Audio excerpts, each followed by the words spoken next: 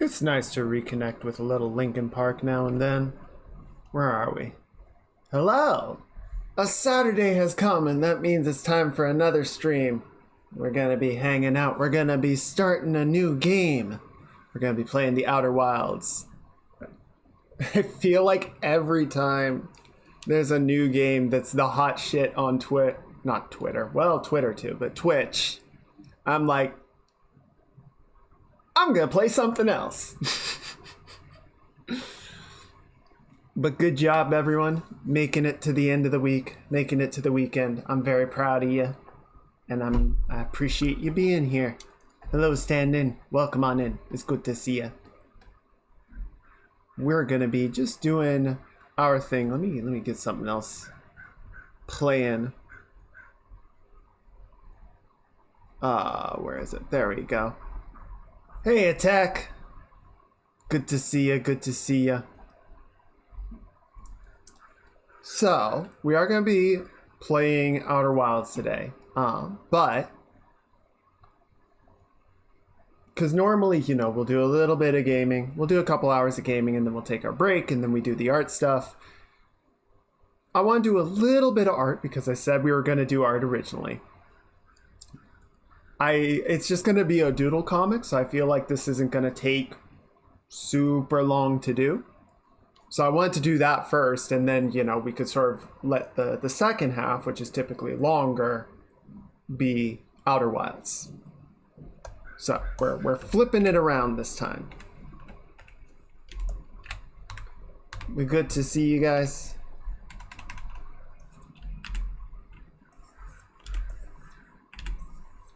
That'll do. A little bit of exciting news. We'll call it exciting. As far as the debut stuff goes, I've got the... Hey, Soren, welcome on in. I hope you're having a good weekend. The script has been pretty much finalized. I might make a couple small amendments, but I've actually started recording it, which has been awkward. I have to listen back to my own terrible voice acting and be like, nope, that's bad. Do it again. Do it again, do it again, do it again, do it again.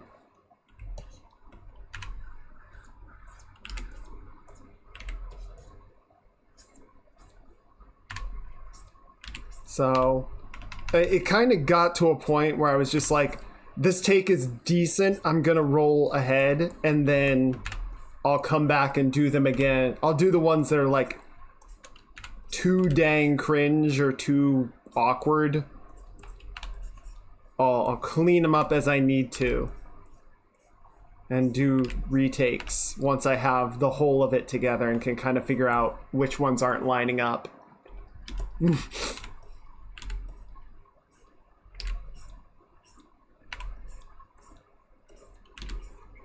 Yes. Which ones are too dank, which ones are not dank enough. But we are making pretty good progress on that. And I did a little bit more cleaning up on the model today. So I think we're on track for having the debut be pretty soon.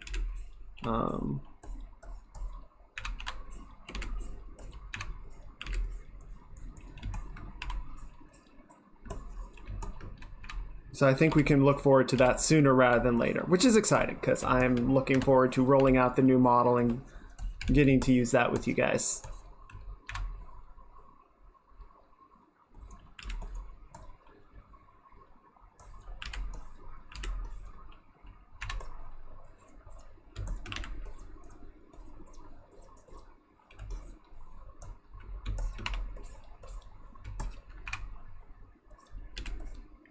So, I don't know, maybe a month? That's what I'm basically aiming for, is the end of this month.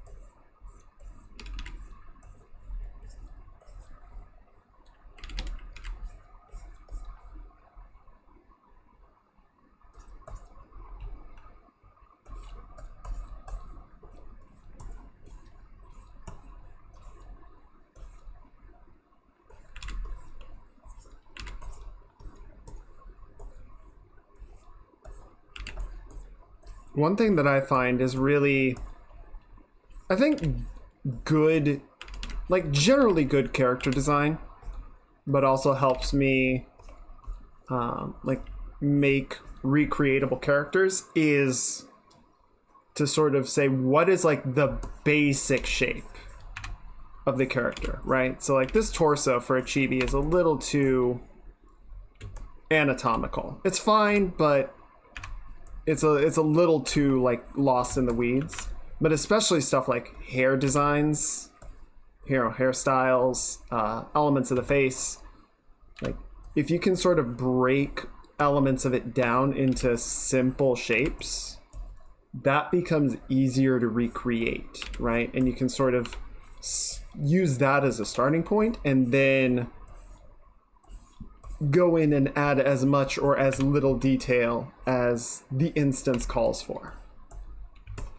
Right, so like this bang is longer, tends to extend farther down the chin, and is sort of triangular with like a hook shape at the bottom. Whereas this one is a triangle that kind of like rounds out a bit more and cuts off sooner.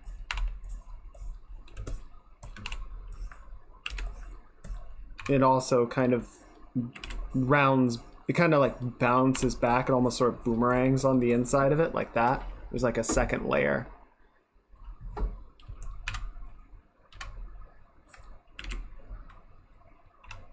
Hey, Kepu.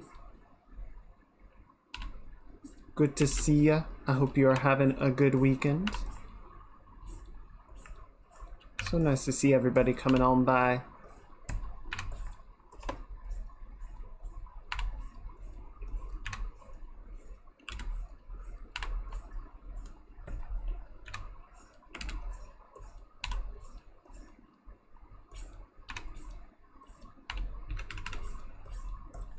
Probably getting a little too focused on the hair right now, just considering that I haven't even like given myself arms yet or anything, but it's okay, we'll figure it out. And so yeah, then I kind of do like this rounded out shape and then extend the corners a little bit extra to catch that flare. And close enough.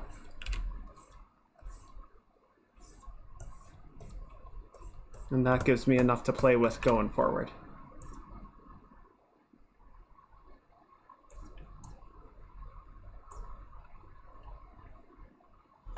Oh, kept blue now. Okay, so I noticed the L and I was like, did I misread it last time? I didn't think so. Because we had a whole conversation about it. And then I'm like, I'm going to go with the other one. I gambled and I lost. Ain't that just the way?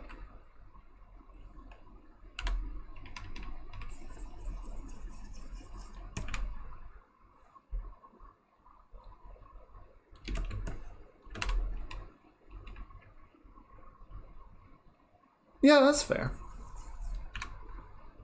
Well, congratulations on the name change. I know Twitch can be a little iffy about those. You need to get like legal documents being like, yes, I want this name change.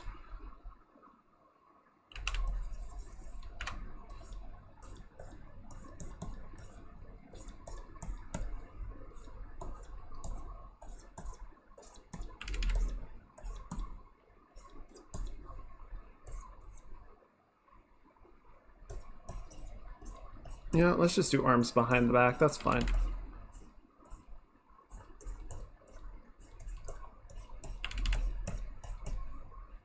Kepu took the L.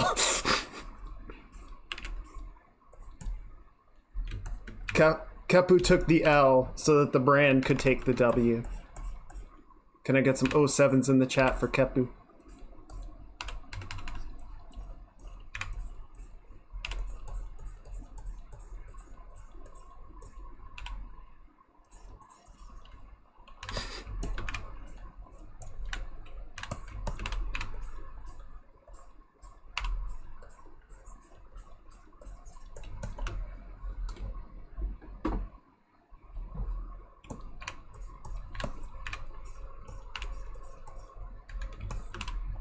Punch also died. Eh.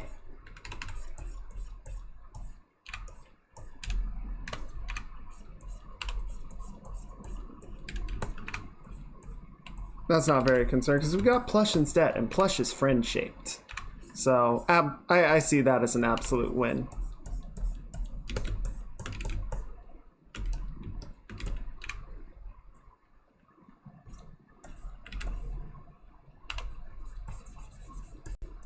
Okay, now we're getting a little more cleaned up. This is feeling a bit better. Just a heckin' squisher.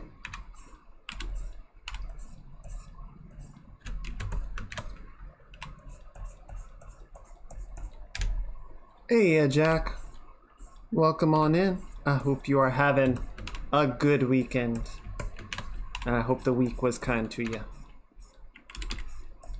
We're just doing a quick doodle comic before we get into our gaming time. There we go.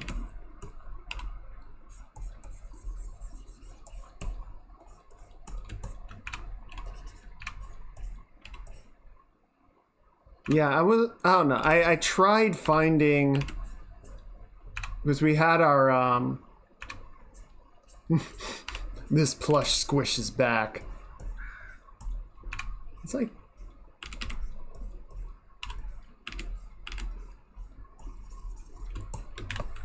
sounds like a premise to one of those indie horror games.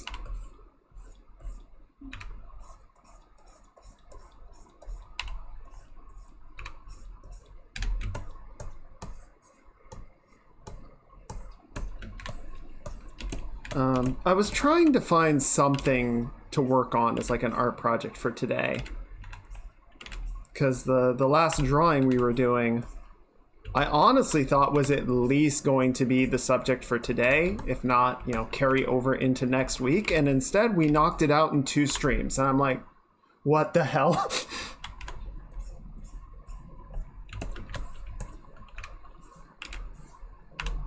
Like, it just kind of blew by, and I went, oh. I'm not cute, I'm scary, Yoke. Just a big ol' fierce.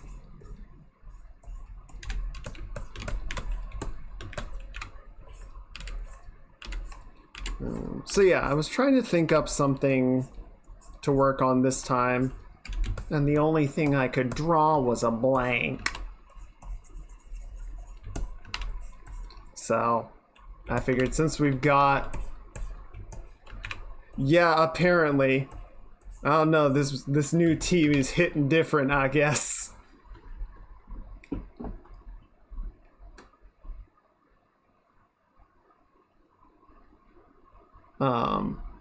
So yeah, since we kind of cruised through that, and we were talking about doing Outer Wilds, I figured we would just go ahead and start it. Oh, nice. Everyone loves a little shorty. Fun-sized.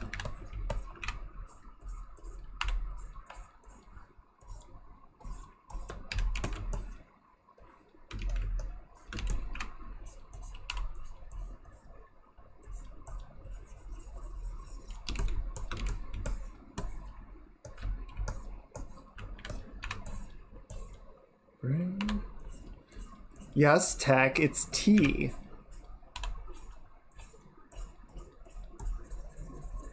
It's just tea.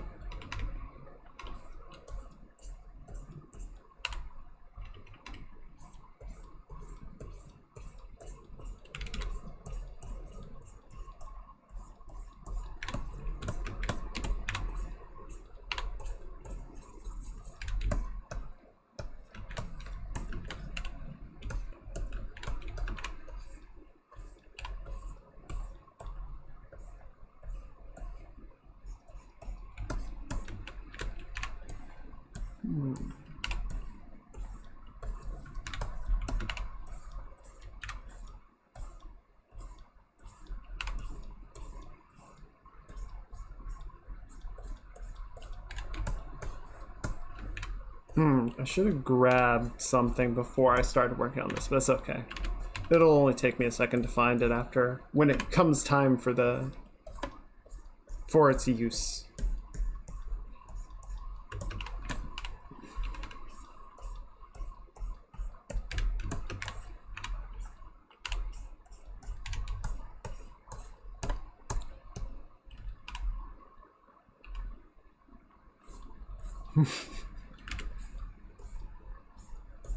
Just over to just under 5 inches.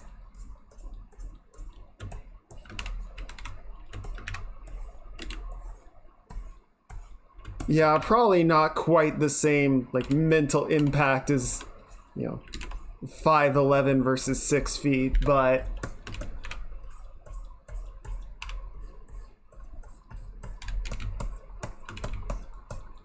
you are becoming smaller. And the next time is going to be 410. Or not 410, 4.5. And it's just going to keep going down a little bit. Little bit.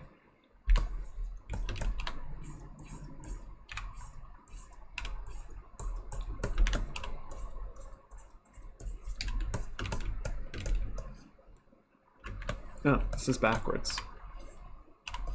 There we go.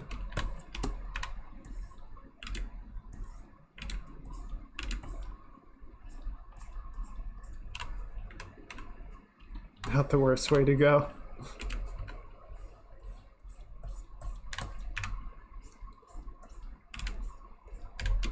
And just eventually become quantum. The first quantum VTuber is just like a single pixel on the screen.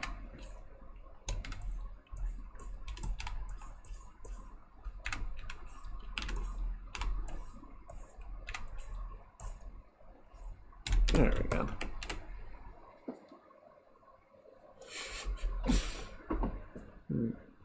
Basically very small. Like a hobbit.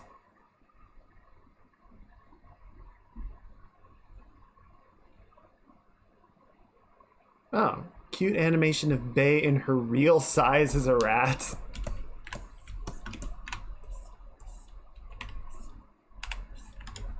How big is... How tall is Bae?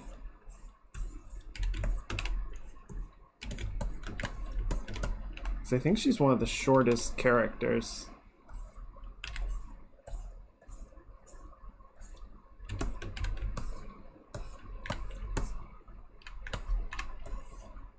I'm spending a lot of time on the hair here. Not really where I want to be focusing. That's okay. That's what I get for making complicated character stuff.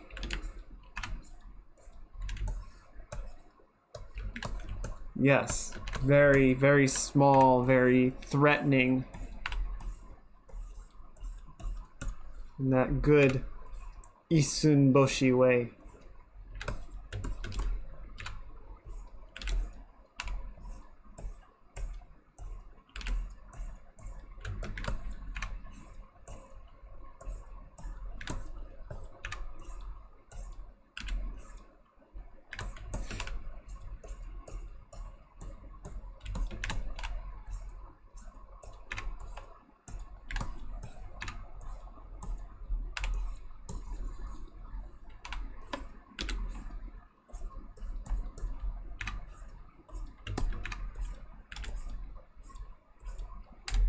What is Suna counter for?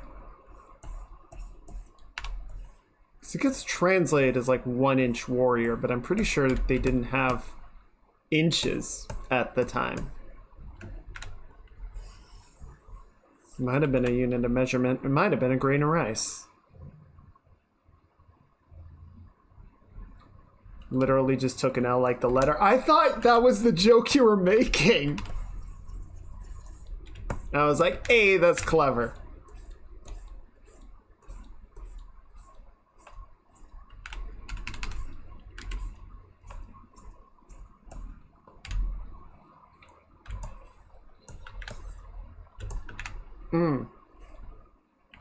Sounds good. Get something tasty and bring it back. Bring back some for the rest of us.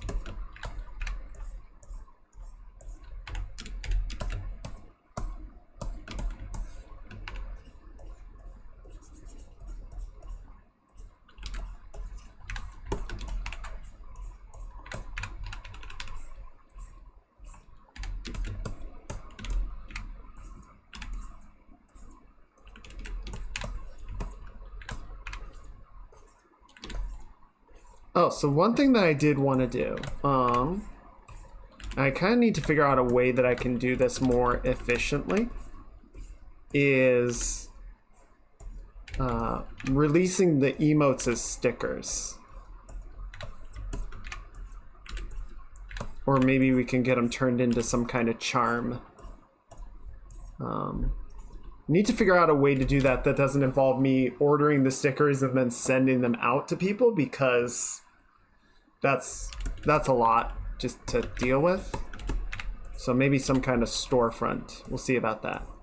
But the other thing that needs to happen is a lot of them are cropped off to be, you know, nice emote squares. So a lot of the details and such get cropped.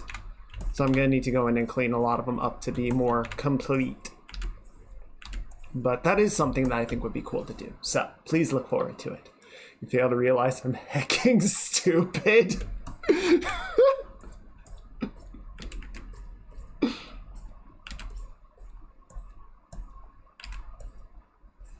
Literally too small to bring.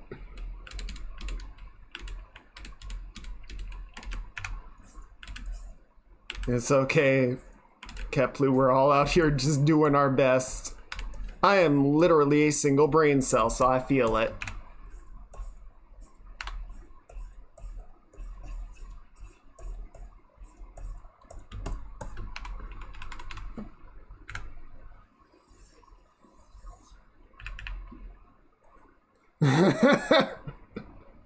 Thank you for the good thonks, T-Shul, and welcome in. I hope you've had a good week and are having a good weekend. It's good to see you.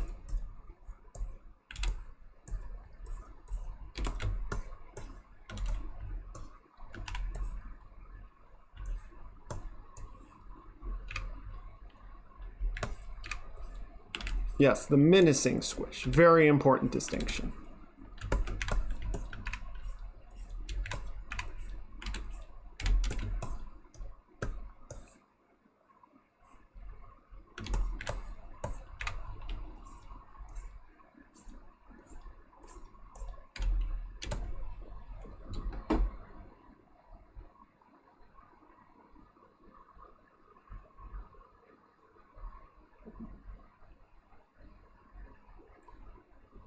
Alright, let's just get full into the edgy grunge.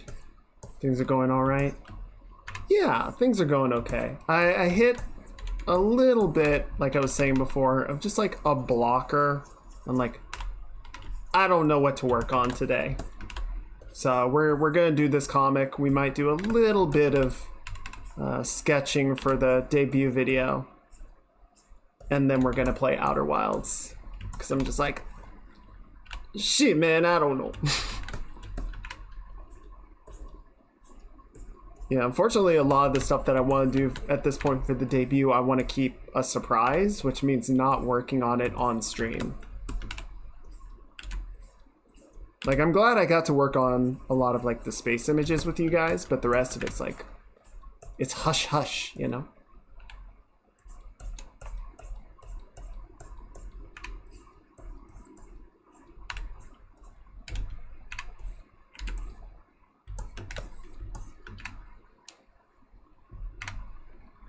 Of everyone I've been today, the one I've been to the least and got the name change fastest? Wait, what? Oh, notice the name change.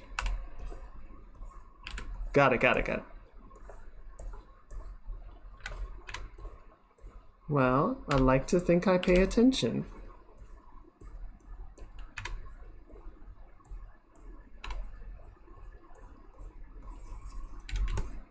Also, I don't know, maybe it's just because I get to notice everybody in chat.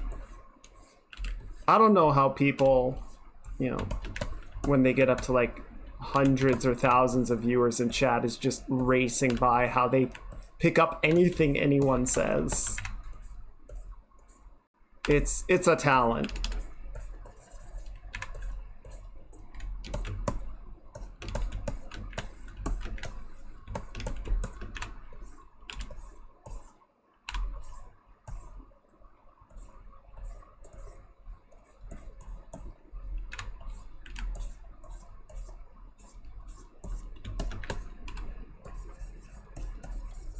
go. Okay, let's go ahead and save.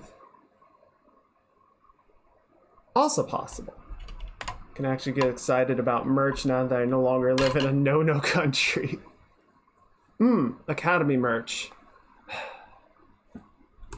Yeah, and I've got a few stickers that are part of like the Patreon. I never like got around to doing full merch just because merch distribution is like it's a lot to deal with, you know?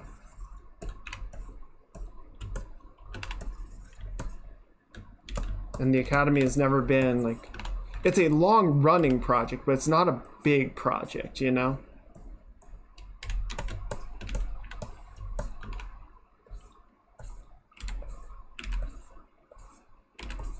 Especially with streaming now, it's I don't really have the room to make it any bigger than it already is. Okay, I'm just cleaning up the line work a little bit because this is the main frame that I'm working with, right? Which reminds me, before I forget again, because I always do forget, and I'm gonna be lazy, we're gonna use the model. Here, let me get another song.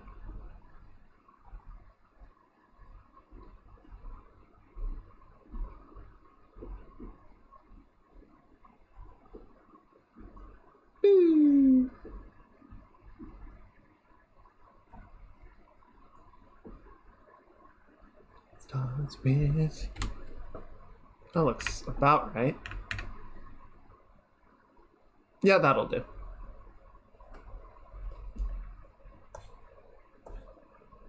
But I'm glad your whole sort of living situation is improving, Soren.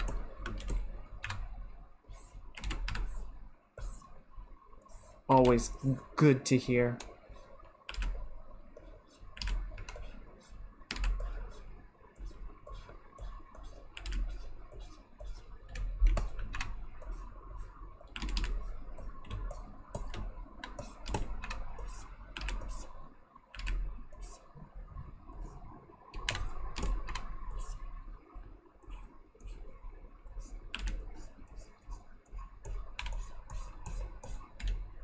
That looks about right. Oh yeah, internationally especially. Like a lot of times, you know, people will just have a distributor, right? It's like, here are the shirts, print them for me, ship them for me. The stickers are small enough and simple enough that I can kind of handle them myself. Obviously, if it gets up to dealing with a lot of shipments, then it becomes problematic. But it's never gotten to that so far.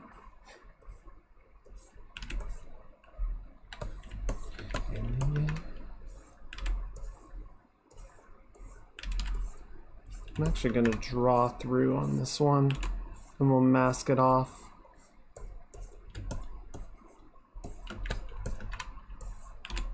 Put my trust in you, push as far as I can go.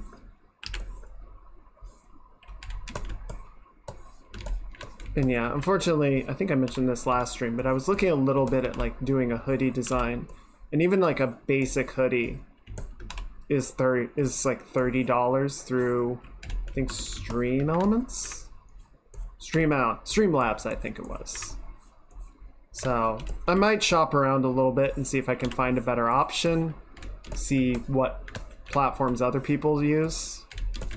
But it's like, I don't know about that.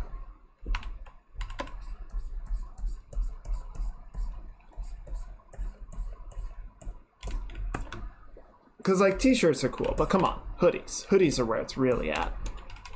Who doesn't love a good hoodie?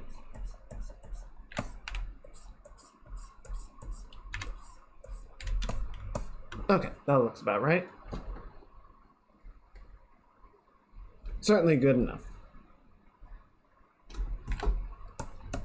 Just gonna bring this line down a little bit.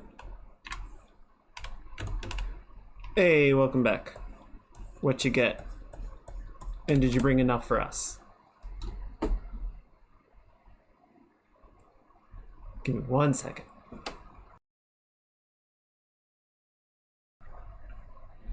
Ooh, I haven't listened to this in years.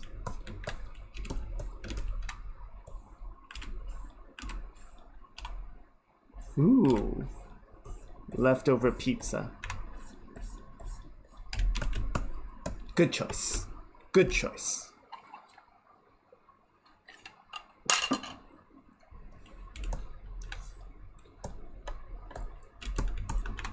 Oi, oi, oi, oi. We talked about sharing. Sharing is caring.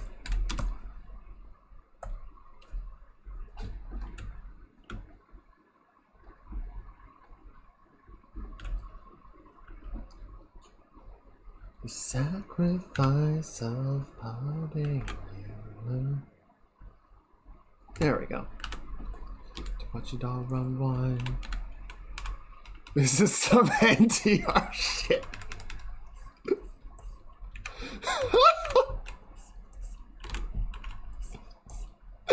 Jesus, Tech.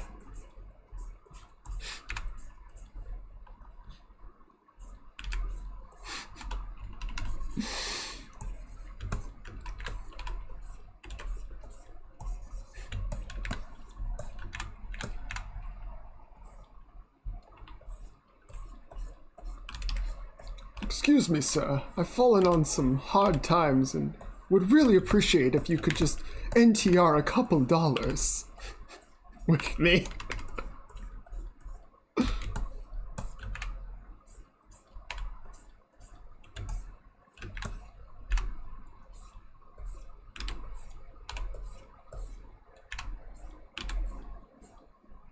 Oh, what is the internet? What has the internet done to humanity? I knew you were too lewd all. I basically live on the internet. I have to know what these things are. Doesn't mean I approve of them.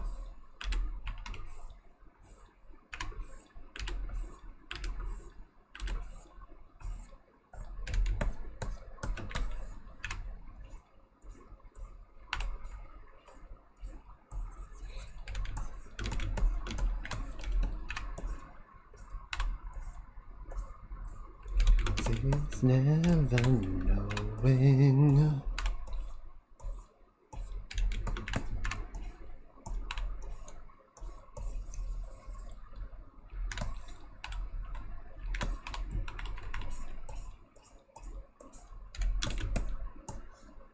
There we go. Okay, that looks pretty good. Well, got like 2 lines, 2 little smudges right here to clean up, and then I think we can go ahead.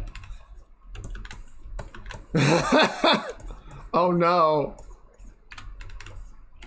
Tech, you're corrupting chat.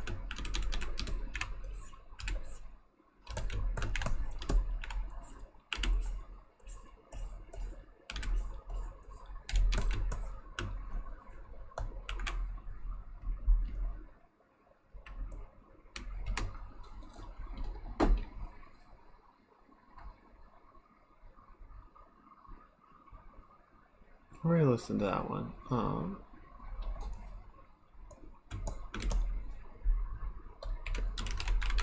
we go.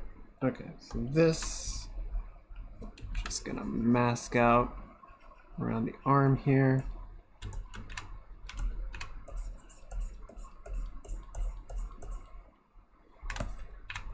That's true. That's fair. And again, I know about these things. Doesn't mean I'm okay with them or good with them.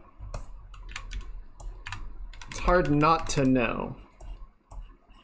Spend enough time around degenerates.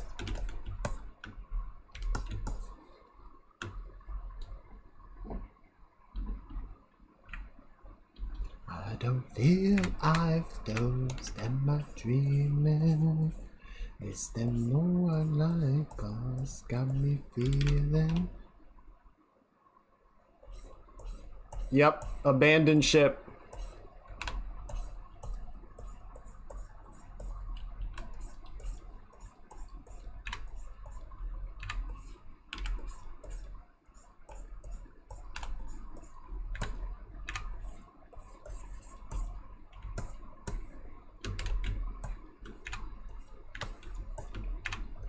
So I had a thought last night. It kind of became like a soapbox conversation topic, as we do around here. So I saw a video on YouTube. I didn't watch it, to be fair. So I don't know. I'm not gonna, speak exactly to what was in the video.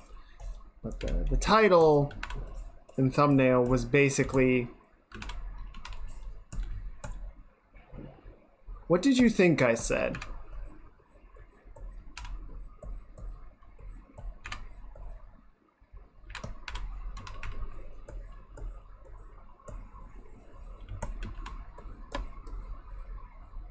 I don't feel overdose in my dream.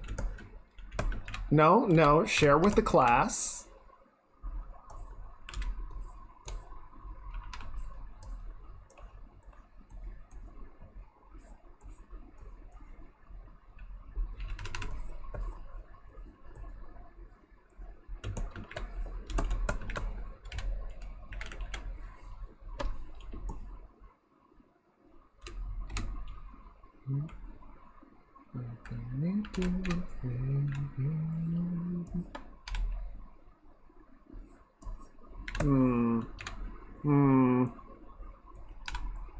I got my eye on you, Tech. I've got my eye on you.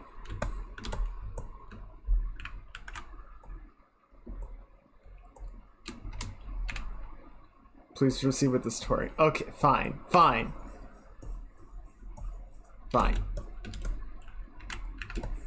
Well, so, yeah, basically the video was talking about sort of the death of the Halo franchise, right? I haven't been keeping up with the state of Halo Infinite, but suffice to say, it's not, last I checked, it's not in a great place. It's struggling to retain player counts, it's struggling to release content in a meaningful way. Any of the sort of post-launch campaign content seems to basically be extinct, so it's not good, right? And after Halo 5 was largely panned, Infinite really needed to be the spark that reignited the franchise, and it's not doing that.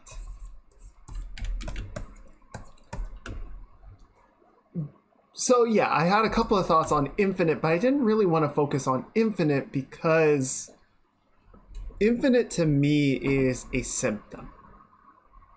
It is a symptom of dragging franchises out far longer than they have any business continuing to exist.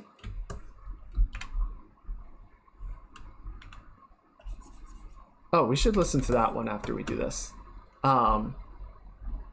Right, because Halo at one point was redefining for the shooter genre. It took the sort of design paradigm that had been established by Doom and Quake and Half-Life and really said, let's do something else.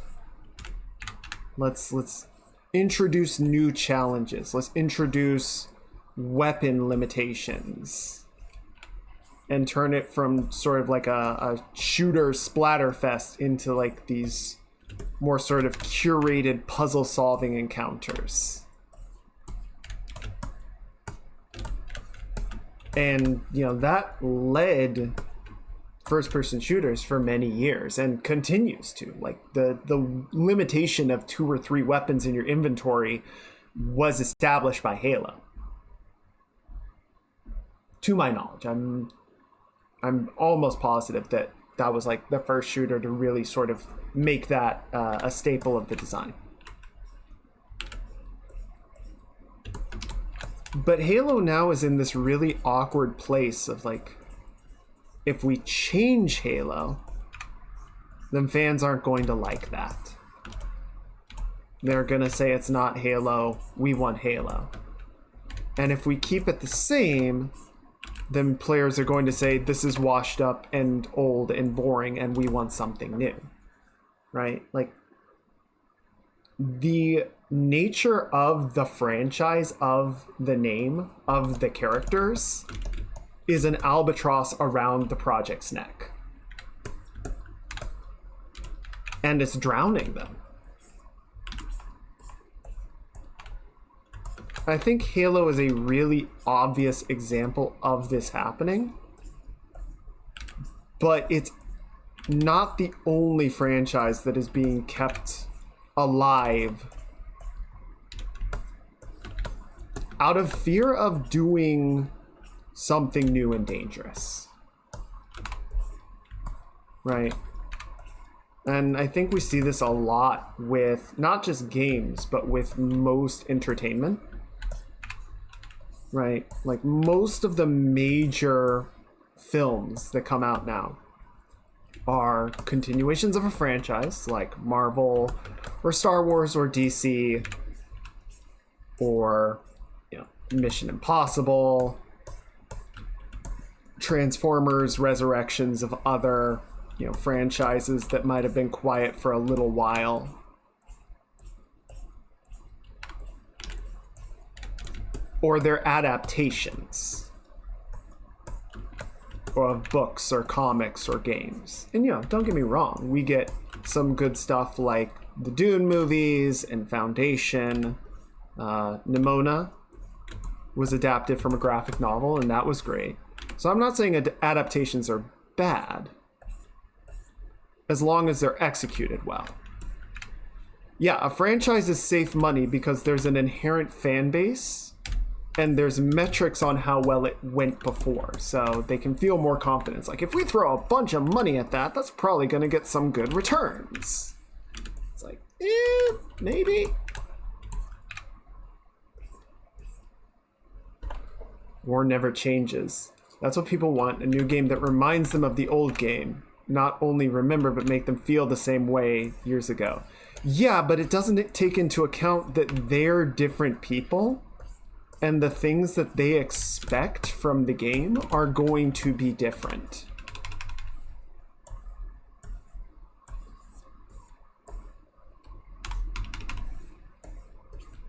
Like, when you're not a kid or a teen that can throw dozens of hours at a game with no repercussions because you don't have other obligations, you don't mind that the game asks you to dedicate dozens of hours to its play. Whereas when you're an adult, it's like, shit, dude, I got work. I can't do this. But you still want that feeling, that experience from when you were young. I think you're right. You do want to experience that again, but it doesn't take into account certain, realities.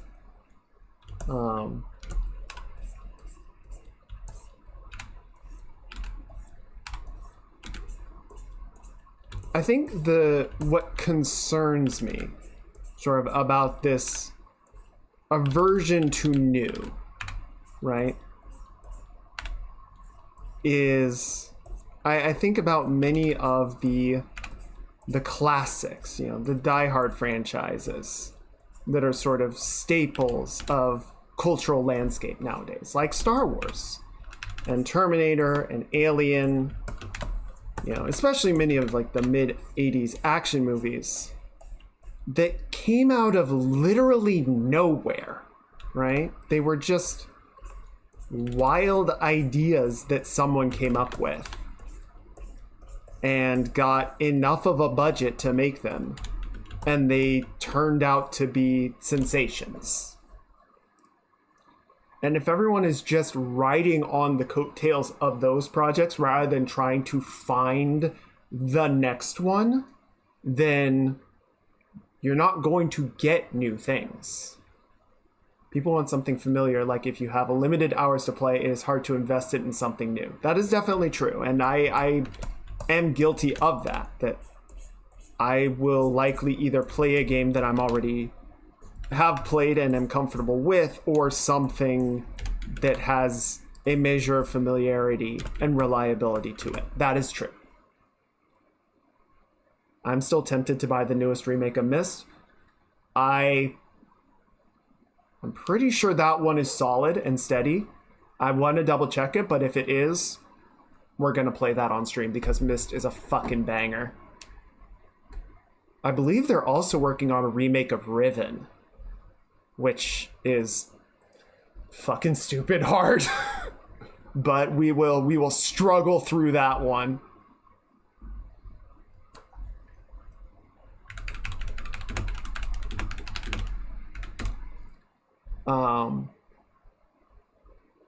So yeah, but that's another topic. I will add it to the games list though because I want to remember it for later.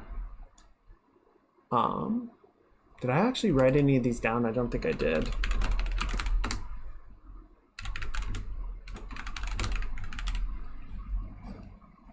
Best game I played this year was something new, which was Disco Elysium. Yeah, and Disco Elysium has done super well. At least, you know, it hasn't hit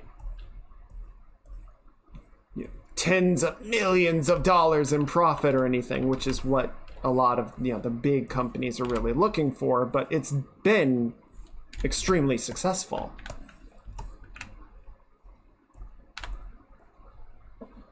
Games are not just games anymore. Back in my day, the SNES, PlayStations were cheaper to make, so people felt more comfortable trying new things. That's not really true. Like, if you look at the costs of consoles and account for inflation, a lot of hardware is cheaper now than it was to buy back in the day. I think what is true is that many of the production costs for games have gotten much, much more expensive because there is this expectation of big budget spectacles, which, again, for something like Disco Elysium, which really relies heavily on like the narrative and written storytelling as opposed to the visual fidelity, they're able to get away with a lot at a relatively low cost.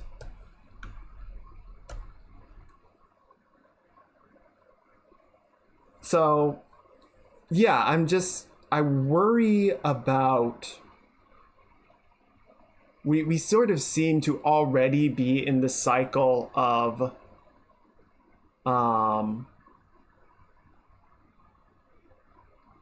you know, everything is a remake or an adaptation. And then that's just going to cycle on for a few more years until we get to, you know, it's old and nostalgic enough again that we get a fresh cycle of remakes. And maybe someone will try Terminator and another studio will go bankrupt in the attempt because that just sort of seems to be how it goes. Hey, you looping. I hope you're having a good weekend. No scuttlebugs yet. Is still on the list.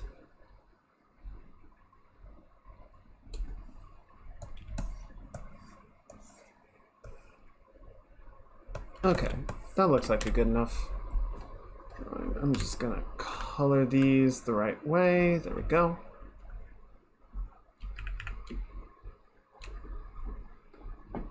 Oh. I do need to do one more thing because I need to close off that iris. There we go. That looks about right. And now let me see if I can find this.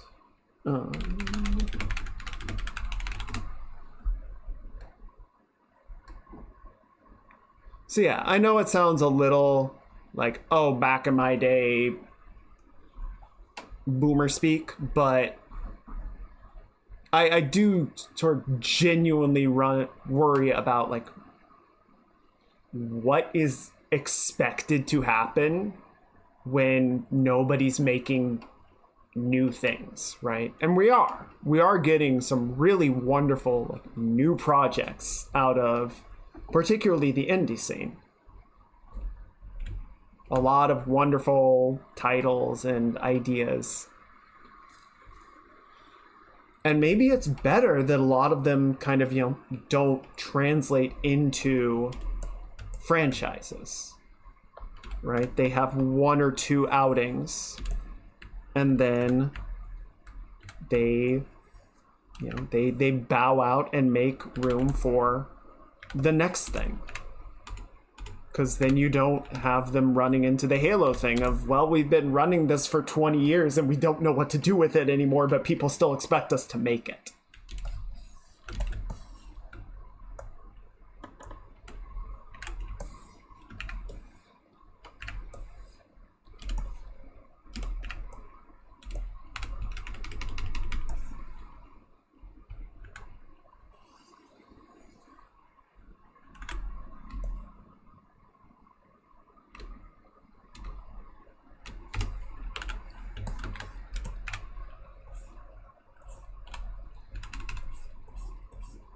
So yeah, I don't know. At this point, I really loved Halo back during the Bungie days. 1 through Reach were all, in my opinion, excellent games. And I'm a little sad about, you know, what has happened to Halo, but I'm not so much concerned about Halo the series itself as much as like this is just symptomatic of a trend of we don't want to try new things because new things are risky and we put too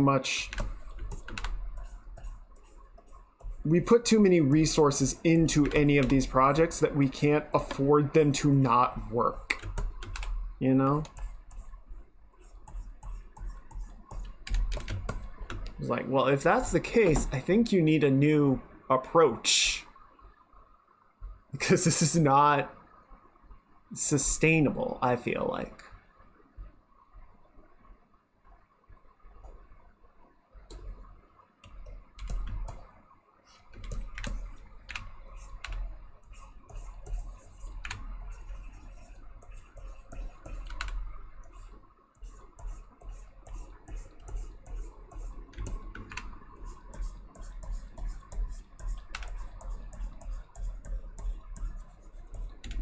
I mean, I don't think Moon Studios, you know, the folks that made the 2 Ori games, I don't believe they have any plans of making a 3rd one. They might make a similar type of game without it being Ori.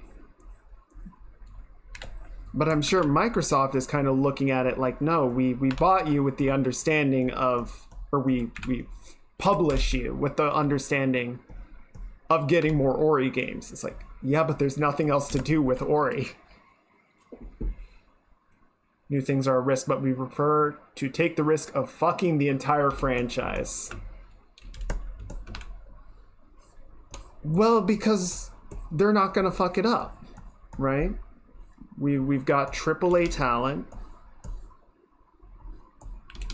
and a known fan base that will buy as many battle passes as we can throw at them.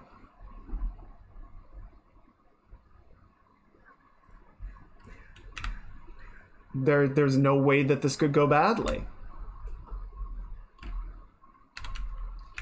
Yep, until you stress it too hard, and people do have a breaking point.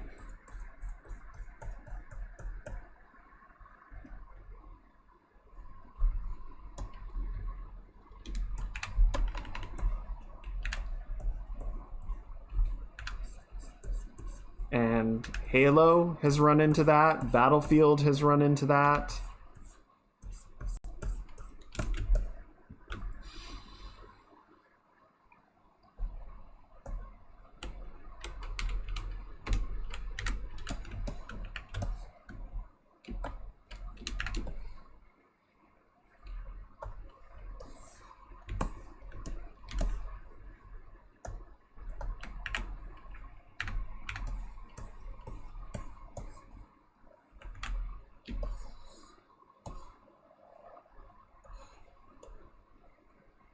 And yeah, they got to figure out something because what they're doing is not good.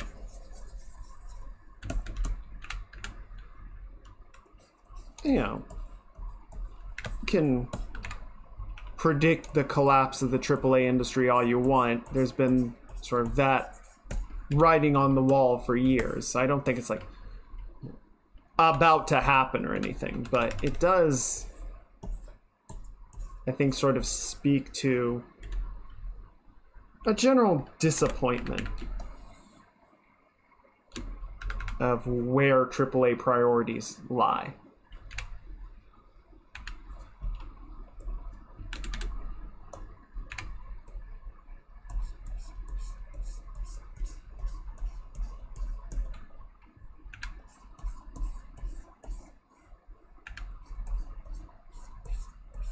You know, I say had because they've all left the studio at this point, but I had many friends who worked on Halo Infinite, so I'm not, you know, trying to like speak ill of anybody's work on the project, right? That's not what I'm trying to call out. I'm trying to call out sort of the general entertainment mindset of original ideas are risky and scary and we don't want to do it, even though that riskiness is what got us many of the great franchises that we know and love and exploit today.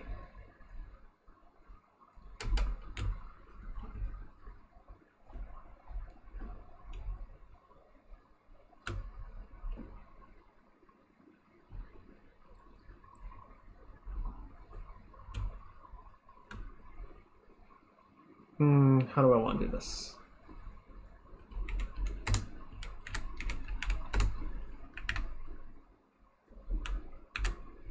Maybe one of the problems is that the main demographics for games are still young people, so you just do the same game for different micro-generations year after year.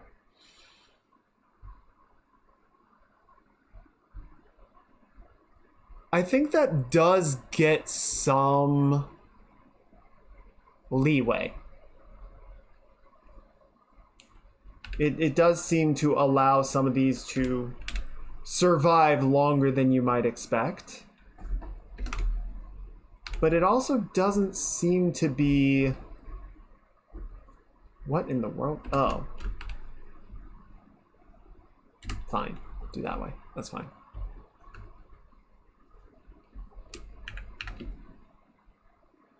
And I think in some ways that does work. Right? Some games, some movies, some shows do seem to survive the cyclical approach by just being like, it's a new generation. They never watched the original one. Let's do it again. But then there are other franchises like Terminator that, you know, had 2 really good movies and then maybe 2 okay movies. And then now the franchise is just so poisoned that it is literally studio suicide to try and continue to make it.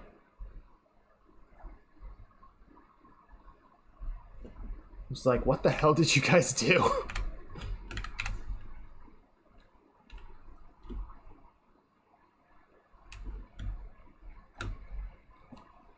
If I have children, I'll make them play SNES and PS1. Yeah, and I mean, let's be realistic. Those games have some frickin' scuff about them, right? The 32 and 16-bit eras, games from that time period were made out of bubblegum, scotch tape, and prayer. It is amazing that any of them work worth a damn at all.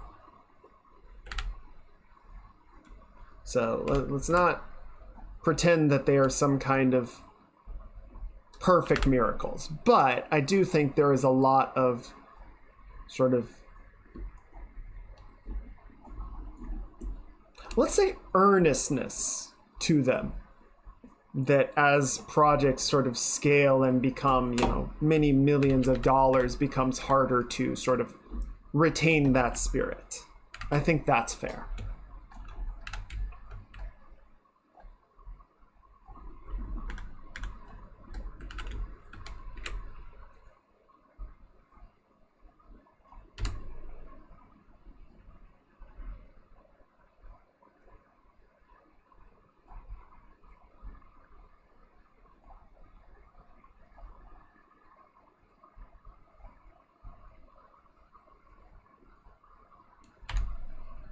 Actually, here, let's not do it this way.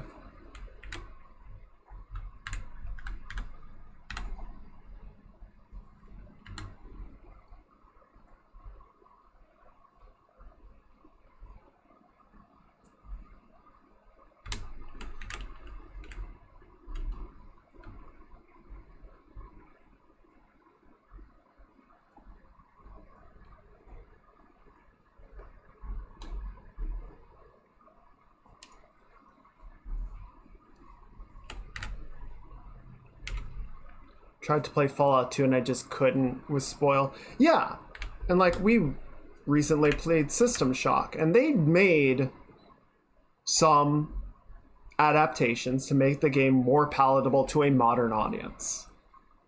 They did a lot to keep it feeling much like the original game. But it is not one-to-one the game that came out in 94. I want to say 94. Might be 97.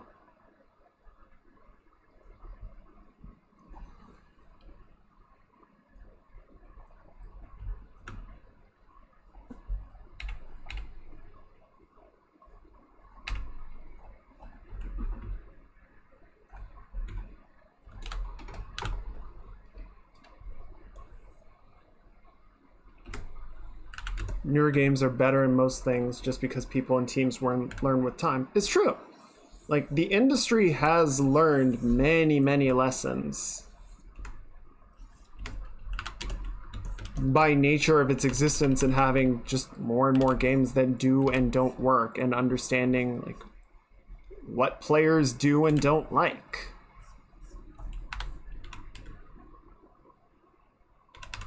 I mean, yeah, you're less likely to get sort of completely out of left field stuff like Earthworm Jim, except then just this year we got Pizza Tower, which, God, if that game ain't weird.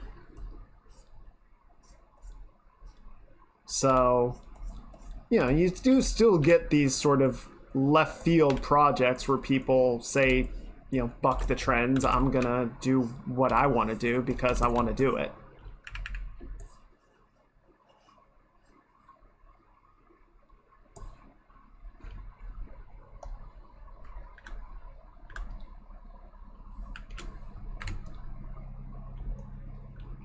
Booger Man.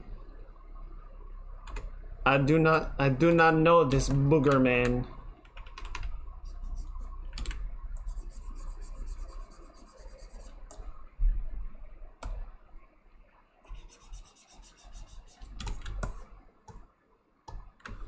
Postal 2, and I think they tried to make a Postal 3 and just couldn't adapt it. It just it didn't come into the modern age very well.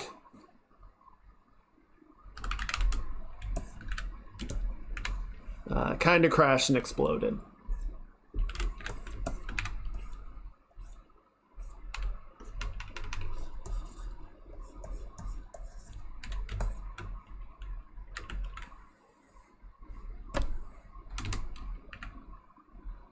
Superhero uses toilets to travel through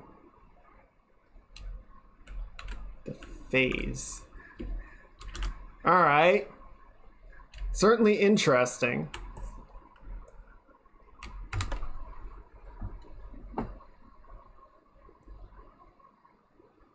Yeah, and then, you know, you'd get, I think it was the same guy who made Earthworm Jim, made MDK, more or less like Jin. Hey, got him.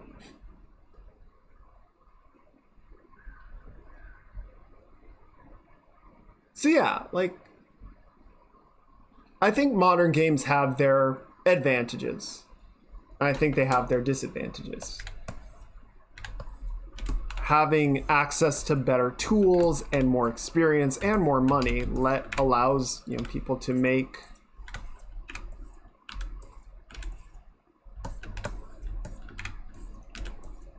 experiences that wouldn't have been possible in the past. You know, no matter how earnest the intentions were. And now we're kind of getting the best of both worlds, that indie projects are, you know, less financially obligated to, you know, be big, massive successes and are still able to tap into those resources and get what we want. You know, have those experiences without being, or rather, having access to the tools at the same time. Sorry, I got kind of distracted in the middle of that sentence, and it just turned into jelly.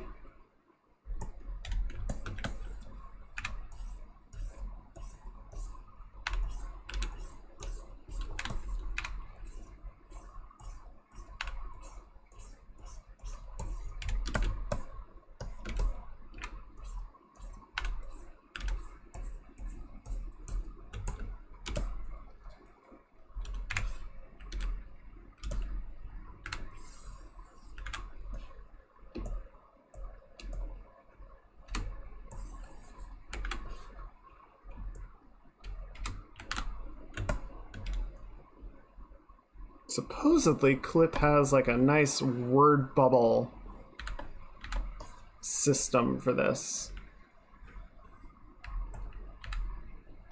We shall see.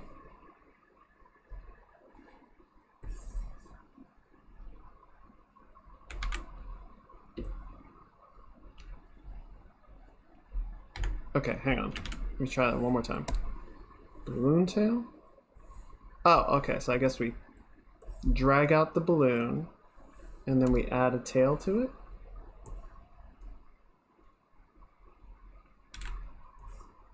That's kind of neat.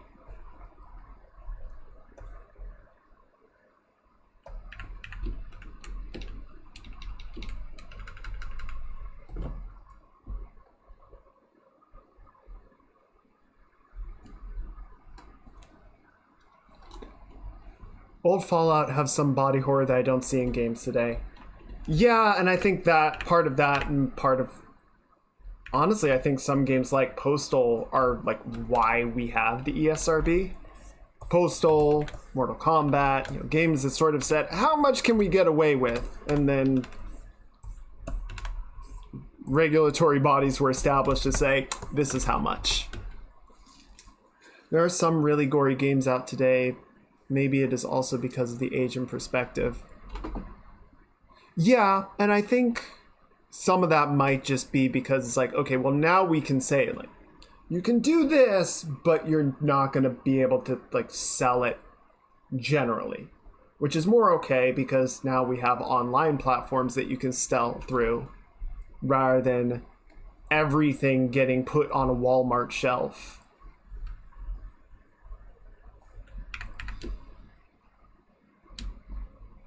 I would argue that does make a difference.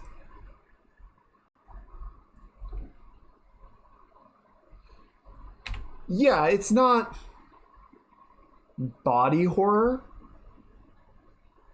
but it doesn't shy away from the fact it's like, if you shoot someone in the head, there's gonna be gore.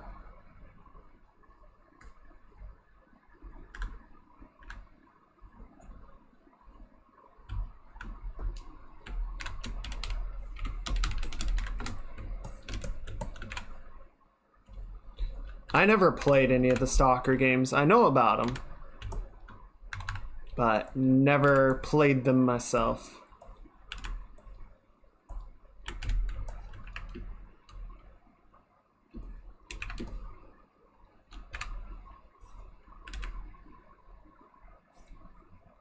What is this shape for this? Played it when I was 10. Yeah, that'll do it.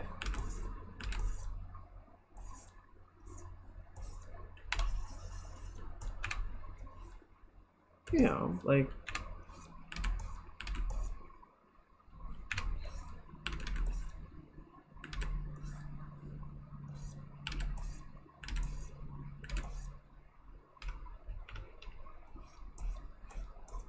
And in the case of something like Fallout, which I think a lot of times you sort of use gore because the whole sort of motif of Fallout is that life in the wasteland is brutal and disgusting and violent. You know, that's having gore and violence sort of reinforces the themes as opposed to just doing it for shock value. I think that's a really important distinction as well. And like some games just try to have that shock value and they tend to get kind of panned for being tasteless.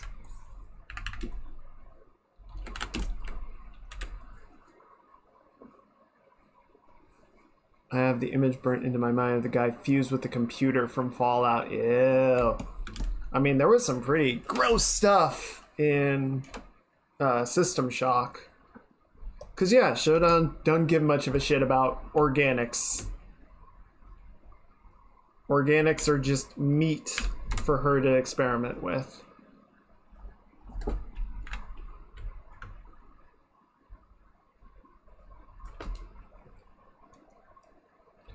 The cat silencer from Postal.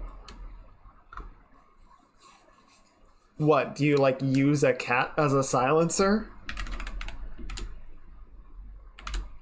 That's nasty.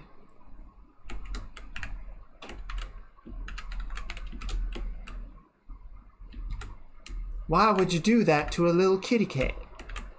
That's fucked up, man.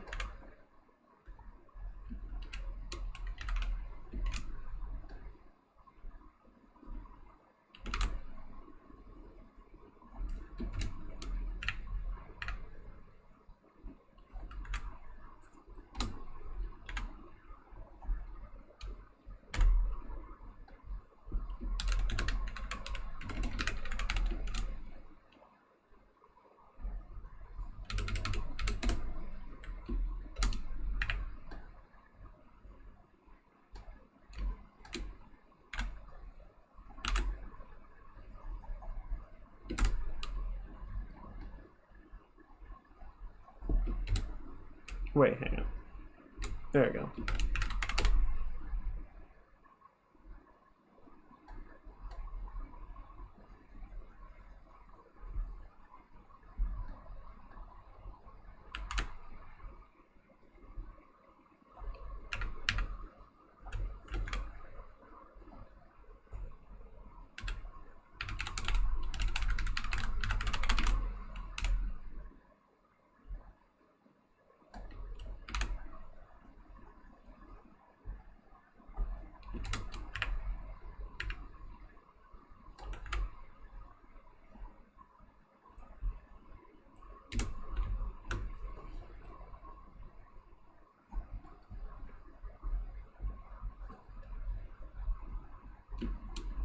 Could you actually put this all in the right group, please? That would be very appreciated.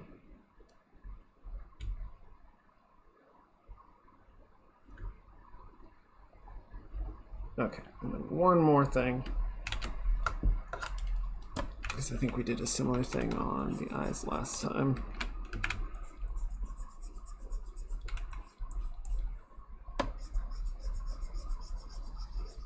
Actually, let me check the stretch comic, because that... Trying to keep things somewhat... Okay, yeah, I just shaded in the pupils, not the whole eye.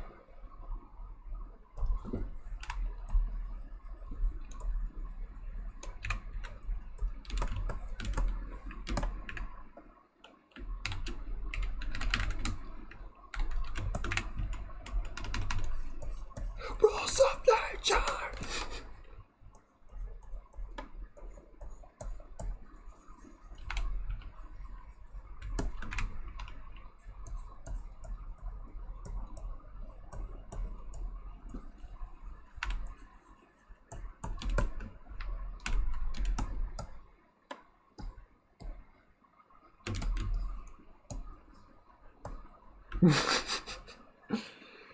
Everyone has to go feral when Rules of Nature drops.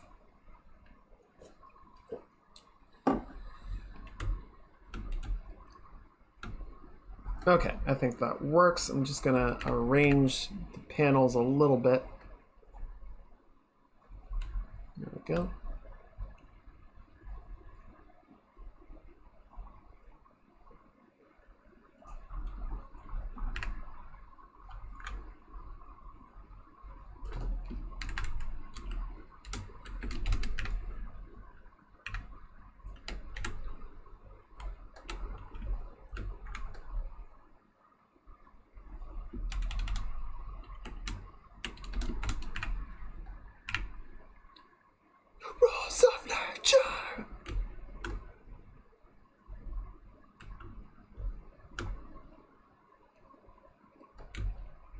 There we go.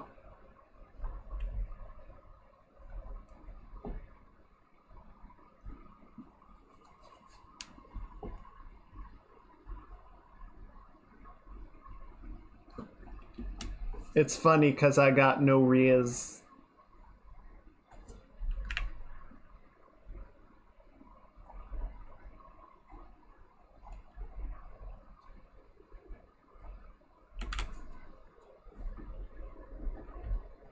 Okay. How'd that do? Little over an hour. Not bad. Not bad for a comic.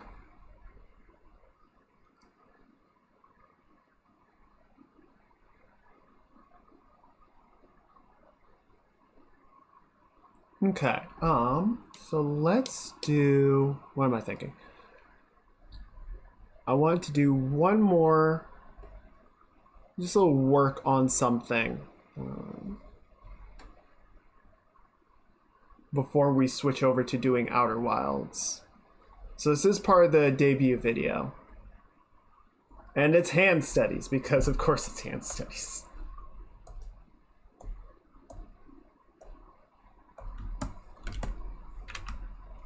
So yeah, I just wanted to clean this up and we can do a little bit of like coloring in. We'll work on this for a little bit and then we will jump over to playing some games.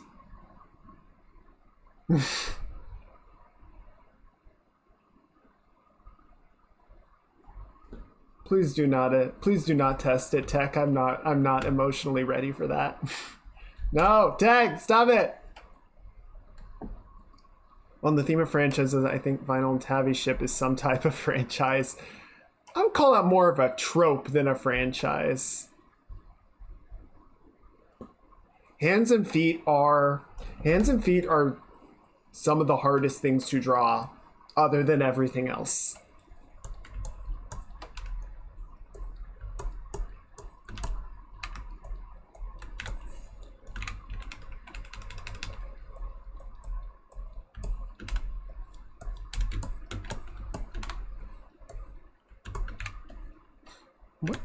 What is the definition, like the specific definition of a franchise?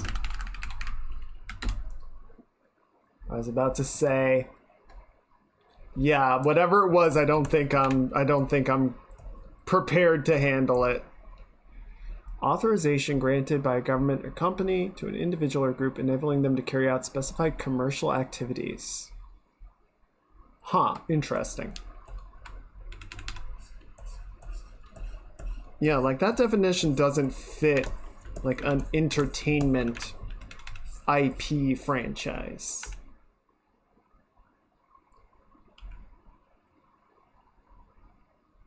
Center travel moment.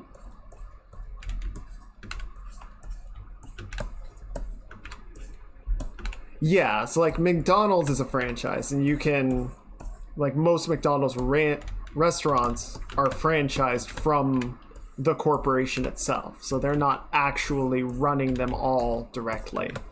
But then when you talk about like Star Wars or Halo or The Simpsons or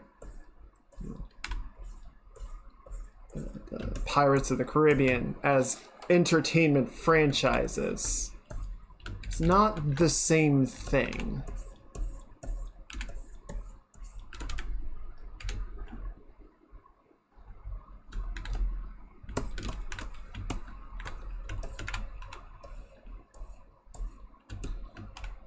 Microsoft owns Halo. Yeah.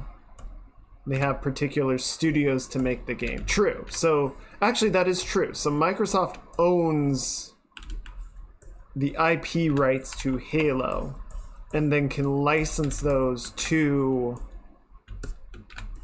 other companies to make games or authors to make books and comics and entertainment studios to make terrible TV shows. And obviously they don't So Bungie made Halo originally, and then Microsoft made their own studio. I'm trying to remember if 343 worked on Halo Wars. I feel like that was the first time. Yeah, so it was Ensemble and 343. So I think Halo Wars was the first time the 343 studios actually like worked on a Halo project, and then the first shooter that they worked on was not the Master Chief Collection, but it was like the original Halo 1 remaster. But yeah, all of that would be licensed by Microsoft to do. Stupid thing I do. It was supposed to be censored. Oh, Mid-Journey. Oh, yep. Okay, I get it. I get it. I get it. Sorry, my brain was too smooth and I did not make the connections.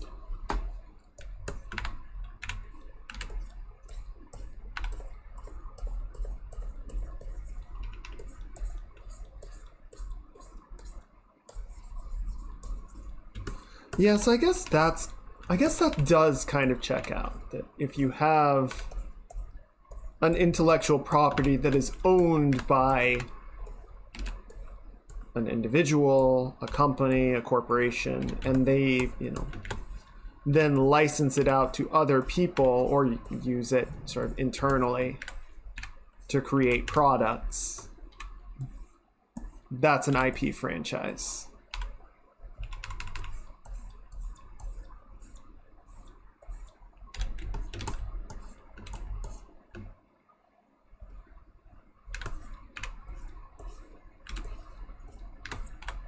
And yes, so hands, I think part of what makes hands and feet very difficult to draw is that by necessity they have to be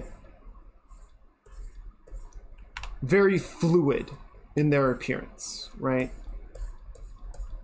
Feet need to be able to adapt to the surface that they're standing on. You're going to see them at a bunch of different angles and in different poses. And then hands, need to be super flexible so that they can grab all kinds of different objects and have different gestures, and then you factor in angles on top of that.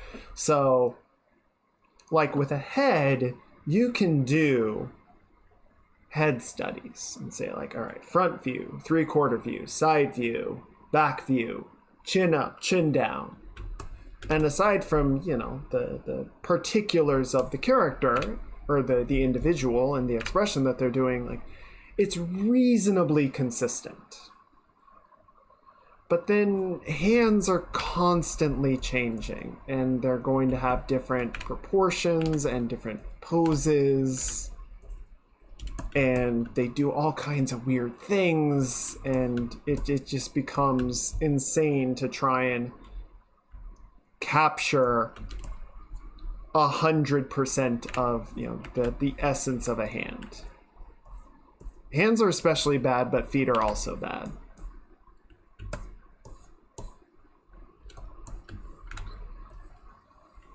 But speaking of bad anatomy, I saw a little guide image on Twitter the other night, and I was like, oh shit, I've been doing this wrong. Now I kind of want to go back and like clean up other stuff. It's like, no, I know how to do that better now. Let me fix it.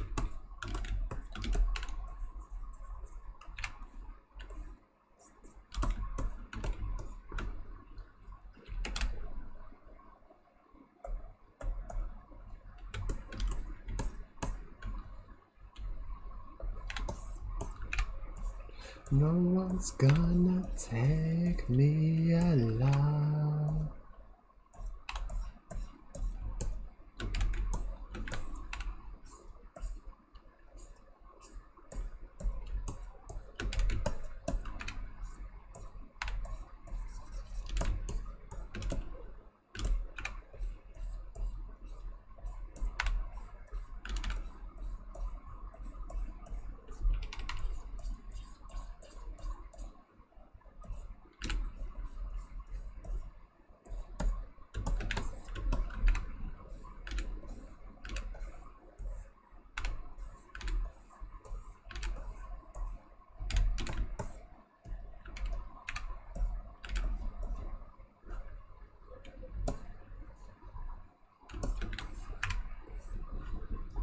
Hang on. Give me 1 second. I think someone might be at the door.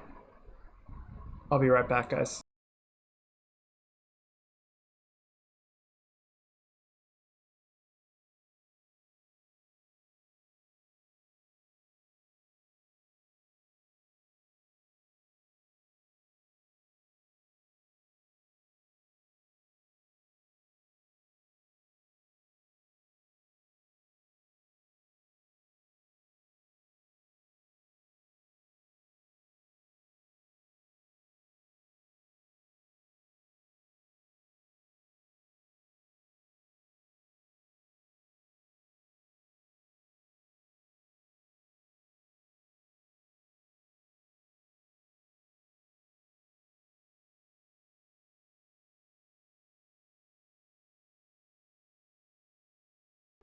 Sorry about that.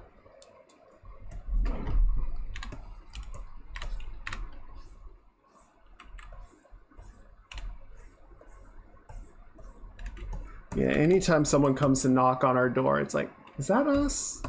I can't tell. And then I gotta go check. It's like, ugh. Interacting with people. Oh no.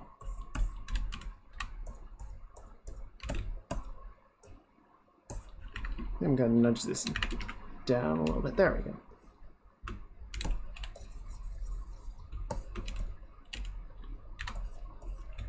Probably shouldn't get too really particular. This time move was not me this time.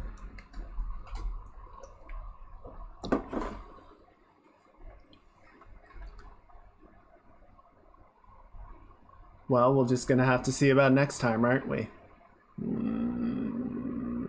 I'm watching you. I'm watching you.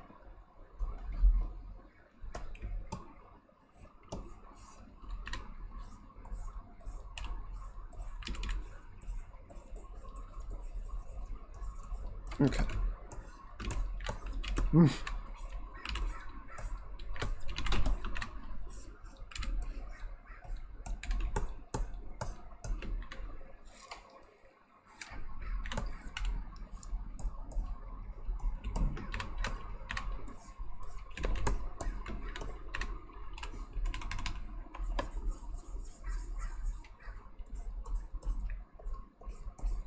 I'm going to my name. There we go. Okay. You're the one waving that knife around. Don't you talk to me about lewd.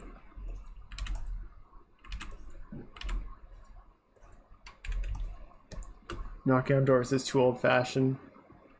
Should start living in the walls. You think I can afford walls in this economy?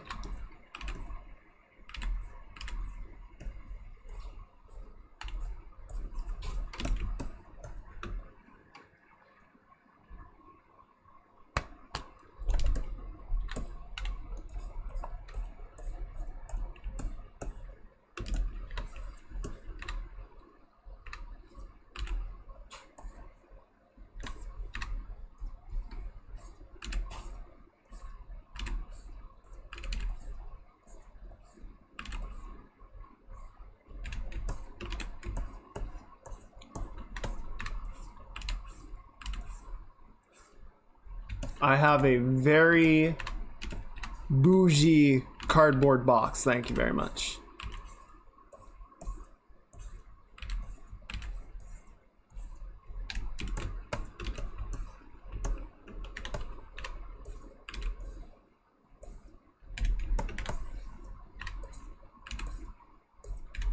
I don't need that much room.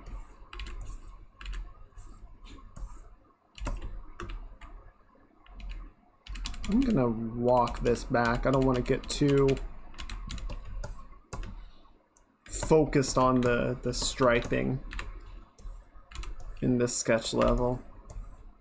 I'll probably add a little bit of painting to it. Actually, let me check the model sheet real quick. Where did I put that?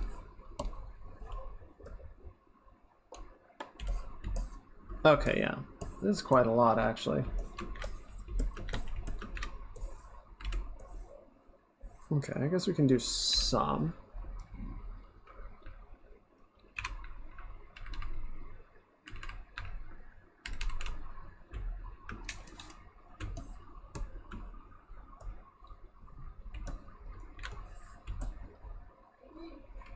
Sorry, 1 second.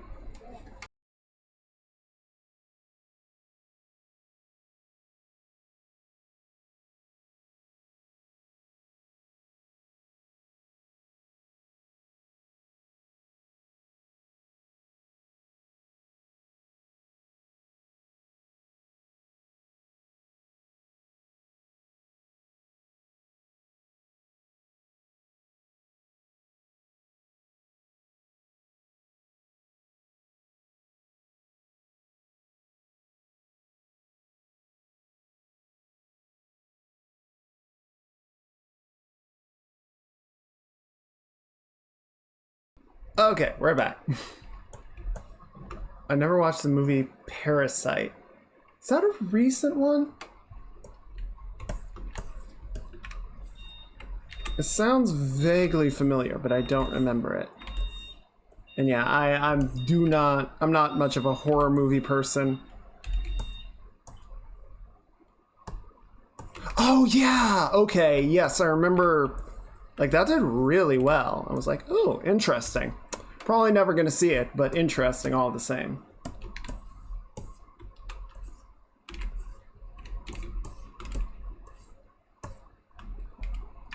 Yeah, there were some movies like Cabin in the Woods and Get Out that were like, no, but you should watch it. They're really good. And I'm like, that's cool, but I don't like scary things. So I'm probably not gonna.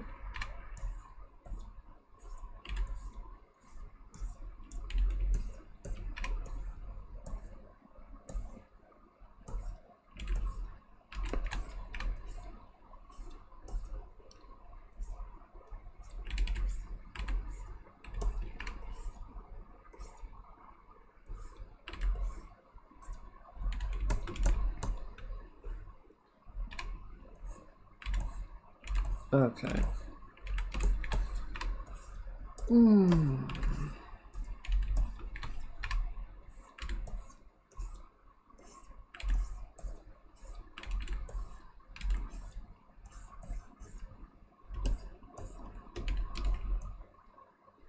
Netflix doesn't even have the comments to hide from the scary. It should tag them.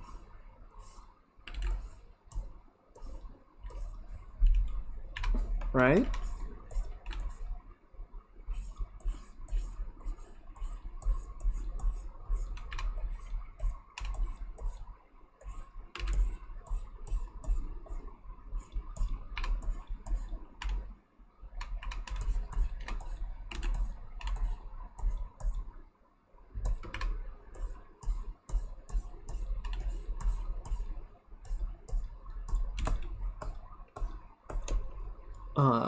Okay, that looks pretty good.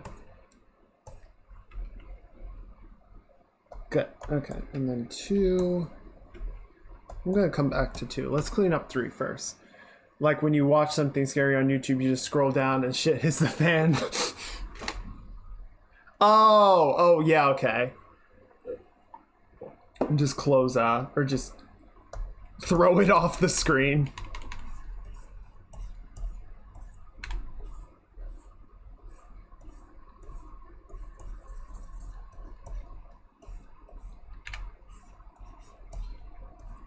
Yeah, and Netflix, the streaming was like, no, you sit here and you watch, and you suffer.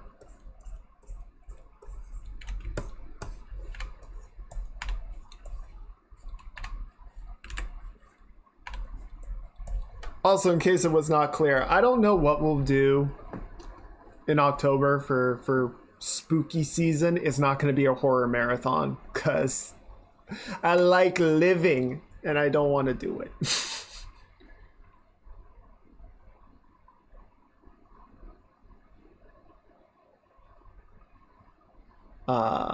Hang on, we gotta get a thing going. We gotta get a new thing going.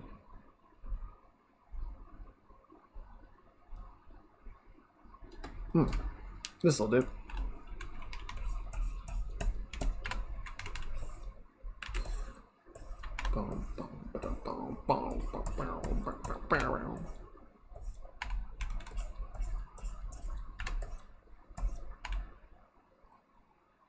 Slender Tubbies?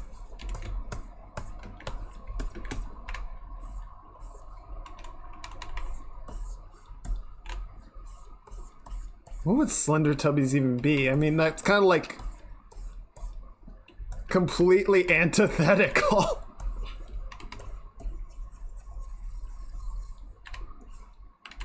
Also, normal Teletubbies are creepy enough, thank you very much.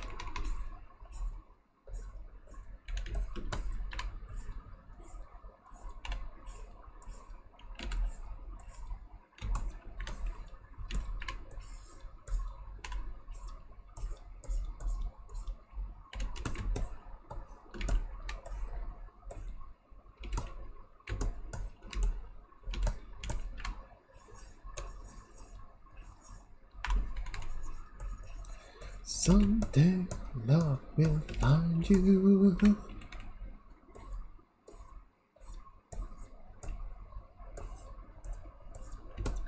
I will touch them. What's the idea? I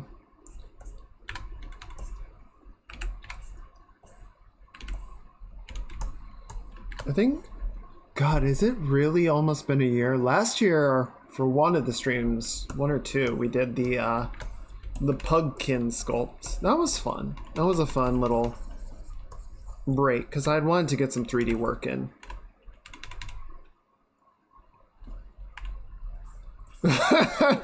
Yeah, we spend the entire month drawing lewds and watch it getting stalked by Twitch admins.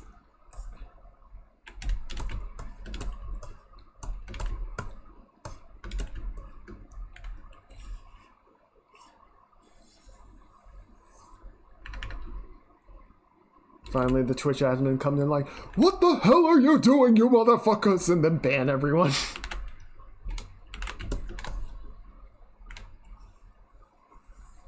It's the ultimate Twitch integration.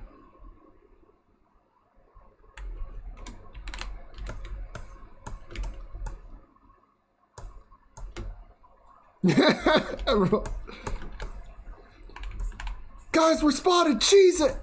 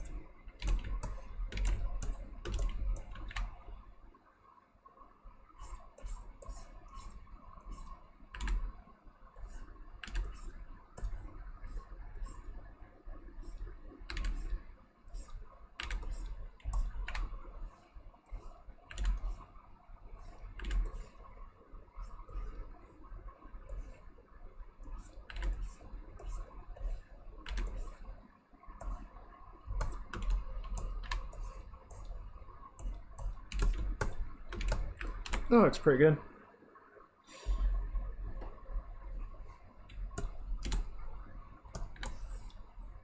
And then this can kind of wrap around like that. I'm gonna also need to go in and make sure that these are looking moderately consistent. At least consistent enough that no one's going to like notice them being drastically different. Even my furry drawing don't get much attention. Nice.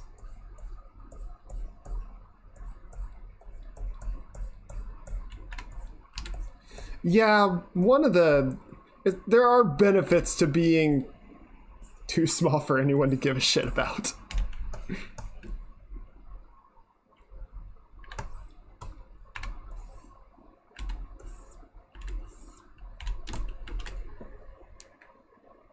Hey, nice.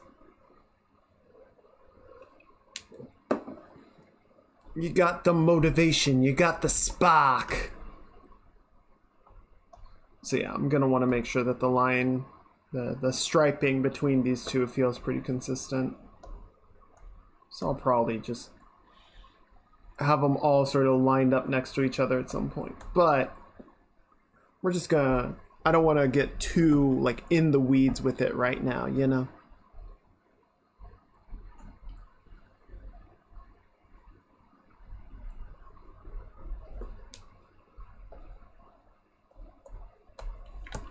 This is more just sort of cleaning up some of the initial work and making sure things look and feel nice. Okay, good.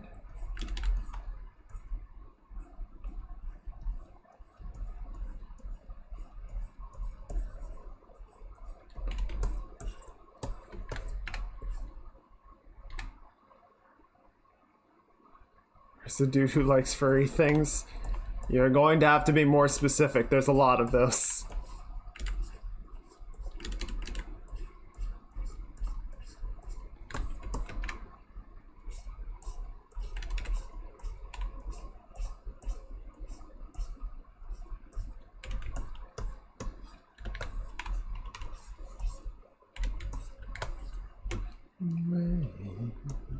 Another place where the faces are so cold. I drive all night just to get back home. That's not right. I'm wanted, dead or alive. Was he a Boeing engineer?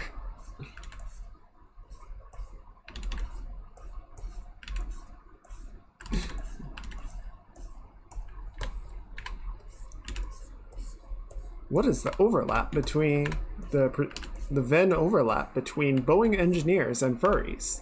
The answer might surprise you.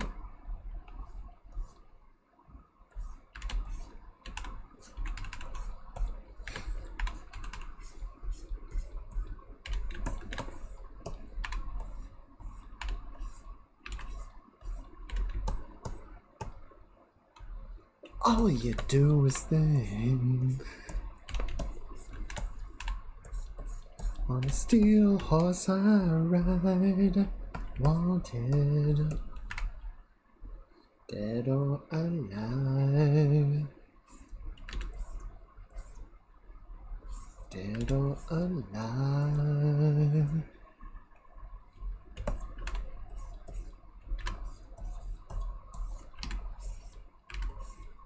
I don't know. I think I know who you're talking about, but I don't want to name names or, you know, poke fun at anyone when they're not here to be, you know, a part of it.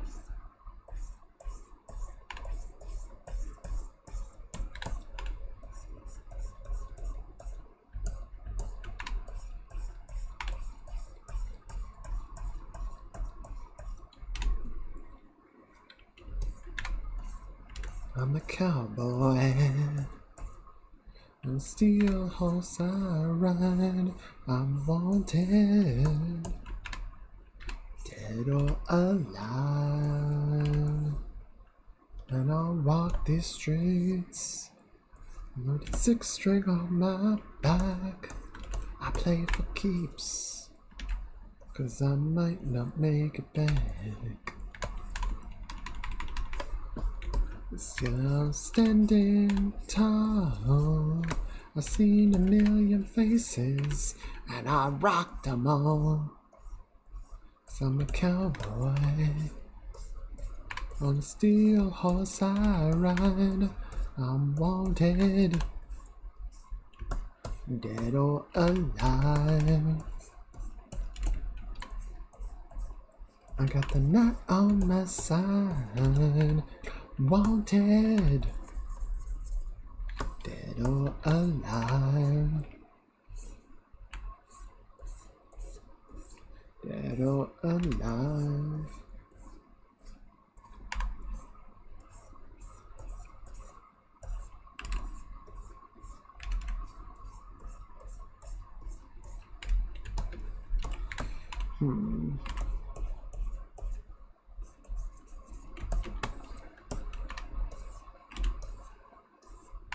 Okay, just slim the finger down a little bit more. There we go. Some color in the drawing. Amen, Pants Grab.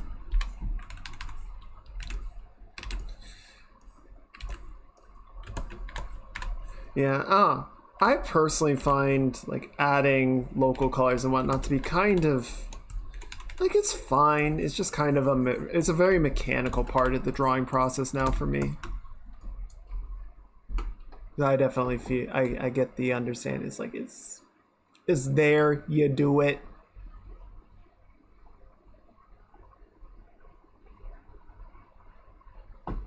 Alright, let me grab something. What's gonna be some good listening? Yeah, sure.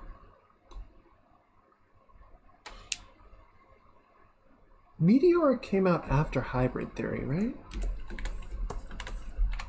Could have sworn they were from the same album. Oh.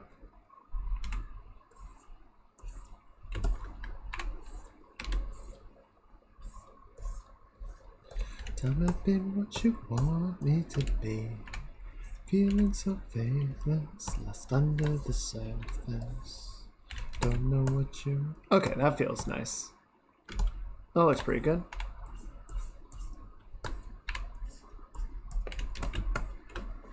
We might work on this more next time, but I just kind of wanted to do a little bit of cleanup on stream.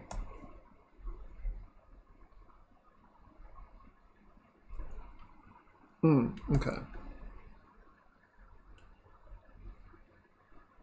Okay. I think I get what's kind of weird about this.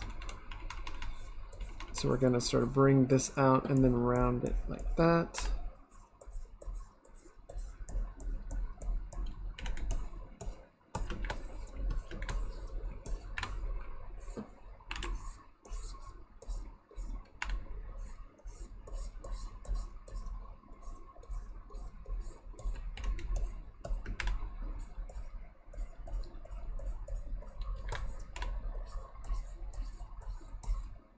One thing,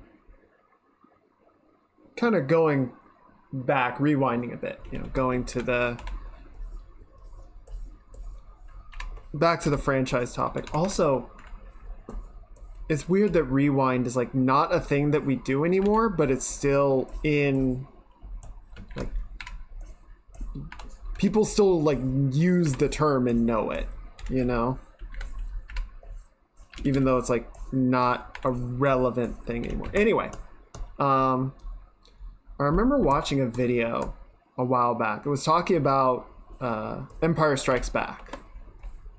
Came out in 1980. The first Star Wars had been, it is, and I don't know how many people, like, how much that's known other than everyone being like, did you know the save icon is a floppy disk?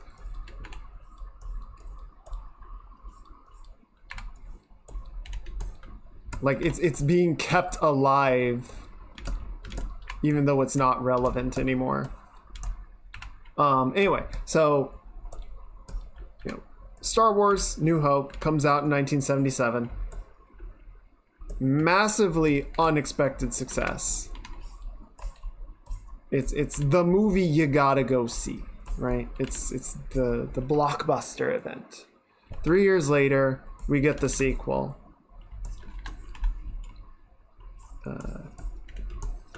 Lucas is still like producing it and overseeing it, but it's got a new writer and a new director. And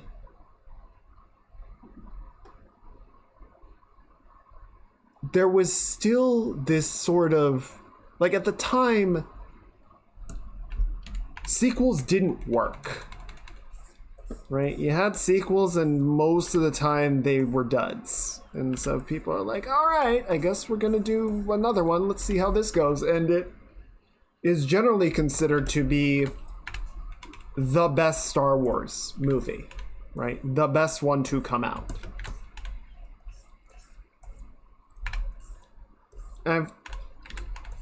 the sense that I get is that Empire Strikes Back was sort of one of the first movies to really buck the trend of sequels being generally inferior to the original. So that was 1980, and then we got Terminator and Terminator 2. Though I think Terminator 2 didn't come out until the early 90s, if memory serves. Like, Terminator 1 was later, and then Terminator 2 was like a decade later. We got Alien and then Aliens, which are not, the same type of movie, but both excelled at the type of movie that they were trying to be.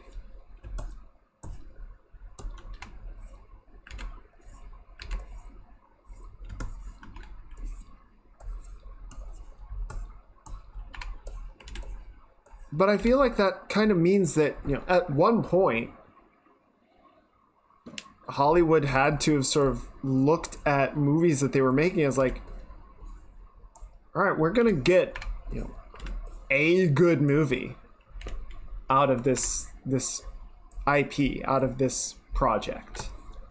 Because sequels just bomb. That's practically a given. And I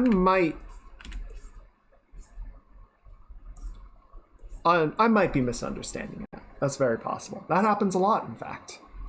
There are more things that I don't understand than things that I do.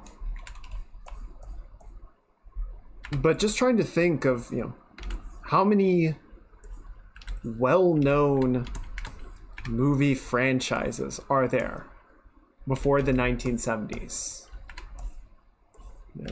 Movies that had 2 or more big successful titles before the 1970s and 80s, particularly the 80s.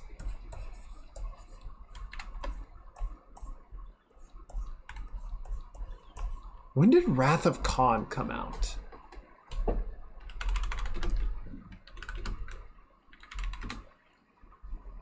Wrath of Khan came out in 82, so that still follows the Empire Strikes Back sort of bucking the trend.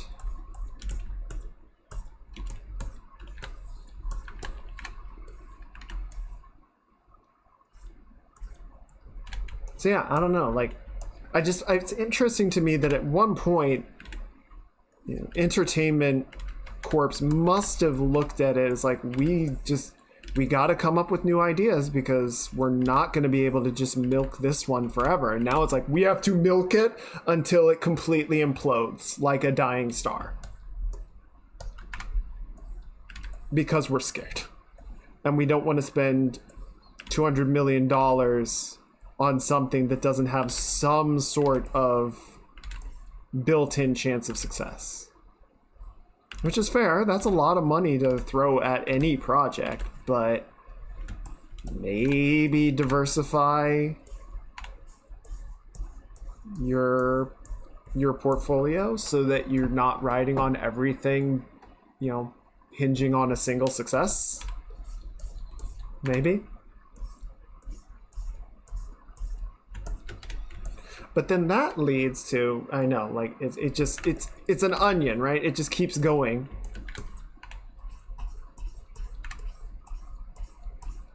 Like, back in the day, as we go forward, there are more and more sources of entertainment. Now there's books and movies and television and 80 billion streaming platforms, and YouTube, and TikTok, and Twitch, and Kick, lol. There's streamers, there's internet videos, there's streaming and traditional television. And it's hard to get users' attention, let alone, retain it for the entire runtime of a feature-length movie. Ow. That was a very delayed reaction. I'm sorry. Hello, Yulu. Welcome on in. I hope you are having a good weekend. I didn't hear the smack. Is the throwing making sounds? I don't hear it. Is it broken?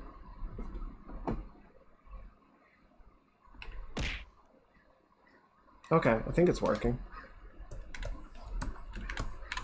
Okay, cool. It's popping off. Okay, cool. I just can't hear it. As long as you guys can hear it, that's what matters.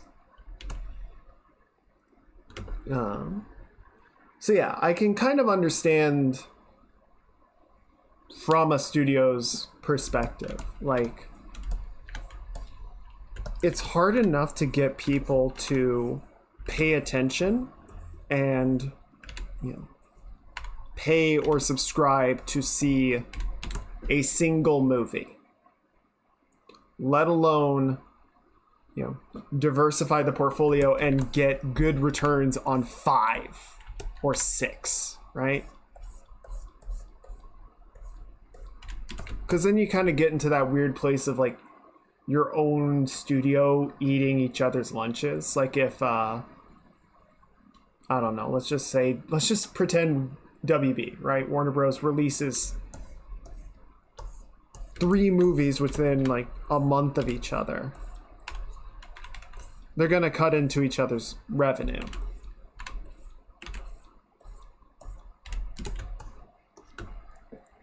Oh, you got Sloan's signature. Nice. Congratulations. You sure?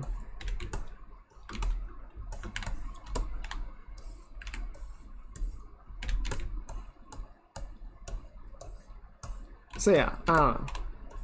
I think there's a lot of sort of back and forth on send the hive back to hell. Cultured. I will do it for you. I'm doing my part.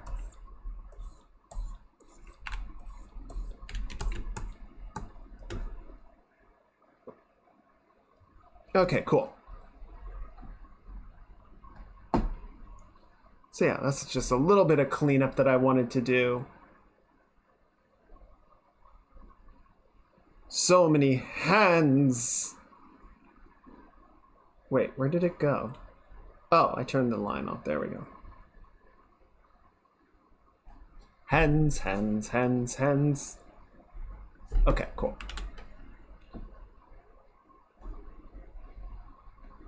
So yeah, once this wraps up, I think we'll take our tea break, and then we will get over to the game time. It's game time. I had a dumb commission idea, but was too shy to bring it up. If you want it, just let me know. And I do want to sort of clarify, like, obviously, I'm pretty much always open for commissions. That's not any obligation. You guys shouldn't feel like you guys have to be filling in that list, right? If you want something, I am open and will be happy to do it, but don't feel like I'm not trying to guilt trip anyone into commissioning me, right? That is not my intention. Well, thank you, Yulu. I'm glad you like it. And like I said, I'm happy to do it. I just don't want anyone to feel like there's an obligation or requirement or anything. Okay. I'll be back in just a minute. I'm going to go grab my tea and I'm going to run a quick ad break. If you guys do get ads just sort of rolling in the middle of the stream, let me know, because that's supposed to be off and I'm going to need to yell at someone or mess with settings to get that to stop happening. Okay. There's the ad break button. Okay, so give me 1 minute I'm just gonna take a quick stretch break and grab my tea, and then we will be right back to it. Okay. See you guys in a minute. Where am I? There we go. Bye.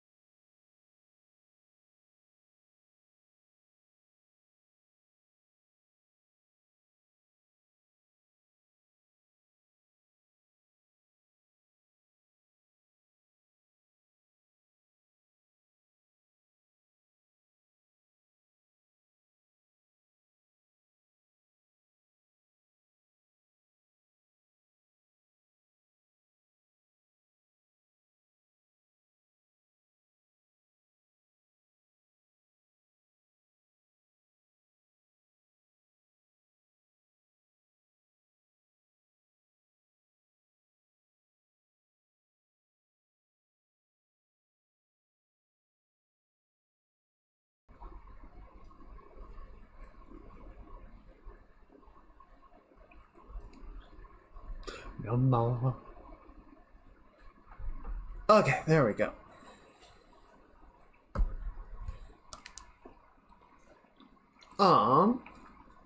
Yes. See, normally we go from games to art, and so I can like just let the music roll, but now we need to actually stop the music, so we're just gonna chat for a second while this one plays out. And I'm gonna pour my tea. So, the good news is I think I've got pretty much all the like technical stuff for the debut video figured out. Now it's just a matter of actually producing all of it. Just putting it all together and finishing the remaining drawings and whatnot. But yeah, I was recording the voice lines and listening to some of them and had an actual dies of cringe moment. Just like, why is it like this? Why do I sound like this? It was rough. It was rough, but we're figuring it out.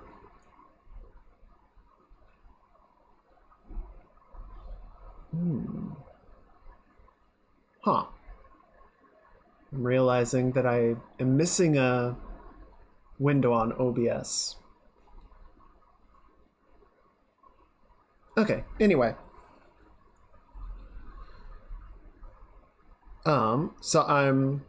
While we let this play out, I'll go ahead and load up the other thing from last week, if it's still in my history.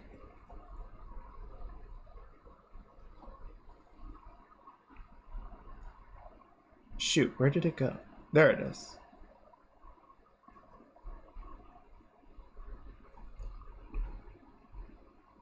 So yeah, this is what we were going to be working on, but then I kind of just finished it on Tuesday, and it's like, oh shit. I got nothing to do.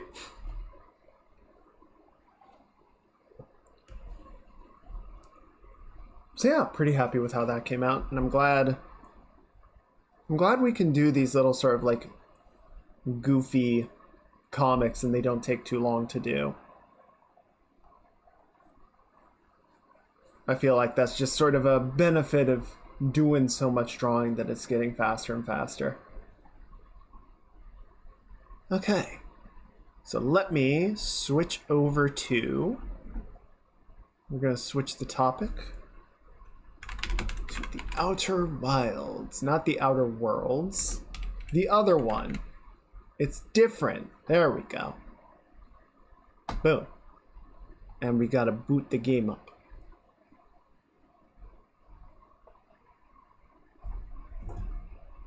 Outer Wilds is best experienced with a gamepad. Well, it's a good thing I got one. Alright, and then we gotta move OBS down so I can still see you guys.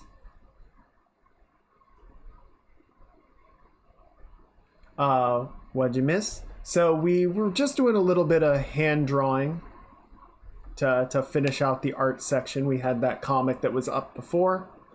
And now we're switching over to play the Outer Wilds. It's going to be a first playthrough.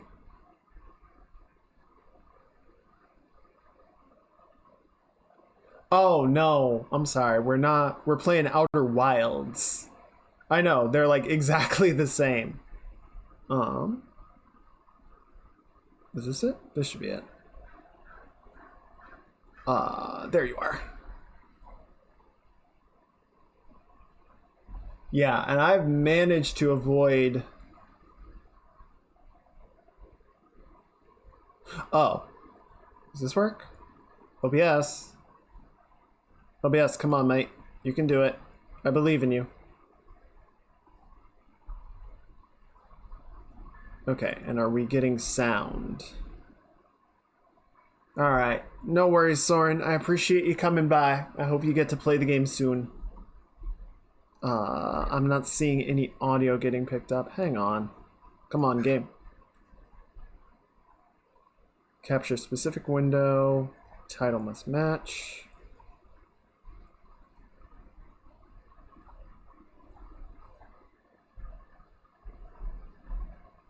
Come on. Okay, so it's not those. I'm pretty sure we want to use game capture window.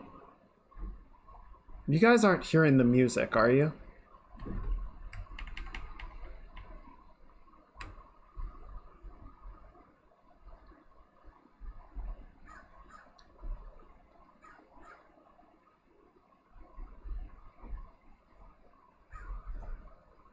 No, it's not picking up, is it?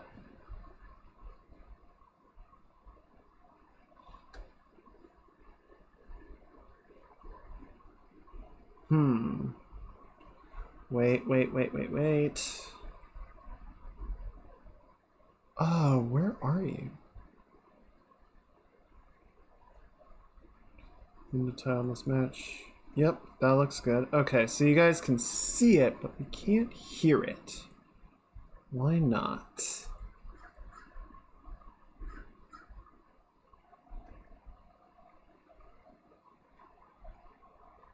Oh, I wonder if it's because the capture window? No, that doesn't make sense.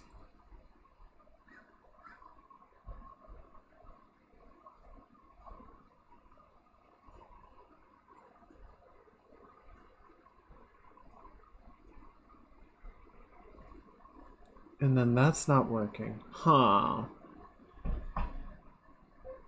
It seemed like it was working before. Admittedly, I guess I didn't check this well enough. Sorry guys, give me a minute. I'm trying to figure it out. Oh, why are you not?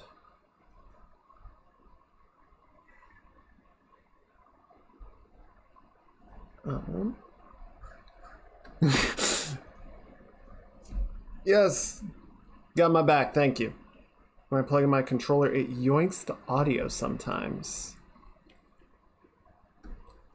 That would be very odd. But let me check to see if the game audio got nabbed at some point.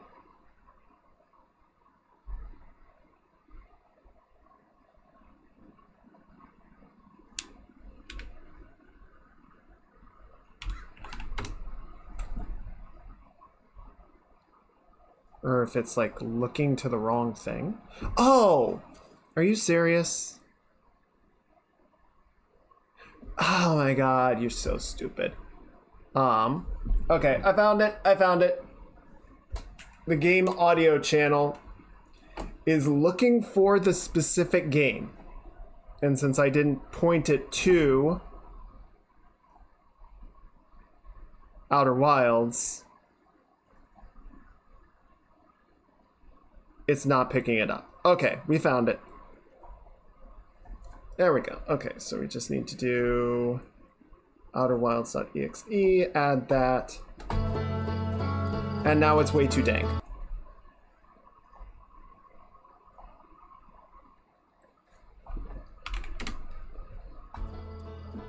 Okay, can you guys hear that now?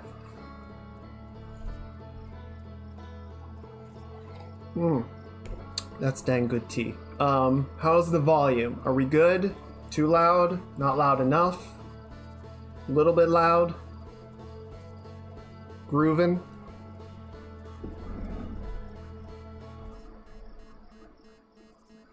Okay. If we do need to adjust it, just let me know. We'll mess with it. But we are going to get into it. We're going on a brand new expedition. It's loading. Yeah, I did a boot up earlier just to make sure that, like, the game was gonna run and everything and all the settings were good, but I haven't done anything with the game yet. This is a fresh play. It just needs a purple streak of light. Aw. Yeah, DLC or Relic of the Eye, Shadow of the Eye, whatever, was included. Oh shit, there's a purple streak. Is that me? That doesn't look great. Oh, I already have control. Hi guys, bye guys. Ooh, who dat? There's our pilot. Back from your pre-launch camp out under the stars, I see. So it's launch day, eh? Seems like only yesterday you joined the space program, and suddenly here you are, living on your first solo voyage. What do you say? Ready to get this beauty off the ground? It's all fueled up and ready to go. You sure you fixed the retro rockets? That was only a problem one time, and then maybe a few other times after that, but hey, no reason to dwell on the past, right? Anyway, you'll need to get the launch codes from Hornfels at the observatory before you can lift off. Just bring those here once you've said your goodbyes or whatever. Cool. Oh, hell yeah. Oh, there we go. Perfect. Nom nom nom nom. Good luck, marshmallows.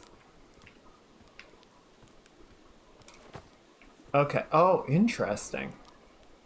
I'm guessing it wants me to follow that light, but following lights is for chumps.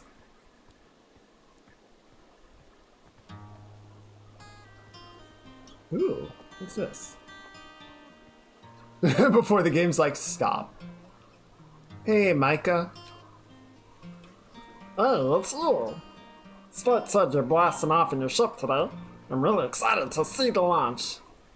Aren't you gonna go into space, aren't you? You better not have changed your mind. I hear you and Slate beefed up the model ship. Yeah, we recalibrated the controls and installed better thrusters. I almost said instruments, fuck. Wanna give it a test drive? Slate says it's just like the real thing, only less likely to start a fire. Trying to land on one of the geyser pools. Oh, cool. Okay.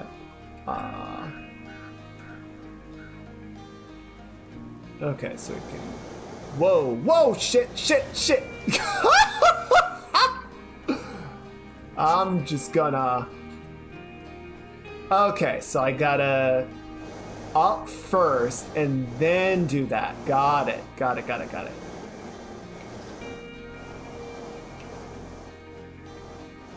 Oh. Interesting. Whee! Bring it back, bring it back. Okay, down, down, down, down. Nope, we're still going. Damn this momentum. Neat.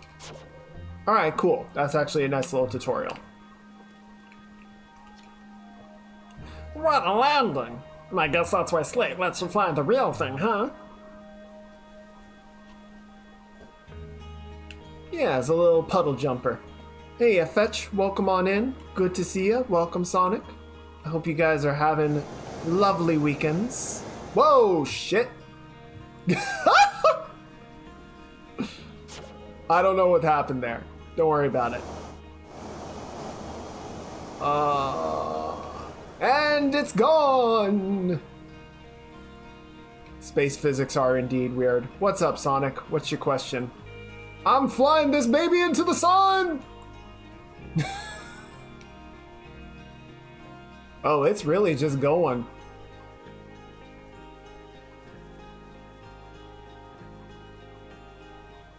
Yeah, that's just gonna go. It's not coming down. I think it actually achieved escape velocity. Oh, wait. Wait. Now I think it's coming down. Maybe? Shit. It might be in orbit. I think it's in orbit. Oh, shit.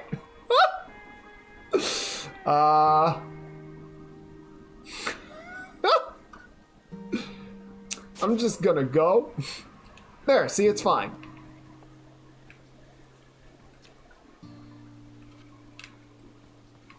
Mom and sister are selling stuff at a craft fair. Oh, cool. What are they selling? What are you buying? What are you selling? Knock, knock. That's a lot of fish.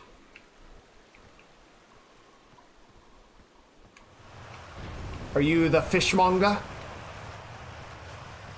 It's Porphy. Porphy, the fishmonger. Hey-o, hatchling. I hear you're leaving us to seek adventure amongst the stars. When you return, let's you, me, and Ghost and open up a bottle of the good stuff. The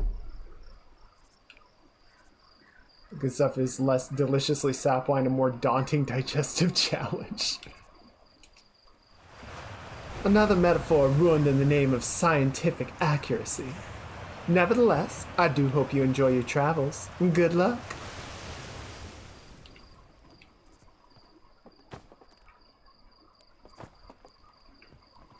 Do you think Master will take on the entire group of Hololive in Idol Showdown? Do you believe I can join Hololive Productions and become part of the VTuber group?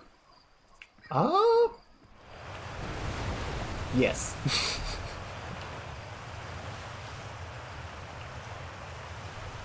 Ooh, plastic canvas crafts. Selling some of the random stuff that's been sitting around, like glassware. Oh, cool. Well, I hope it is successful. You're actually blasting off in that thing, huh? They don't really explode as often anymore. All I know is between the space program and Micah's model rockets, things seem to have burned to the ground around here more than they used to.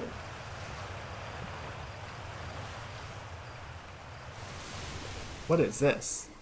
This projector is linked to our Sky Shutter satellite, which is currently orbiting Timber Hearth. The satellite is equipped with 2 onboard cameras. See if you can take a snapshot of the village.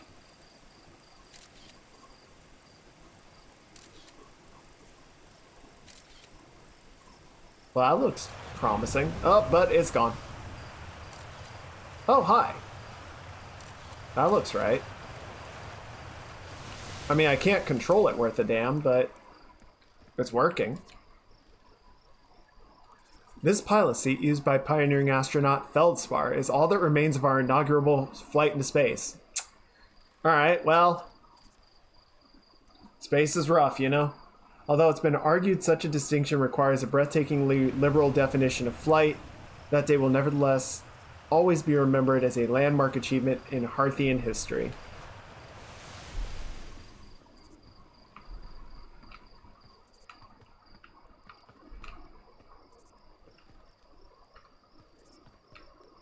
See if there's anything else I can poke. Let me poke you! No, it's more of the, like, the little model landers. Oh, this one's cute. I like it. Sister was awake for 27 hours. That's not good. Had to work a night shift job on Thursday. And then catch a bus. Well, I respect it. That's a lot of work. So it's launch day, huh? Hal's gonna miss you. Speaking of launch day, I was thinking about it, and the platform those ships launch from is getting old. Ain't it about time you build a new, less flammable one? That big tree in the village would be just the perfect choice. I wouldn't mind helping out the space program, just say the word.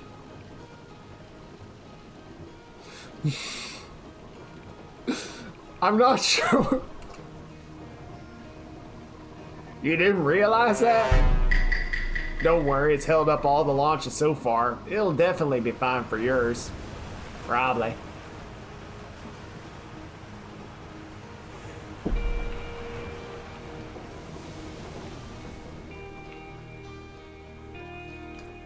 Alright, I can't jump. You would think, but I guess it's fine. Maybe these are just really good trees? I don't know.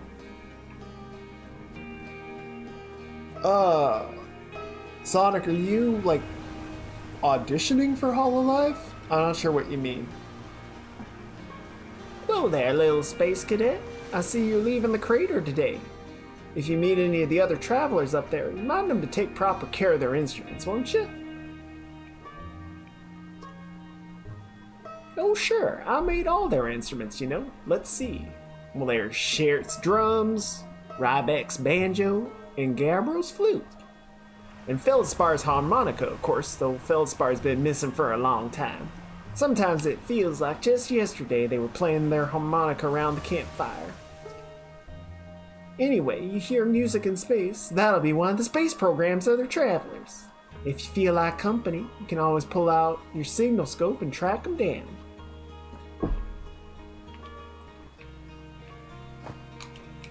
Who wants to tell her acoustics don't travel in space? I ain't gonna do it.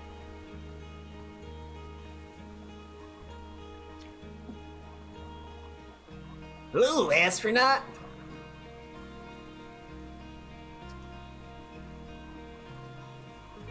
We wanted to play hide and seek, but Moraine won't let us borrow their signal scope because it's really delicate and not supposed to be thrown around like that. Hey, can we use your signal scope? Can we please? We'll even let you be it. Sorry, kid, I gotta go launch. Aw, really? We can't play without a signal scope. Play with us later, okay? Oh, okay.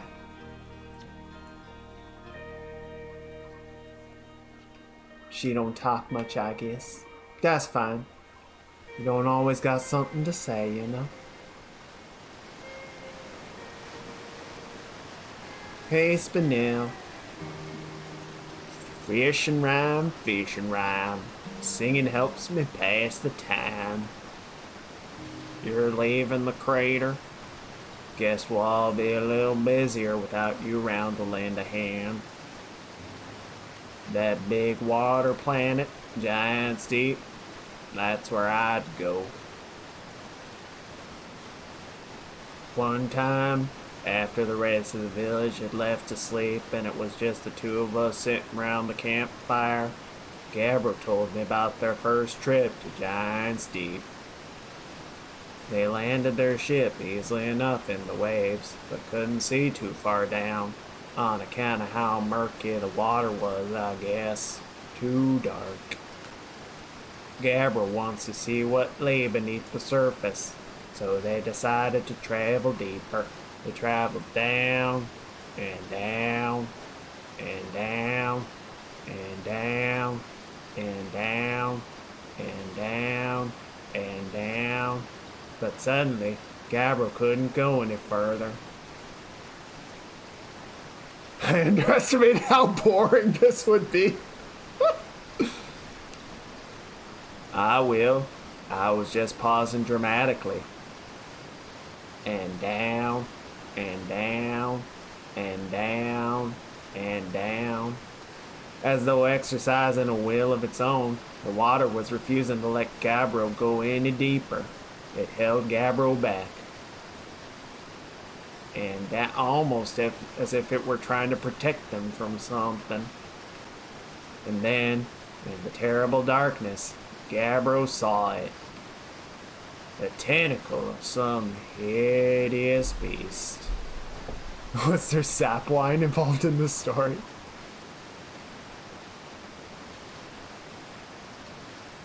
I heard it from Gabbro himself.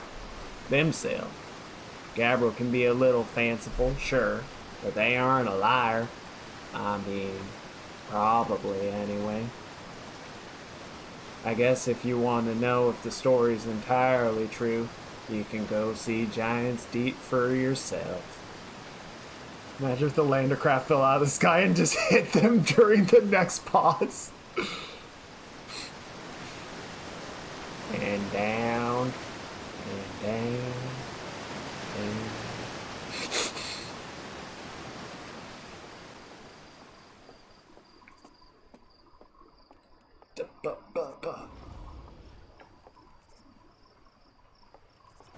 Neat.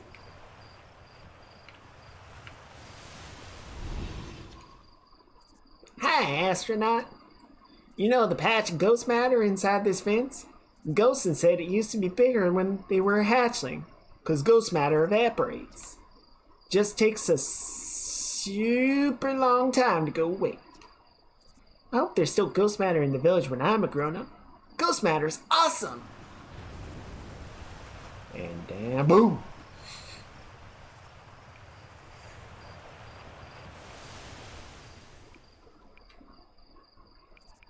Ghost matter, super cool. It'll burn the heck out of you. Yeah, I heard it hurts so bad it feels like your whole hand's on fire. Try not to walk into any in space, okay? I will not. What the heck is ghost matter? Is it? Inside this fence is a pocket of ghost matter, a strange and dangerous substance that's invisible to the naked. Oh, hi! The good news is that you can detect ghost matter with a camera. Moving through ghost matter is uniquely painful and will probably kill you. Don't complain to me if you hurt yourself fooling around. Interesting. Oh, that's weird.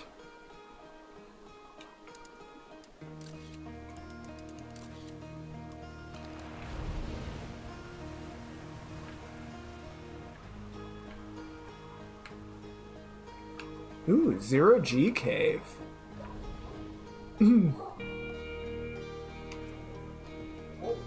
I was lied to.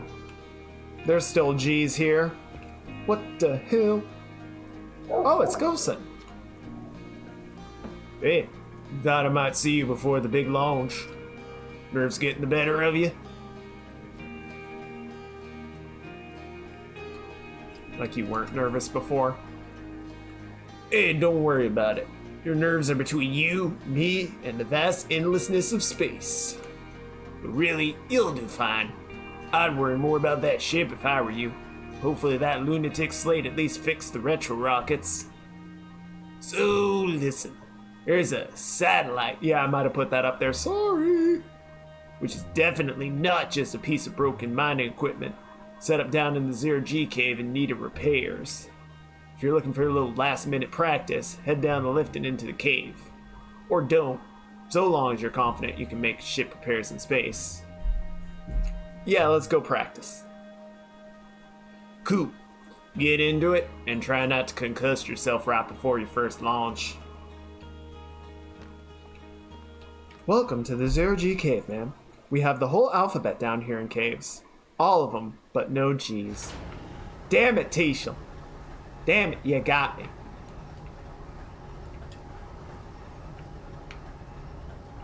Ooh, it's so shiny.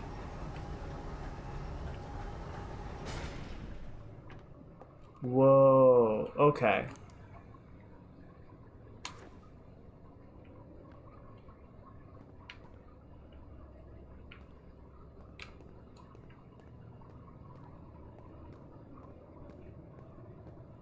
Do I take it? Yes, okay.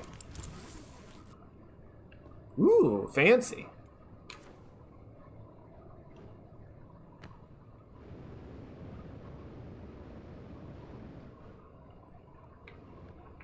I'm still getting gravity in here, guys. Well, it's always gonna be gravity. I'm still seeing G's. Sup, tough? How come you got no suit on? Hey, nice of you to drop down. Give me the dirt. Guess where I'm going today? Oh no. No way. You want to run off into space, that's your business, but don't make me, think about it. Bad enough we got this weird cave down here. Often promotion of channels, viewers, guys. No. No.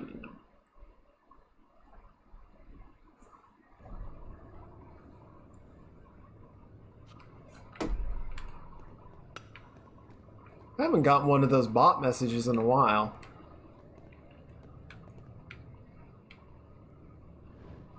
Okay, there's the low G's. I mean, it's not 0G, but it's low. Bonk. Oh, and I do have a fuel gauge, so I do need to be a little bit careful about that. Oh. What the hiffle? Oh! Whoa. Oh, geez. Okay. Okay, now we're 0G. Understood.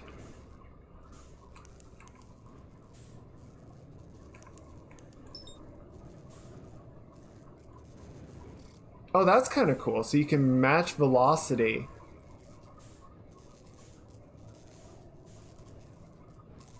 This is pretty sick. All right, that's one. So we're gonna go up. Can I can't. Okay, wait. So horizontal thrust is left stick. Roll is. Oh, no. Ow. They warned me about that concussion, but I didn't listen. Okay, there's roll. Is it up here? No, that one looks good.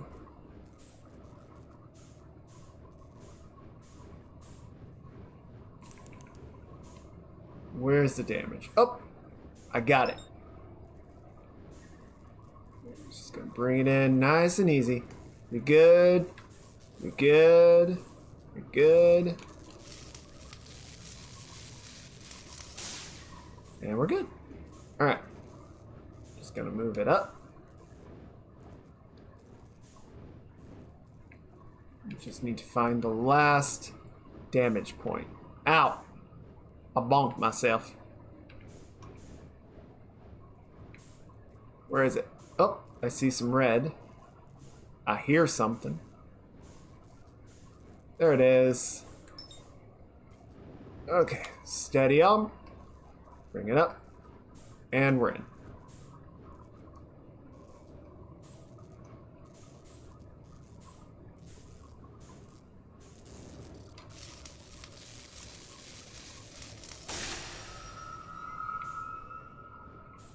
Nice.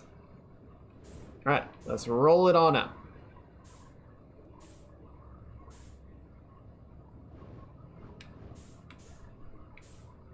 There we go.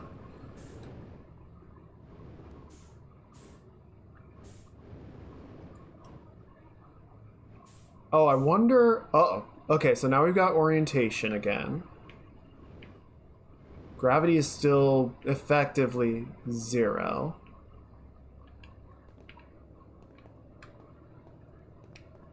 Huh. Whee! Oh, this is lovely. This is just lovely, it is. Okay, bye, Tuck. I'm gonna head back. Alright, let's put the suit back. Bonk, bonk, bonk. Neat. Well, I think we're gonna have just a grand old time with this game, I'll tell you what.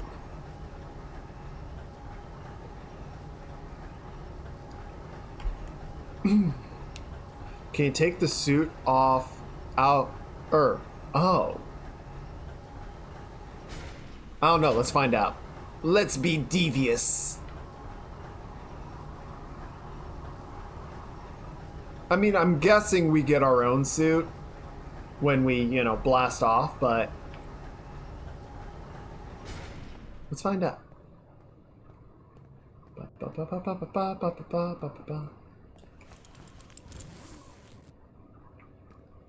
Yeah, we just leave the planet with our little retro thrusters.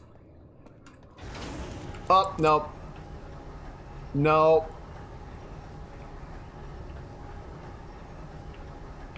The game was like, stop right there, criminal scum.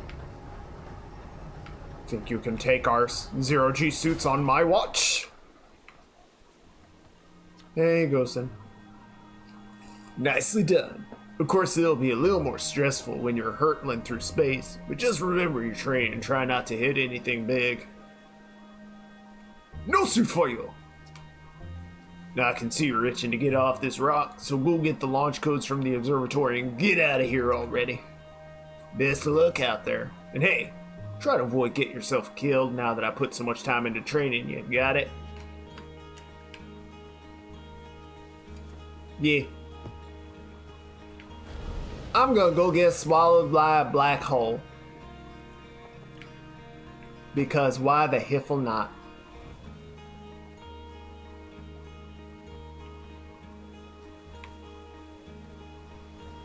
I think that's the observatory right there. So let's... Is it weird that something about the game, like something about the feeling reminds me a bit of Myst? I think it's sort of the balance of like nature and some of the structures. Like something just feels very familiar. Outer Wilds Ventures founding members. Clockwise from left, Hornfels, Gosen, Slate, and Feldspar.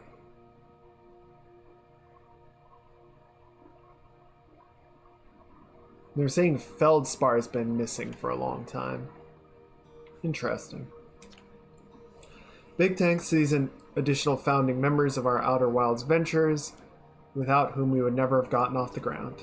Matthew Steinhauer, Ben Etherington, Qwerty Whoop the Pie, Jordan Frith, Tom Cummings. Oh, I think these are all backers. Sean Shark Templar Farrell, Stephen Ursel, Ryan Omrecker. Oh, boo. Boo. That's a Tisha level pun right there. Outer Wilds Ventures, Timberheart's first and only space program, was founded to explore the farthest reaches of our solar system. Feldspar was the first Hearthian to be intentionally launched into space. I'm concerned about that intentionally part. They completed the first orbit around Timberhearth and later made the first of what would be many landings on our moon, the Adelrock.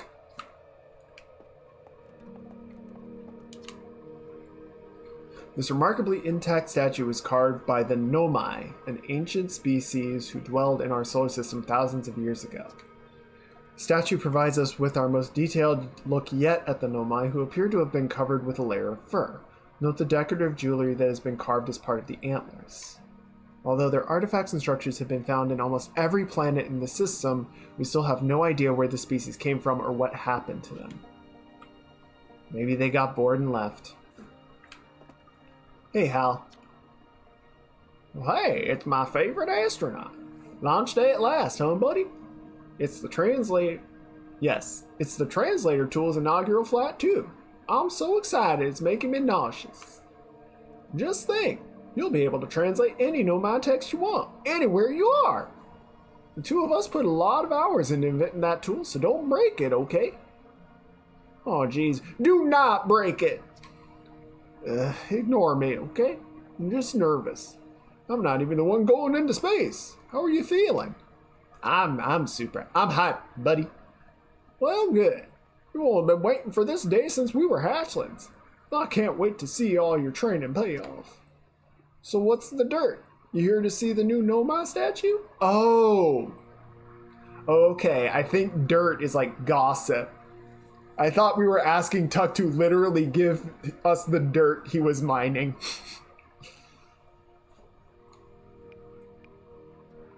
Just here for the launch codes.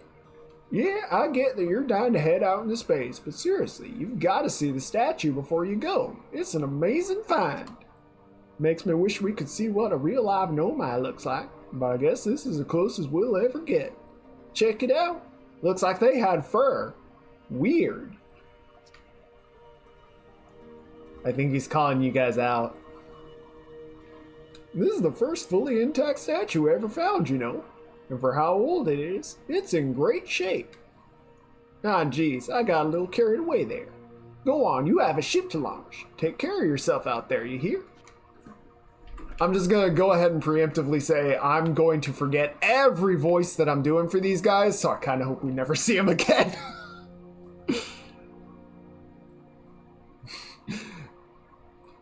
Give me the dirt. Oh, well, some folks said no. Tough. The dirt. The dirt, Tough. Give it to me.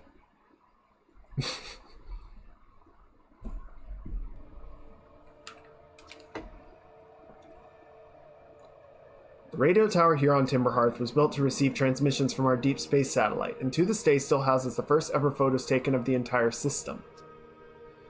These photos were made possible by the deep space satellite's unusual vertical orbit that carries it high above and below the plane of the system.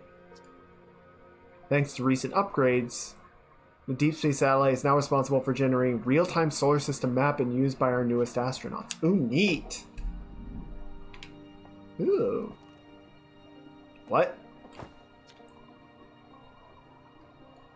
The balls move. Wow. Ground is perfectly level, so what do you think causes this spooky motion? The answer is the moon! As it orbits our planet, the Addle Rock's gravity pulls on objects from different directions. In fact, it's pulling on you right now. Hey! Hey! Moon touch.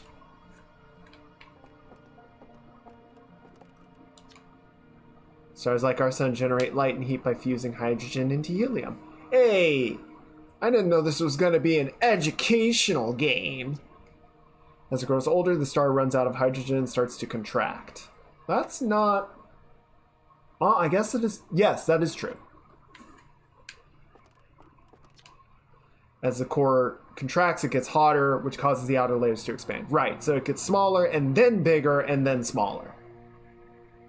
Star becomes a red giant. When the core is hot enough, it starts to fuse helium into carbon. If the star is massive enough, it will continue to fuse carbon into even heavier elements like iron. Ultimately, the star will collapse under its own gravity and then explode in a violent event called a supernova. Based on Chert's observations, this will one day be the fate of our own sun. Right.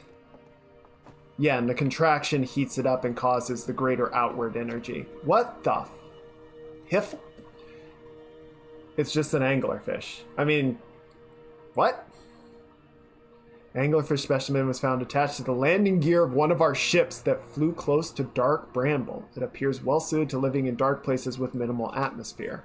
So it's a space anglerfish. Come give me a kiss.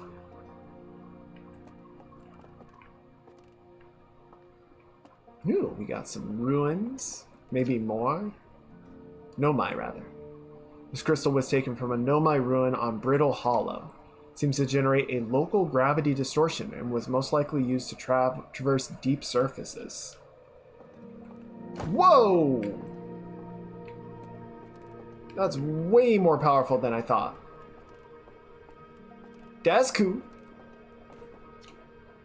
The Nomai technology brought back from space by our astronauts has been a great boon to the Outer Wilds ventures, allowing us to modify expedition gear in exciting and useful ways. For example, the Little Scout now boasts a warp retrieval capability that allows astronauts to recall their scouts almost instantly. This has dramatically reduced the number of scouts lost to the depths of space. Well, that's good. No one wants to lose a little scoot. Yeah. What you see here are parts of the Nomai skeleton. We can tell from their skull that they possessed antlers and quite unusually only 3 eyes. Wow, what weirdos.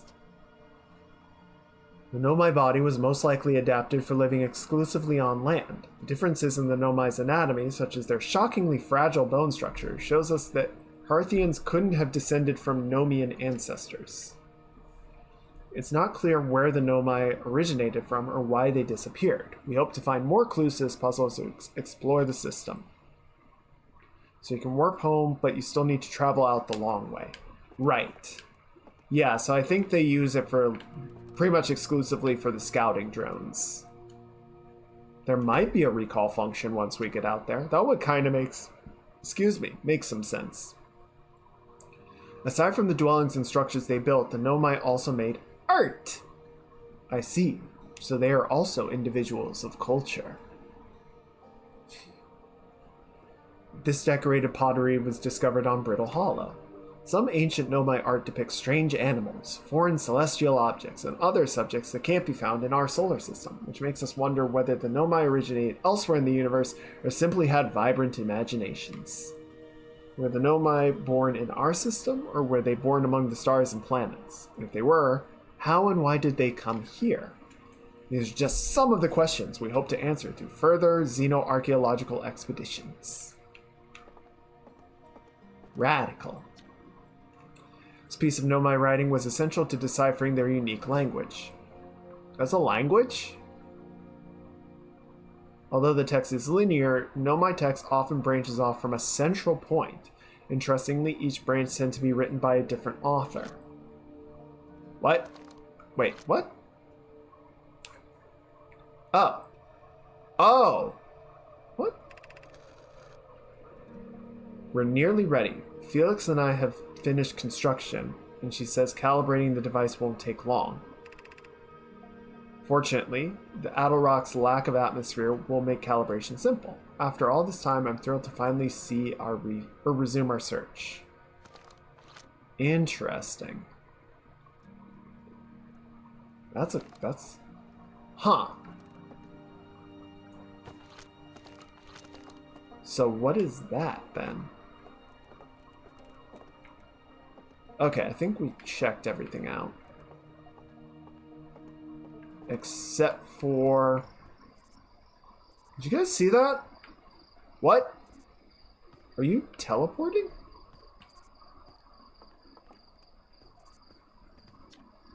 The strange rock moving around in this grotto, Bueller,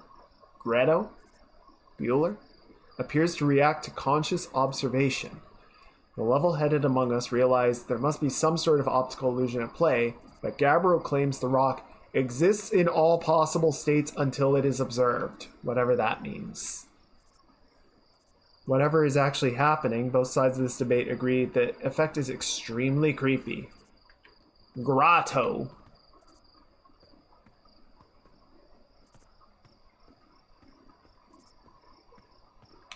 Gotcha! Gotcha! Motherfucker!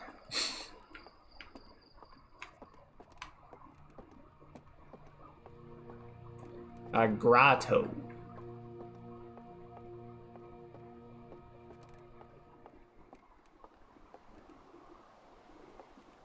It's a map. Whoa!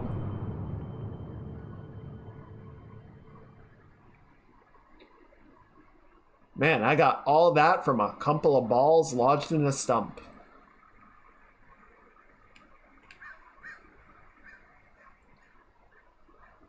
Schrodinger's rock.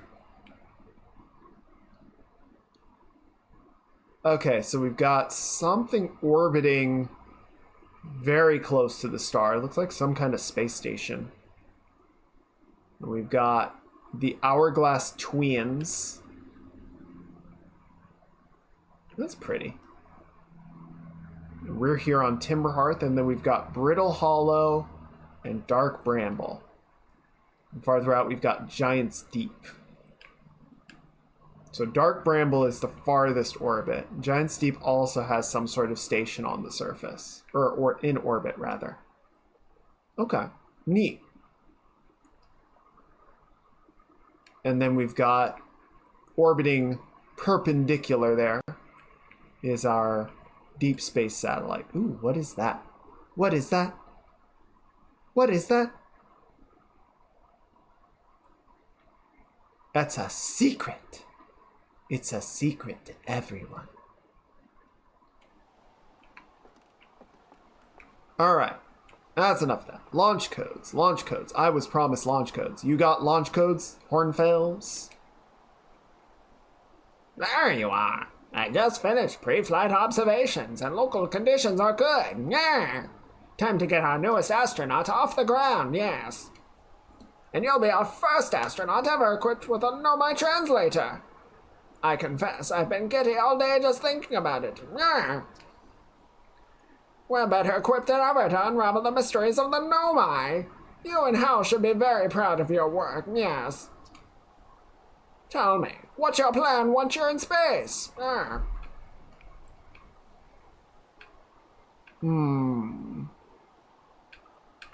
gonna wing it. Planning to follow in the footsteps of Feldspar and the great Outer Wild Ventures tradition, are you? I might have guessed, yeah. Well, see if you can't put that translator tool of yours to good use while you're out there, yes. Well then, looks like all that's left is to send you off. All in all, it's a fine day for our launch, yeah. I'm ready to die in space. Did it once, wasn't so bad. I'm not one for superstition, but isn't that kind of unlucky to say before launch, yes? At any rate, here are the launch codes. Try not to worry too much, yeah. Our ships are every bit as safe as Slate could be persuaded to make them. Best of luck out there, yes. Let me know if I can help you with anything. Meanwhile, the Nomai text is just an infinite spiral. Was it?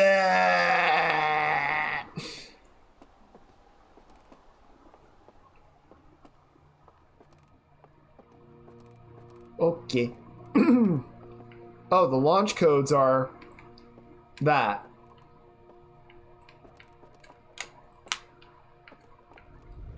Oh, what the No, no, nope, nope. The statue is doing a... No. Ah! Ah! Ah!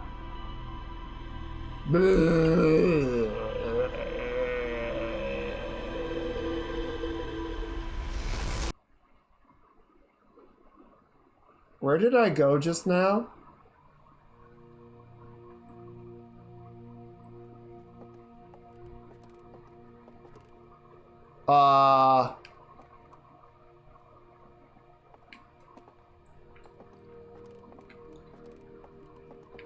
Did I just get brain bad touched by the goat statue?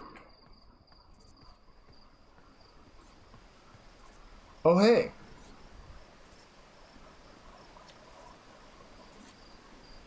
It's Google.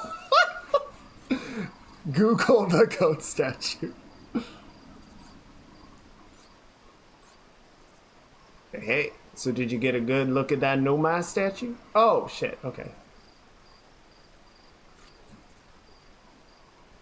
The statue looked at me and opened its eyes. Whoa, whoa, the statue was doing what? So its eyes opened, and then you saw images of your old memories and glowing lights? You mean like a hallucination? Listen, no offense, but are you sure you're okay for launch? Like, medically speaking?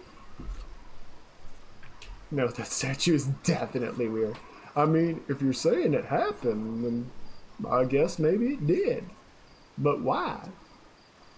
Hornfels tried everything to get the statue's eyes to open, and nothing like this ever happened. I don't think you're going to get any answers from the museum statue. But Gabriel said they were going back to Giant's Deep. Don't know which island they're on, though. Maybe they'd be able to tell you more. On the other hand, Gabrio's, Gabriel. So maybe you'll be better off just searching on your own. Geez, now I'm really jealous you're going into space. Hey, see if you can use your translator tool to find out more about the statue. Ow! Good luck and safe flying. I know my voices are off. You think I remember all of these? I'm doing my best. Are we going the right way? This is lovely.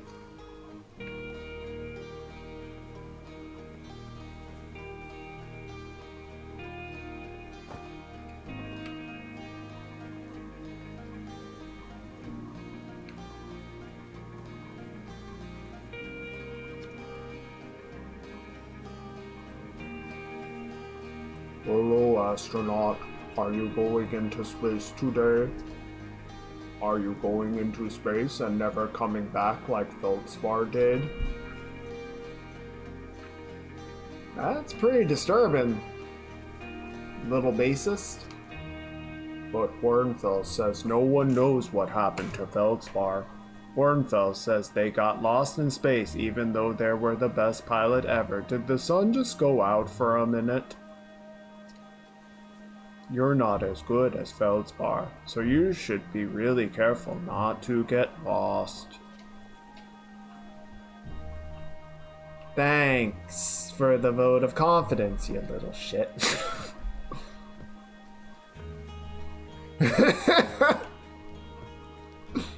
And we're back at the camp. That's not Cap. No, that's Slate. Anything else for me, Slate? Looks like you're ready for takeoff. The excitement of a launch is fun and all, but I can't wait to get back to working on the new ship.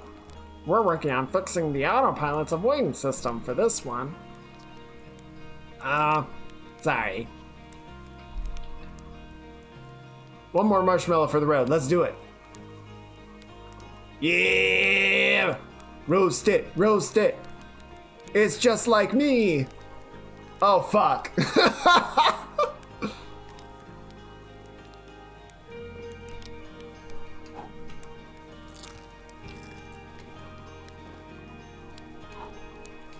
There we go.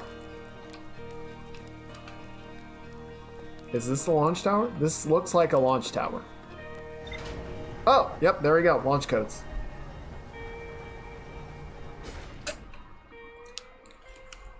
It's my ship. It's much bigger than the model.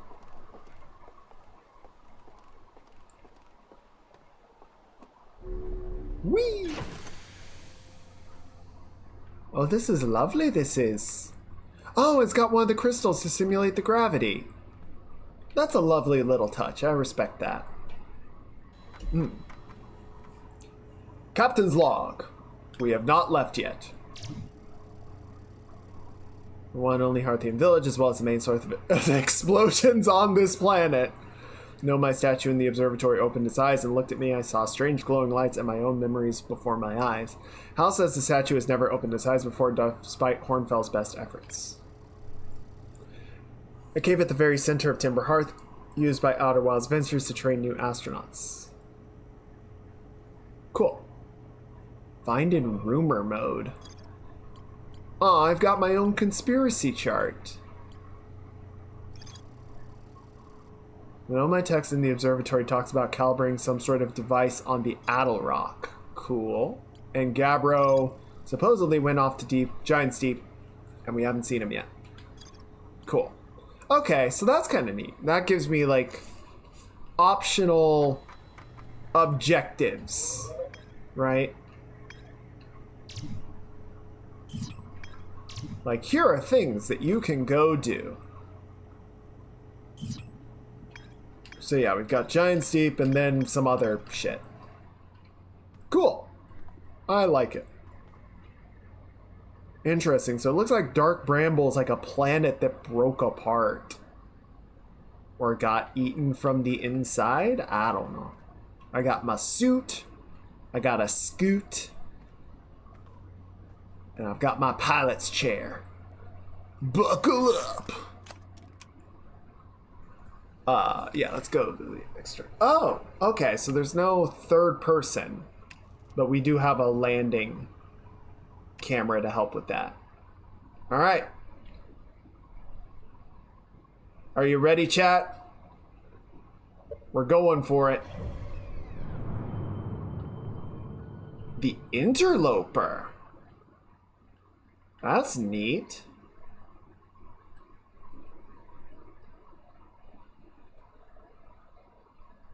Almost looks like that anglerfish. Well, that's way out there, so I don't think we're going to be starting with that. I think we're probably just going to go to Addle Rock. Alright. We're counting down in T-minus 10, 9, 8, 7, 6, 5, 4, 3, 2, 1. And liftoff of the fucking SS Derptastic 5000. What was that? Did you guys see that? Actually, quick question. So now I'm just curious. Wait, what am I locking onto here? Okay, I'm locking onto Timberhearth. Okay, yeah, so I can just go to other parts of the planet. Oh god, okay, gravity is a thing, gravity is a thing. Ah, landing. Are we good?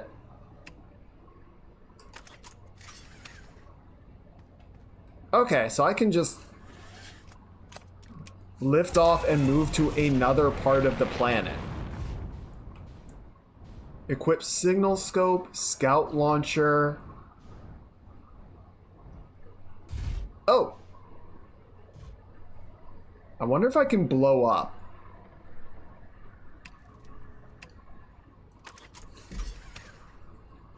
It was the little lander model.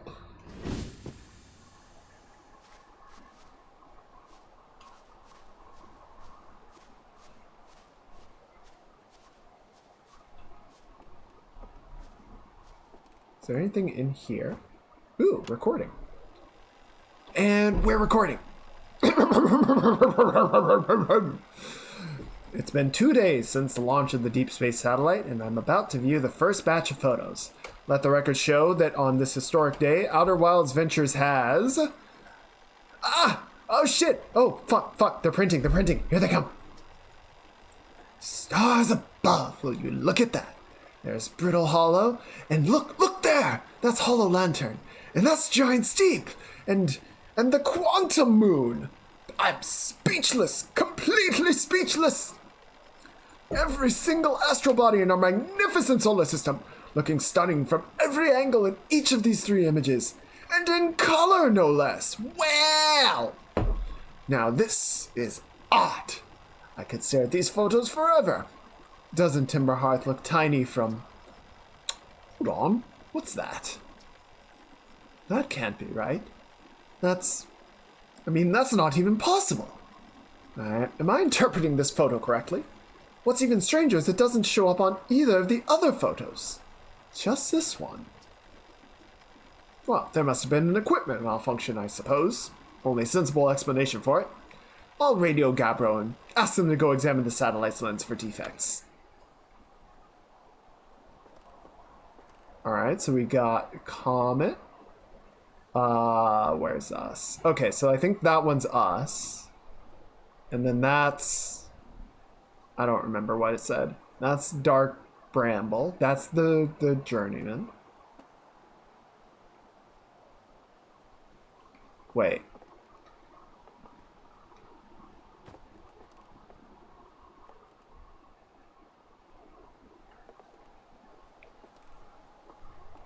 Interesting. So we got 1, 2, 3, 4, 5. 1, 2, 3, 4, 5. Okay, like each of these looks pretty... Oh, fucking God, what? Hi! I'm assuming / hoping that's Gabbro checking in on the lens.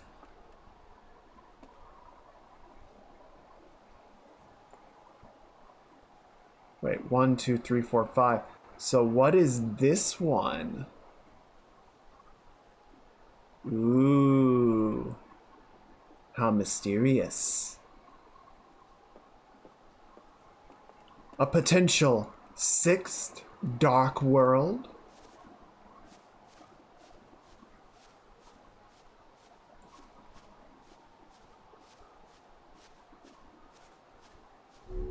Whee! Okay. Let's try and do this a little more smoothly this time. And we're up.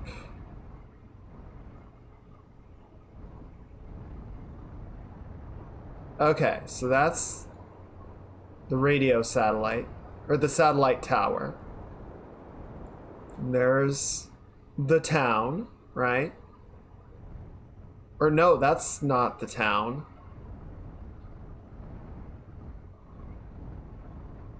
I think we're already good on escape velocity.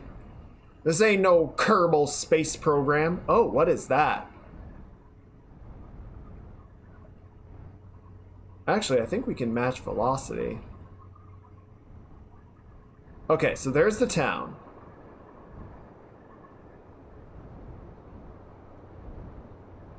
The observatory. And then we've got these twin peaks. Oh no, there's 4 of them. Each with a geyser on top.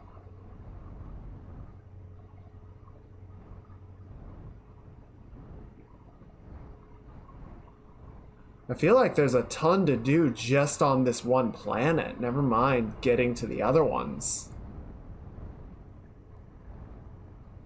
And then there's...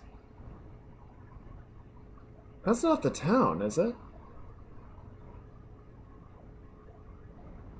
It's not. What am I looking at here?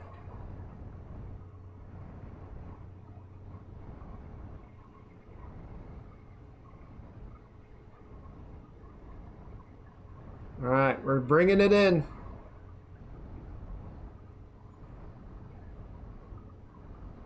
Oh, do I have steady landing here? I don't think we have a good platform to land on. Maybe right here?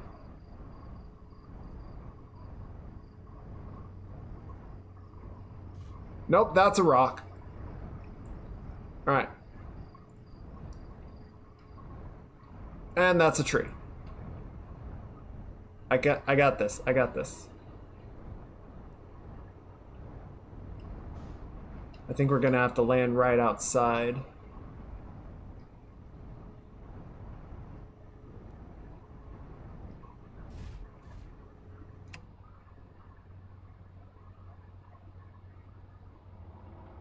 Okay, so we're gonna unbuckle. I'm gonna go ahead and suit up because I want my thrusters for this, right?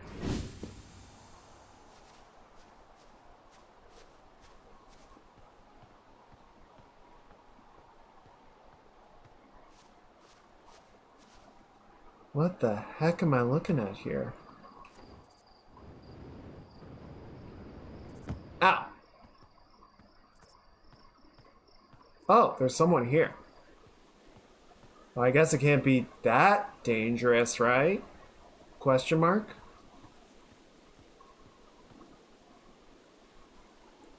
Hey, Tektite. Hey, yo, Hatchling. I thought you were taking that tin can of yours into space today. What are you still doing here? Me? I saw something crash over the horizon. Didn't like what I was seeing in the pictures my little scout was sending back. So I thought I'd come over here myself and take a look. So what crashed? I don't know what it is exactly. Looks like some kind of plant seed, but it's not anything I've seen on Timberhearth before. And trust me, I was quite the explorer back in the day. Do you think it's extraterrestrial? Kinda looks like something that might have come off a dark bramble. Whatever it is, it put roots down in a hurry. I don't like the look of this thing, Hatchling, and that's a fact. But I'll set Marl and Hal loose on it. Best get rid of this mess sooner rather than later, and no one can remove an unwanted plant faster than a tree keeper. I'll have to get a look at what's inside the seed first, though. Don't want to set anybody to hacking up a potentially dangerous plant without a better idea what's lurking inside there. Tuff can help me haul the old scout launcher over here. Obviously, the opening is too small for someone to fit inside. And anyway, I'm not gonna blindly stick my hands into anything that looks as unpleasant as that seed does. That's a good way to lose an arm or two. And trust me, I know.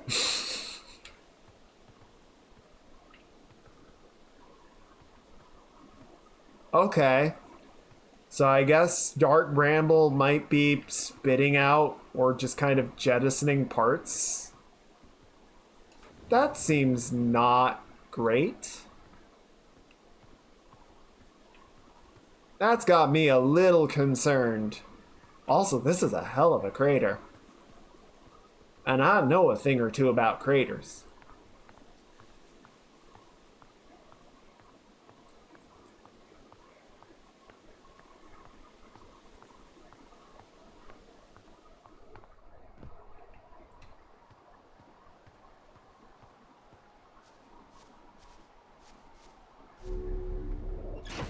Okay, well that wasn't too bad.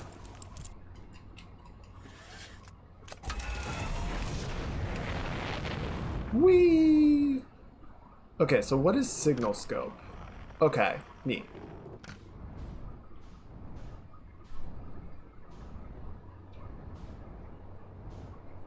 It's already 11:15. Is it? Oh, wow. Well, that sucks. Ah, shit. I can't. I'm going too fast.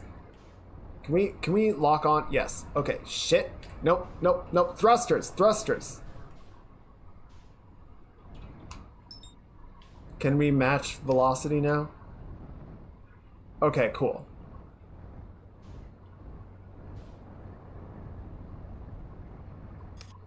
Nope, we're falling. Back it up. Back it up. I just wanted to see about that, there's like a very large geyser structure. There it is. Or is that the village? Nope, that's where we just were. That's the Bramble Crater. Took a shower to see if I wake up a bit, but it didn't work. I mean, if you're getting sleepy, please do get some rest. Is that what I'm looking at? Yes, I think it was. No, this is Nomai Ruins, it looks like. This is the geyser that I was looking towards. Okay, let's check out the Nomai Ruins first. No, oh, tech. I want to see what the Nomai say. Oh, it's a scouter. That's what's buzzing around. Oh, tech. I appreciate it, and I'm always glad to have you here, but do please take care of yourself. Bonk. I'm gonna suit up so I've got my jump jets. Six!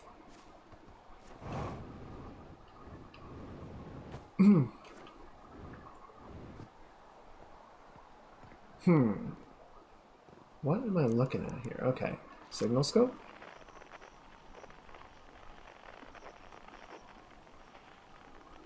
Oh, I think that's the comet.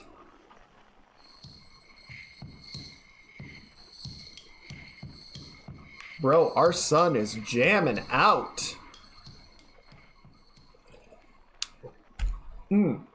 Coffee is always a good idea. It's true. Oh, God. Flashbang. I don't know why I thought that was a good idea.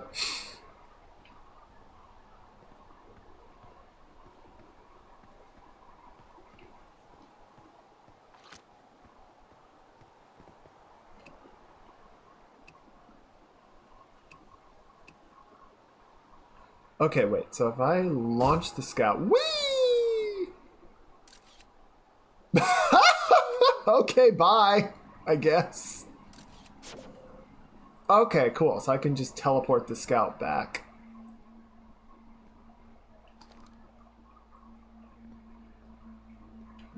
Where did the translator go?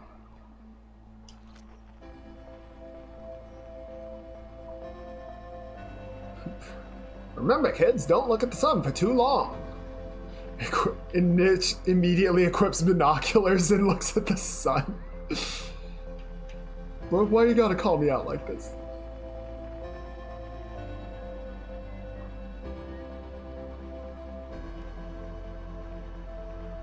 Okay. So I'm a little confused because I thought we had that translator, but I don't see a way to use it.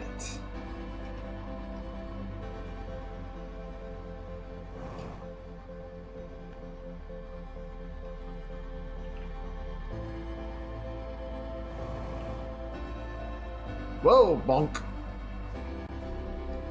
Like, can I only use it without my suit on?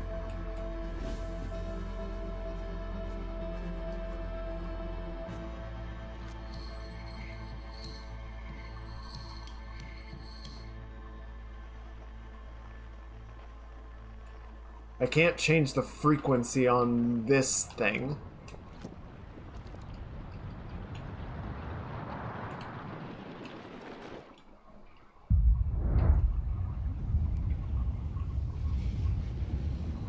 What the hell is making all that racket?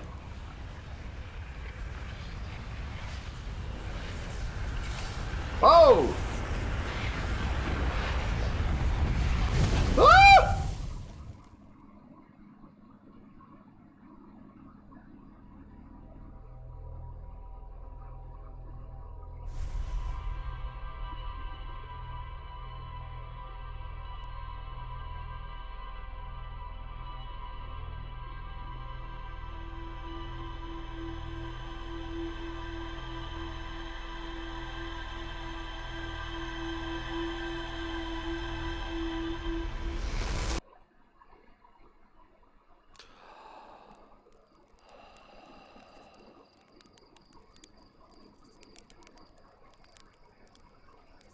Ah! The fuck?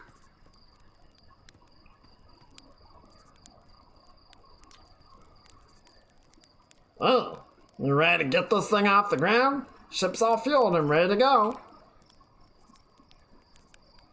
Did I just die? Bro, bad dream or something? You still look half asleep, but that's a negative on being deceased. I know it's tradition to sleep out under the stars the night before launch, but if you ask me, it just makes you a bit jumpy.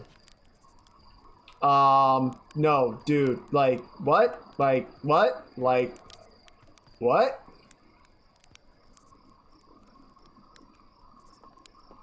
Okay.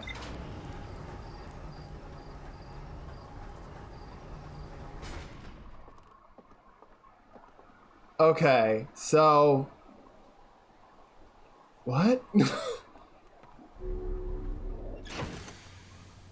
Hold on, ship's log. Radio tower. Yes, dark bramble seed. So we got 2 new things there. What I'm curious about, so view entry. Okay, so it still records that I repaired the satellite in the 0G chamber. Part of me wants to go around and like chat people up and see if there's more variety.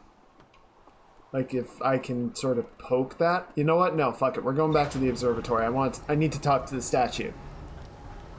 Hey, statue! The fuck did you do?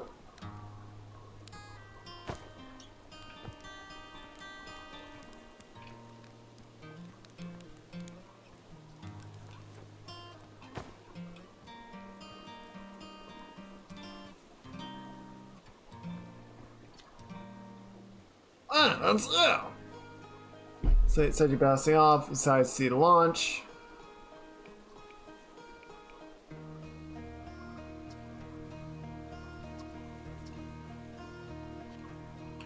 Okay. So I don't think there's dialogue options for most of this, right? But I do want to drop by the observatory.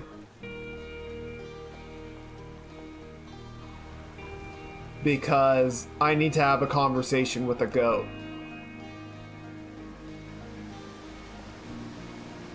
And down, and down, and down, and down.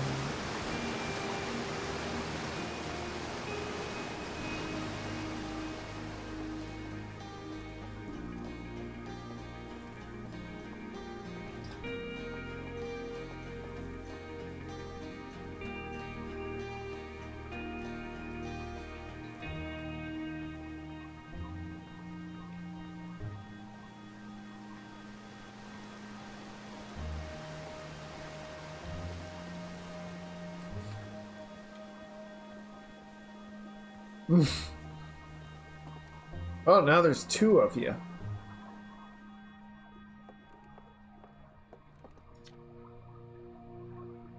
Hey, I was just about to come find you. Look, look, look. Oh, wait, wrong voice. Shit. You gotta see this. There's no my statue's eyes are open. They, used to be closed. Probably should have started with that. And now they've opened. We're not really sure why they're open, since no one actually saw it happen. But this is huge news. Should somebody tell Gabbro? Or maybe Ryback? No stars, this is so exciting, it's making my stomach hurt. Yo, go face. Hi, honey. Hey, look at this. The statue opened its eyes. Bet you'd wish you'd seen that happen. Me too. Not even a little close to understanding what's going on with this statue. Was it something you need? Well, let's see. Chert is on the Hourglass Twins, Ryback is on Brittle Hollow, and Gabbro's on Giant's Deep. And there's Feldspar, obviously. But of course we don't know where they are or if they're even still alive. Feldspar's been lost a very long time, I'm afraid. Okay, so... Tell me your secrets, goat! What the fuck?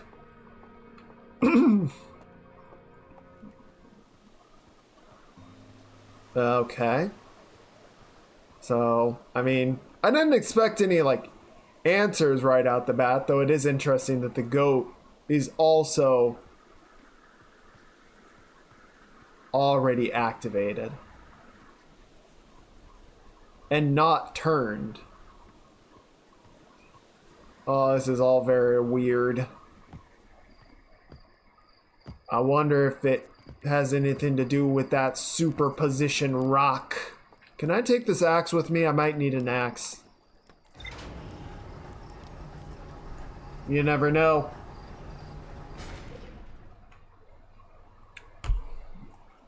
Never know with these things. I did notice the star was looking kind of red. That might have had something to do with it.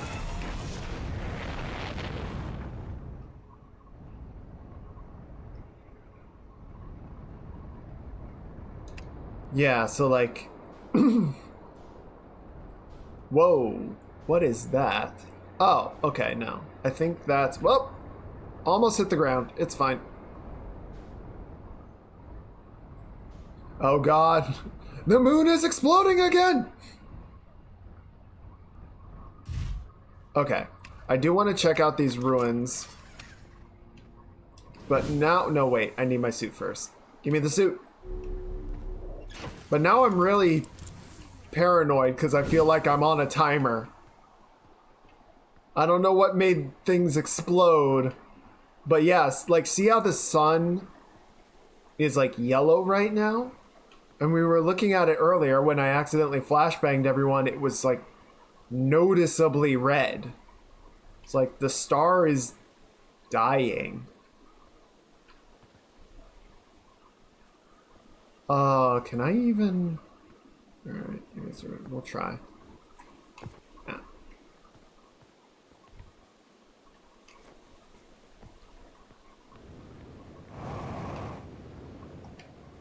Oh shit. Slow it down. Red Dwarf... No, so Red Dwarf is... I think red dwarfs are actually... No. Shit, when do red dwarfs happen?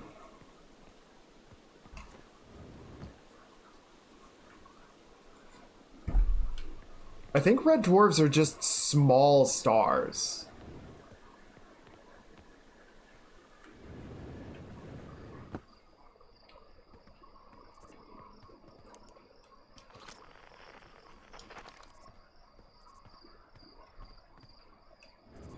Brown dwarves. Oh shit. Where's my... No, sorry, red giant. Shit, where's my camera? Oh. Scout launcher. There's the ghost matter. Okay, so we're safe over here. We just need to stay away from the ghost matter there.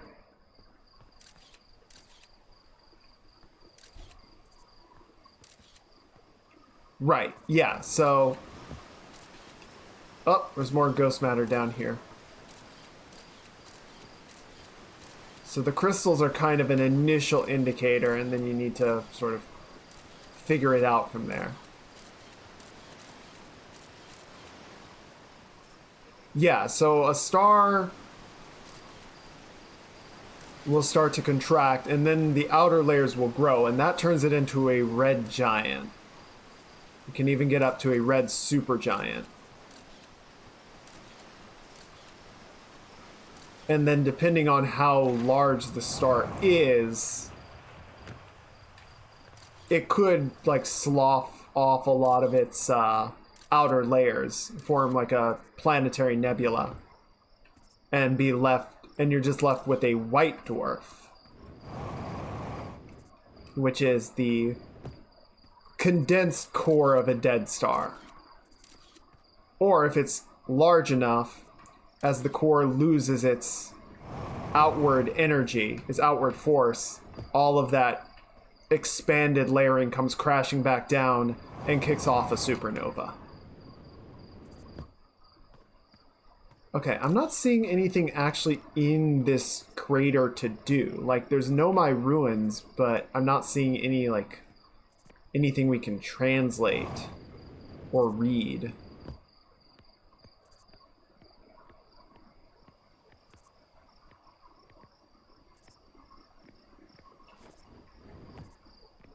Can we go over here? Ah, whoa! We're flying! Oh shit! Ow! Fuck! Ow! Ow! Ow! Ow! Ow! Ah! Okay. Oh, it's all ghost matter. Cool. Cool, cool, cool, cool, cool. So let's go back.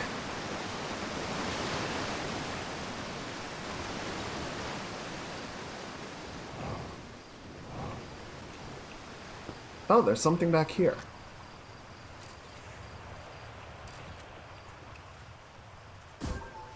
Oh.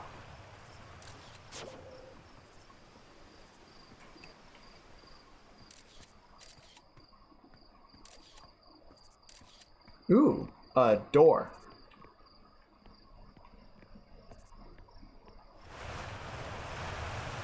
Oh, this is the geyser room that I was looking at before.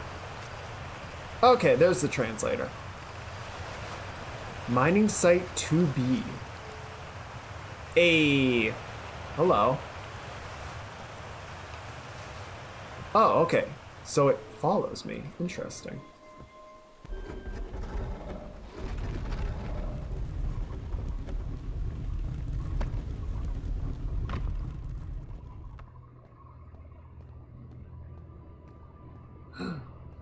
Oh.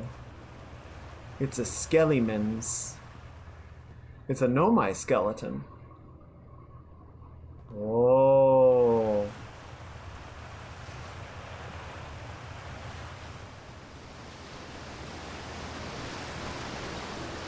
Yeah, I don't think I can just jump through that, so let's try and skirt around it. Oh. And another one. Looks like.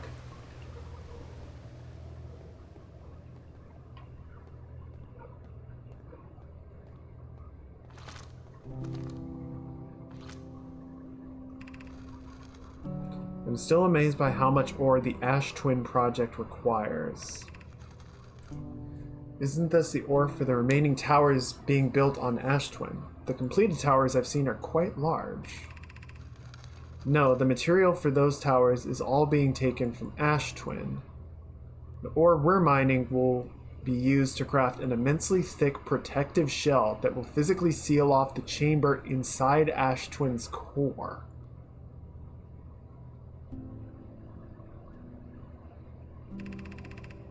I'm relieved by our clan's decision to use timber hearts or only for constructing the shell.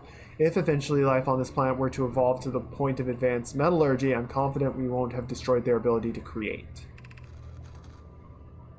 If they're sealing off all entrances, I've hoped they planned accordingly. I thought you had forbidden your apprentice from making puns, Cole. Yes! How else would he improve?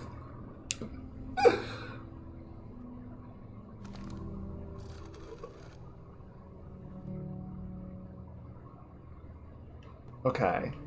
So, so if I put the scroll in, then it comes back. Okay, so I think I can just leave that there.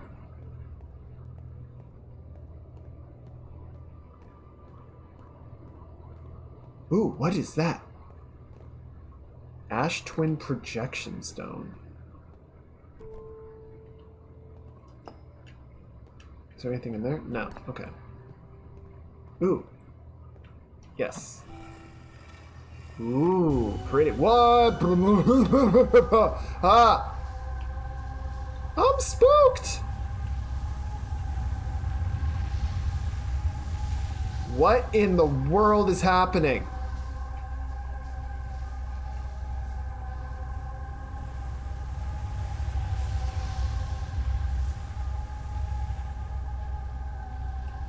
What? Okay, so left or right, up?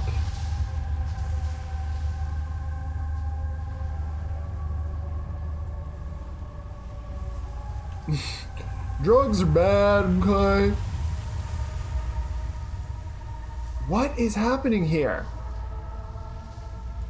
Ah, God, stop.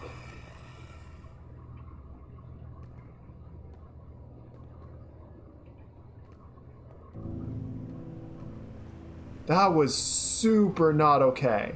Oh. What is that?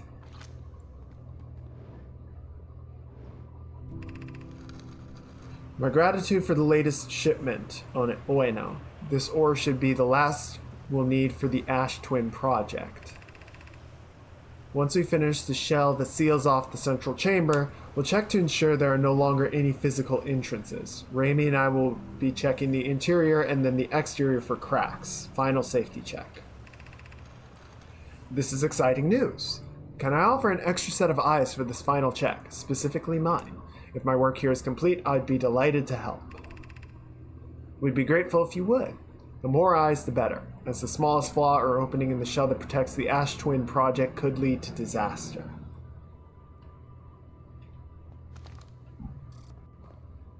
Okay, interesting.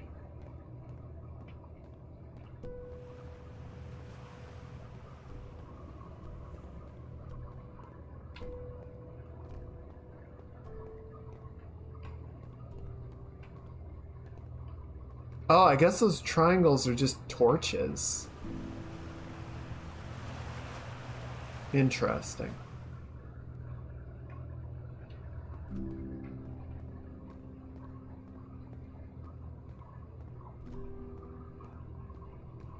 Okay, so we're gonna go back here. I'm still concerned about that whole star exploding thing. Like, is that just gonna keep happening? Whoop. It's...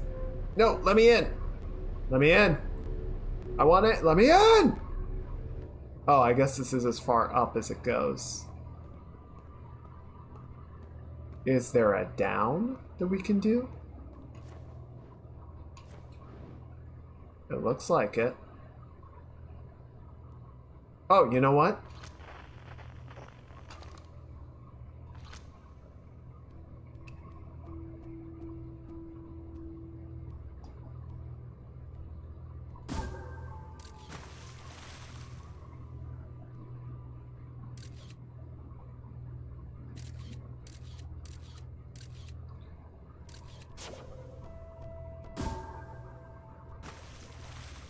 Interesting.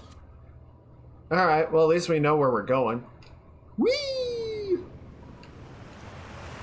Oh, it's still fast. Oh god, I'm underwater.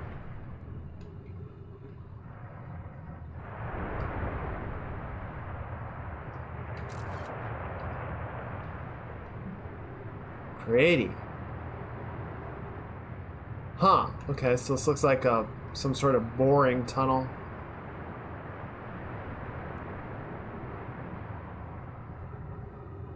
Got some geysers. Yeah, so it looks like this is where they were extracting the ore from. Oh, and then they lifted it up through this tube. I'm guessing just to take it away. Oh, come on. What? Cool.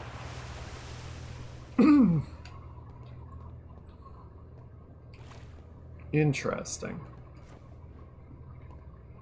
Alright, so yeah, not much in here to speak of.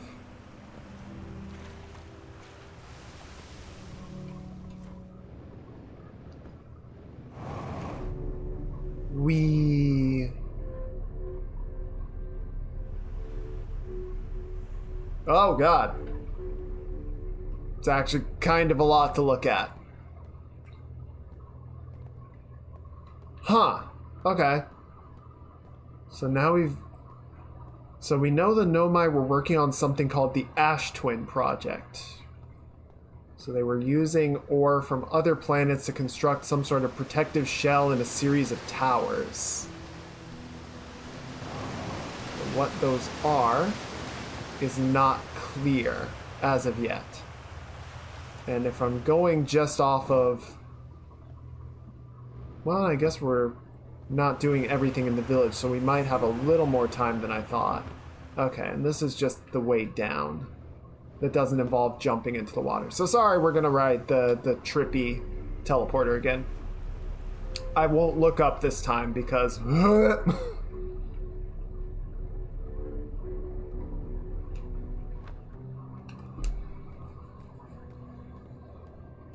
Okay, we're about 50% on fuel, so I'm gonna go ahead and let's head on back. Oh, bump.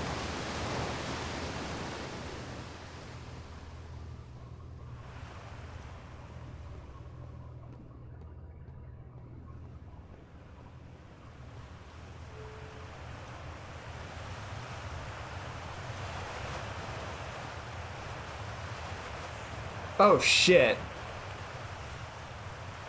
Guys, I think we're out of time.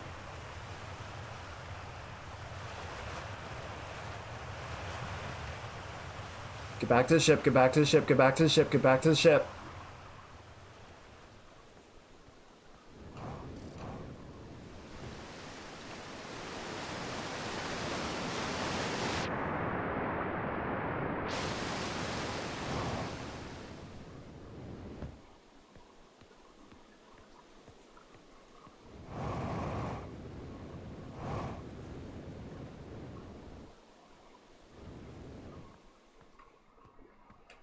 Oh shit. Yeah, okay. Star's dying.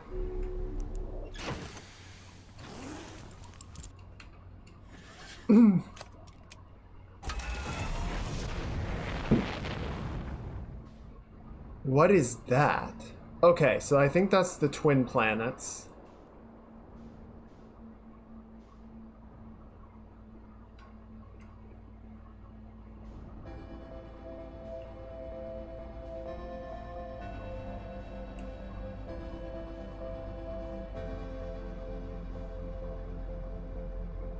What in the... Okay, so the star is basically presenting a timer that it's going to die.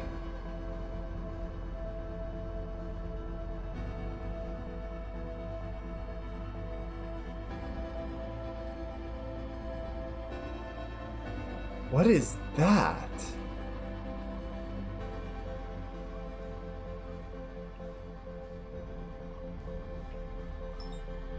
Okay, so that's our moon, the Owl Rock. We're gonna match velocity and bring us in.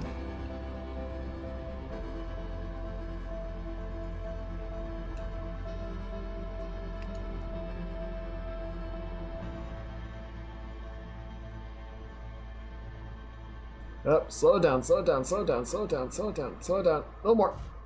Good enough.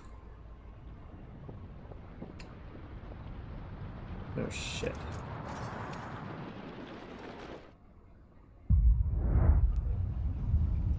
Oh fuck.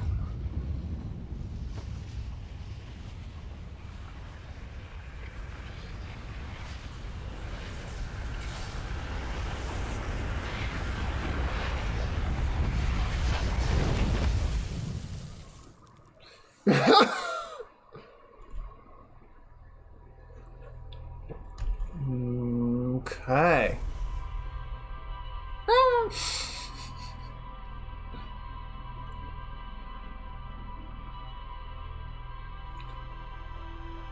I will say from just like a technical standpoint, yes, that's what I'm talking about. Our star, the sun, is dying in real time. And that station keeps blowing up. All right, let's go again. So we're basically playing Space Groundhog Day. We're stuck in a time loop, trying to put together the pieces of what's going on. Okay, so we got a couple new details, right? We've got these Know My Minds. Central chamber inside the Ash Twin was physically sealed off by an immensely thick protective shell. Mine ore from the site to protect a protective shell designed to physically seal off Ash Twin. Once the shell was finished, the Know My check to ensure. Yeah, okay. And then several photos of the entire system hanging on the walls. Notice something strange in one of the photos, but concluded equipment malfunction was the only sensible explanation. What? What's new? Oh, Dark Sea Bramble. There's more to explore here. Alright, so we might drop back there real quick, but I want to check the map. Where's the map?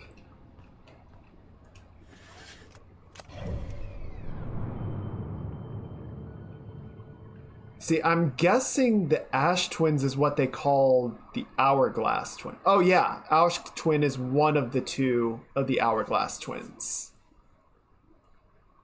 Okay, so let's check the Bramble, and then we're going to check Addle Rock. I think from there we're going to head on to the Hourglass Twins.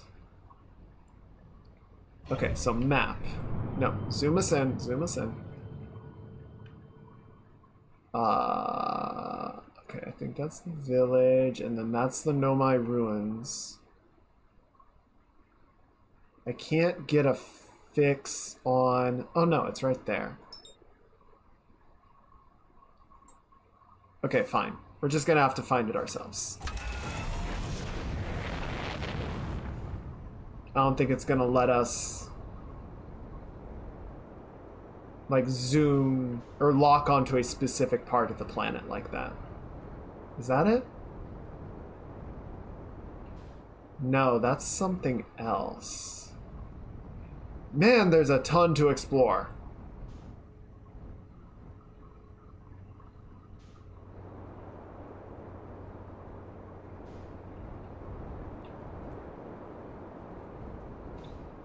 Whoa! Hi. Okay, here we are. Okay, yeah, so we're gonna have to set down on the outside. So we don't have a good landing spot here.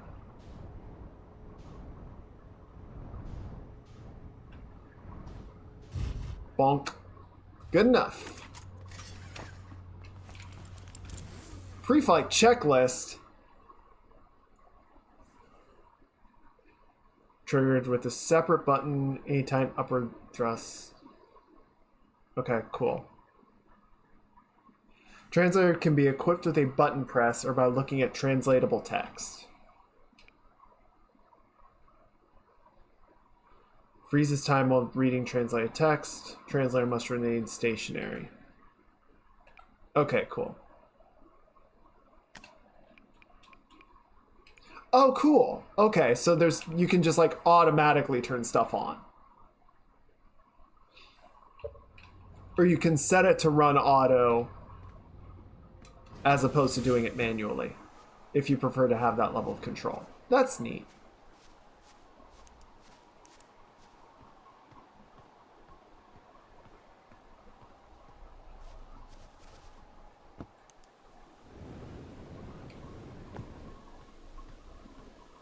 I'm noticing doesn't seem to be a health bar. There's O2 levels and fuel levels, but no health, which is, not bad. I can appreciate that. Oh, let me check.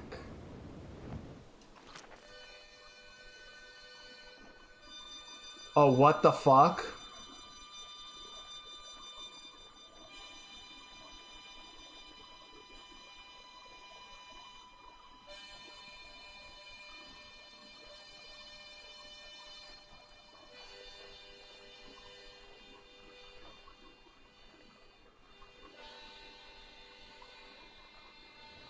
Okay, so can I do anything with this? No.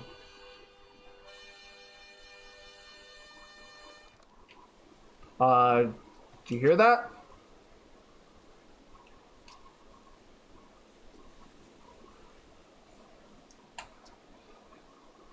Something there, whatever it is. Put down roots in a hurry. Yeah. Yep. Hauled the old scout launcher over here. Obviously the opening. Oh, okay. That's what they want me to do. Got it.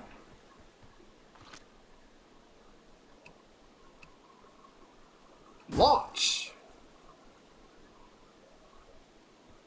It just keeps going. What the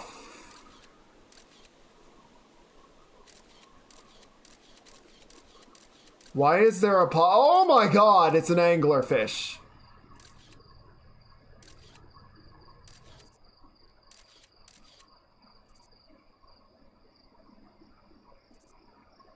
It's one of the fucking anglerfish things. It turns into a bramble.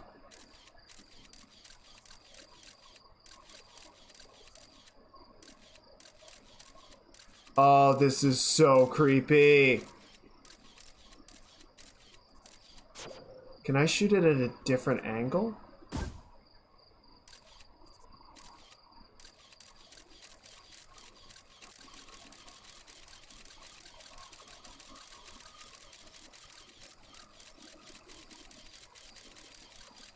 Oh my god, I don't like this. Okay, so I did get a slightly different landing this time. No, so this seed pod, which seems to be coming from the planet Dark Bramble, landed, set down roots, and then opened up. It has some kind of portal inside it that leads wherever this is. And is like a giant version of that anglerfish we have back at the observatory. Plus, if I pull out the signal scope, I can hear the harmonica of our missing astronaut. Can I even... Ow! Fuck! Puncture in the suit. Shit.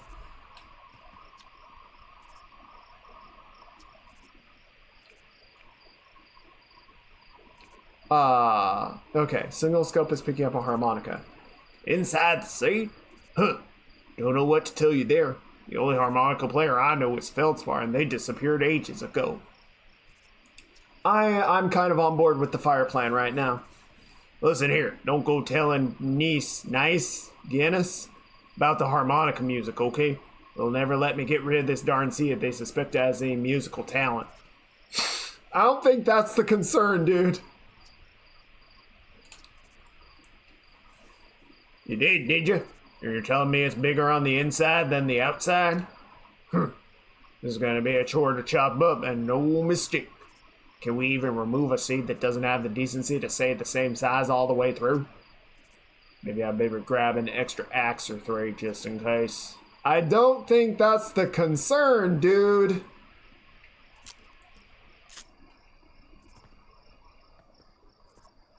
That seems to be the implication. Though how Dark Bramble is throwing out portal seeds is beyond me. Okay. So I think that's everything for us to see. Let's head back to the ship and check our log and see if it's satisfied with that. It is interesting, like, you basically only get a set amount of time to do as much as you can before you reset, and then you have to just either go back and keep exploring or find something else to do. I repaired the suit. Whee! Yeah, so we'll go by the map. So Dark Bramble is way out. Where is it? Here. Oh shit, my scout's still there. Yeah, so the scout I launched through the sea just teleported to the other side of the system. So yeah, we've got Brittle Hollow, the Hourglass Twins, Giant Deep, and Dark Bramble. And then we've got this comet out here called the Interloper, and then some mysterious thing here.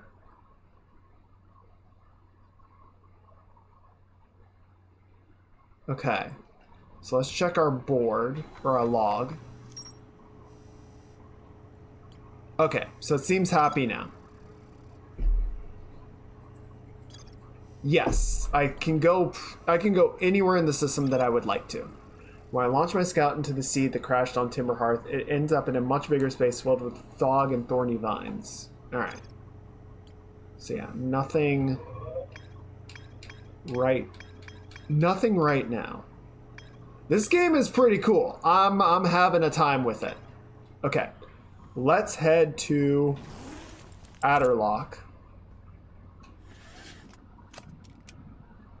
and see if we can't find some answers there.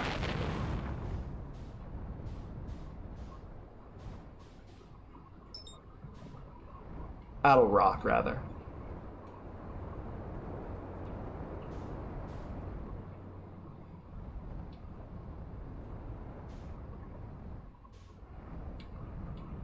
No, I'm not gonna autopilot. What do I look like? Some kind of scrub? Alright. We're gonna rotate. Take it to landing camera.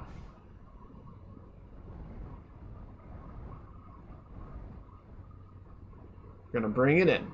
Nice and easy. Nice and easy. Nice and easy. We're good. Alright, suit up. I'm pretty sure the moon doesn't have any atmosphere. It doesn't. They said it doesn't. Wow. We're in space. Duplicate signal of our scout. I'm sure that's fine.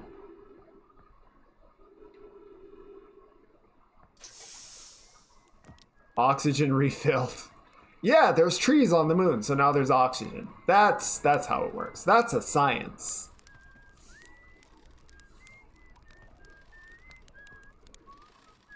Esker. Oh hey, it's you. Ground control didn't tell me you were launching. Long time no see. Actually, I guess it's been a long time since I've seen anybody.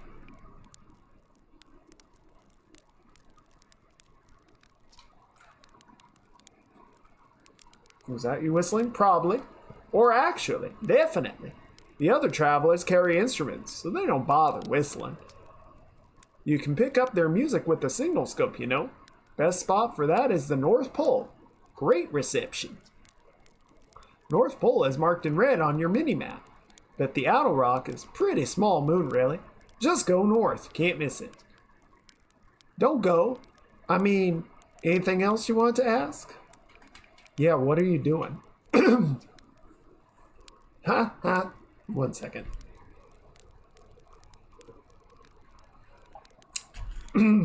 All these voices are messing up my voice. 1 sec. Ugh.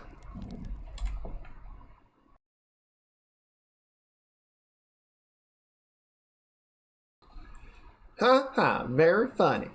Oh, stars above, you serious, aren't you? Well, that's just depressing.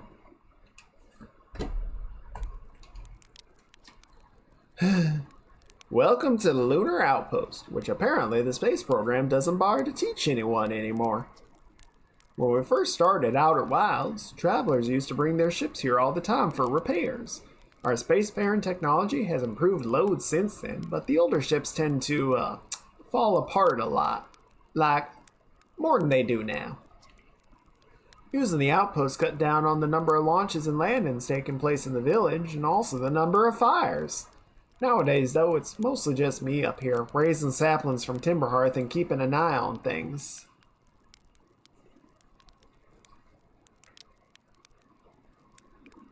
Yeah, voice acting's expensive and hard. I've been doing voice acting for the debut video. I shouldn't even call it voice acting, just recording lines, and it's like, it's so bad, dude. Don't the other travelers come by? The Lunar Outpost saw more traffic back when our ships were less sophisticated and needed more frequent repairs.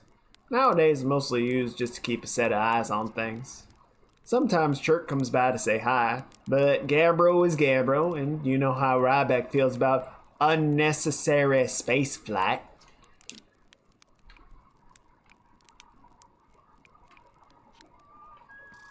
Alright, well, I'll be back later, Esker. You take care now. Y'all come back now, you hear? I should probably retrieve my, my scout launcher. Yeah, it's still on the other planet. Here. There we go. It's back.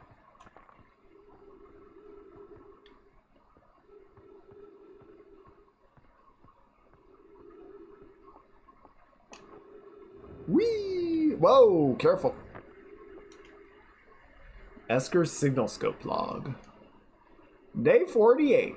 Still not picking up Ryback's banjo from Brittle Hollow. I'm sure they're fine, but I'll feel better once I can hear their music. Day 51. Listen to Chirp play for a while today. Unrelated, someone should tell Porphy and Ghosten their flirting is not subtle from an aerial perspective. Day 55. Banjo music coming in loud and clear today. Sounds like Ryback's doing okay. That oaf, I was worried.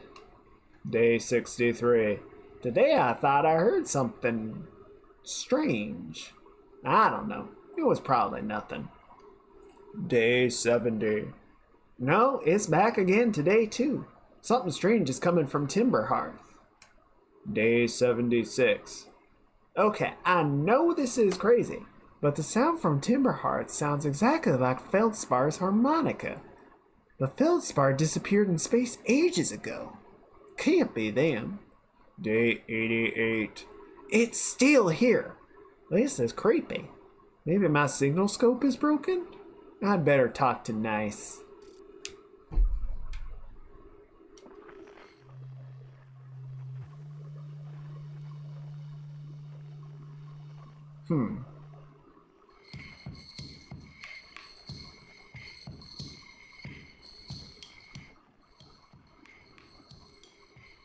I thought there was a zoom function on this.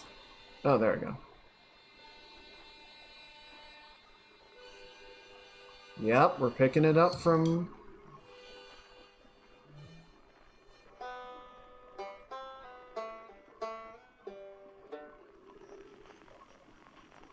What is that?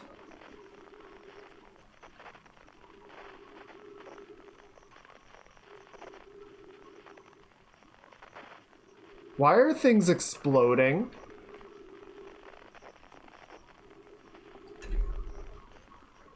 Can we fly to the sun?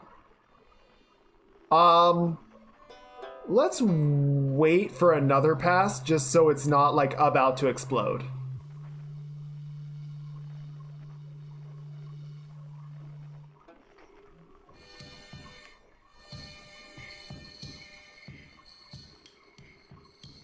Oh, that's the twin planets, I think. The Hourglass twins. And there's the comet, the interloper. I'm a little concerned, if I'm being completely honest.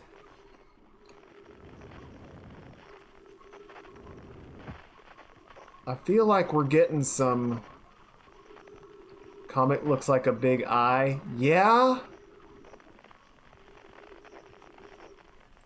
Oh, shoot. Is there ghost matter here? Stop! Stop! Oh my god!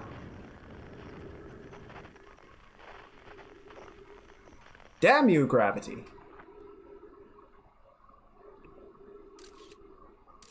Any ghost matter? Alright, I think we're in the clear with... I think we're good on that ghost matter. What's all this? Ooh, jetpack refueling. Shirt's research notes. Property of Chert! This is an old crater. The neat thing here is that the composition of the samples I took from the impact site matches the composition of the ice on the outskirts of Dark Bramble. I'd posit the outer rock was hit with a piece of the planet that used to be where Dark Bramble now lies. To follow up on, maybe there are more fragments of the old planet Dark Bramble destroyed on other astral bodies in the system. Yeah, sure, give me more fuel.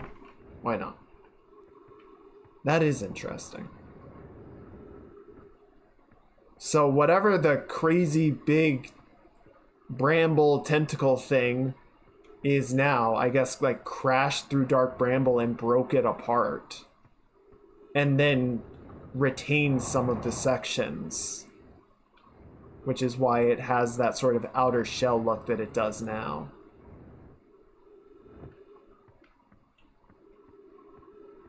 Oh shoot, I'm running out of O2.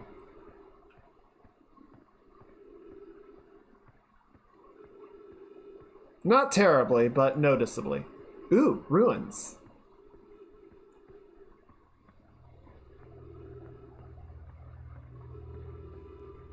Ooh. It's a puzzle. What the puzzle doing? Can I... No, let me drop it. Okay, so we got this. Okay, so we've got that. A couple different...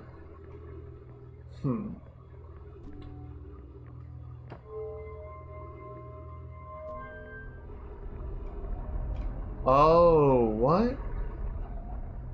Oh, what?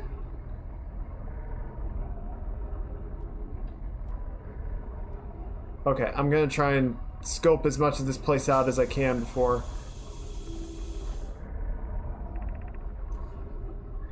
I was upstairs testing the eye signal locator, and it can hear and follow the signals from the sun, Giant's Deep, and Brittle Hollow.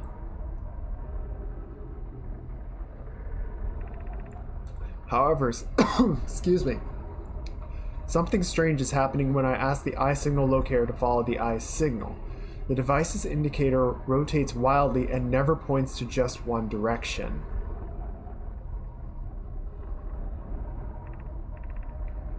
This is a curious result. It's possible the eye has stopped calling out its signal. I see. I most likely calibrated the locator incorrectly. Privet, my apprentice, and I will make adjustments and try again. An update. Disappointingly, everything is correctly calibrated after all. It saddens me to posit this, my friends, but I believe this locator cannot detect the eye signal. We would need to build a more sensitive device if we wanted to locate the eye of the universe. Then we will build it. Don't lose hope. Don't lose hope, Cassava. Our search for the eye is what brought our clan to this place. We won't give up so easily. Interesting. Okay, so they came to this system, I guess, looking for an anomaly or an event. Oh, hey! It's that pottery. I guess it was a tree planter. Looking for a device called the Eye of the World. Okay, wow. Wow. I've seen this ruin in other travelers' pictures, but seeing it for myself, it's really old, isn't it? But wow, this is the coolest day of my life. Okay, official notes. So this is some kind of Nomai locator. I can point out the different planets, which is incredibly cool, by the way. But from what little I can understand of the whirling here... Oh, okay. Of the writing here, I think it was built to try and find something specific. I'm not sure. I was also able to translate something about the South Pole of Brittle Hollow, so I'll fly there to see if I can learn more.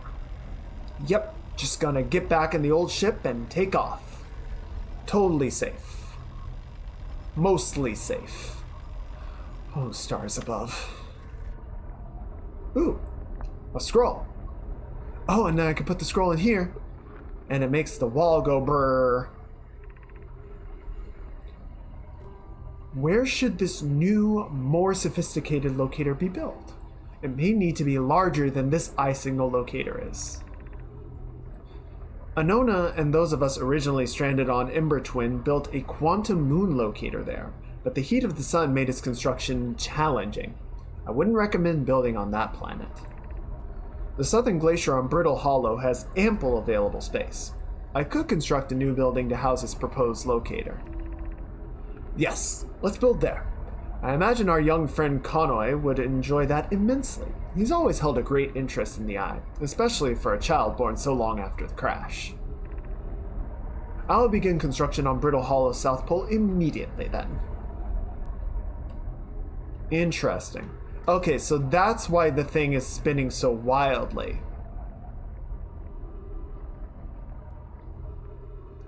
Right? So this orb we use to tell it, calibrate to look for this planet.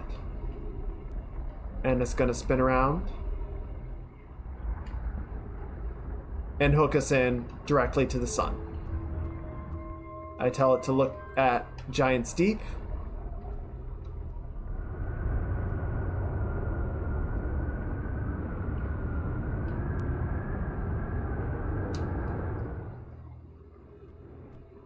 And it takes us right there. Okay, also it's picking up some crazy audio business. And then I think that's Brittle Hollow? Or no, it's Tree Hearth. Or no, is it Brittle Hollow? Yeah, Brittle. But then the last one is the Eye of the Universe. And it can't find it, so it just spins forever. Fascinating. Fascinating indeed. Can you zoom in, please? Zoom in, zoom in. Lock on, lock on. It won't lock, it won't zoom in any closer. Okay. So I'm guessing those are the main locations for Addle Rock.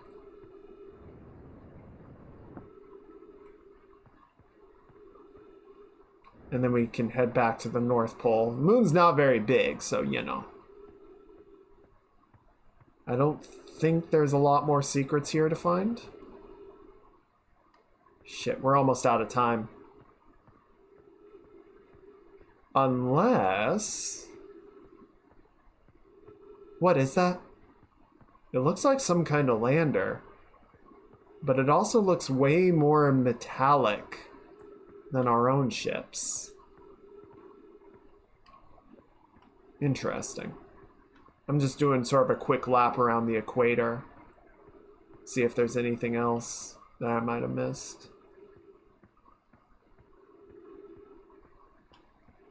I don't think so. Shit, where's the sun? I lost the sun! Oh, there it is. Don't you hate it when you just lose the sun? Can't find it again?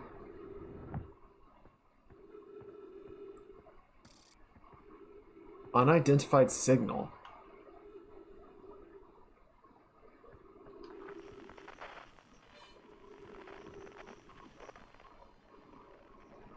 Okay, so I don't think it's that.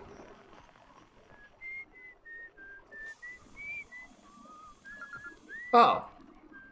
I mean, it's Esker. I already talked to Esker. I know who that is.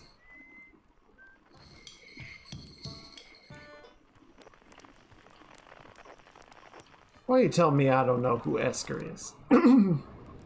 Yeah, if it's the middle of the day and you don't see a sun, You have a problem. You got a big problem. Okay. So I think that's about it for Adel Rock right now. Unfortunately, I don't think we're going to get much more out of this loop. I am curious, if we back up, I want to see... Yeah, it's gotten a lot bigger.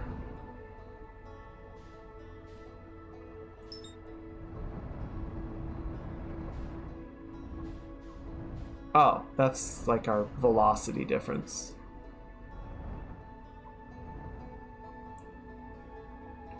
There's the Interloper in Giant's Deep.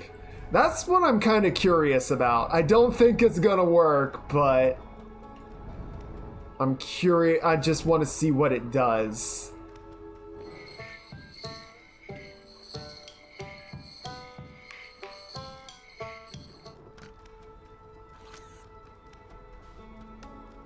Whee!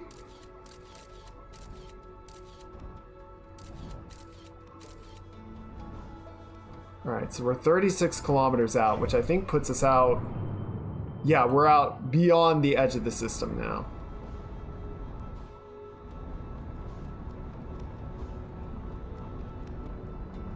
Oh, geez, we're actually going faster than the Scout is. Alright, come on back, buddy. Let's help you out.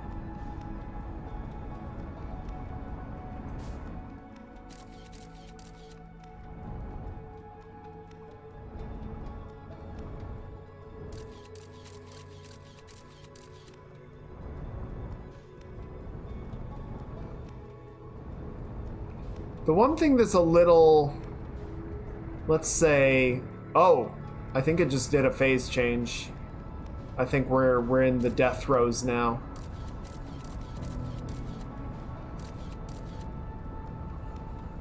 The one thing that would be a little bit nice, just from like a quality, yeah, I'm going back in. I just saw something flash down by Brittle Rock.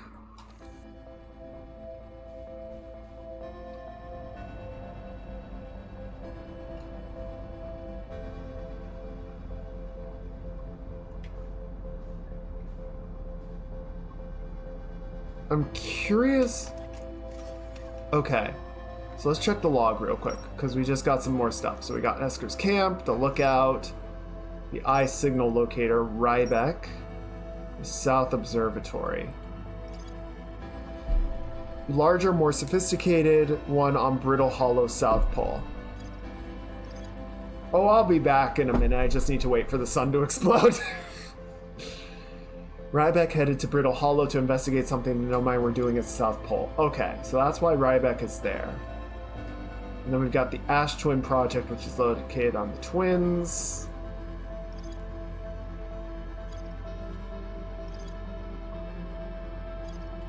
Interesting.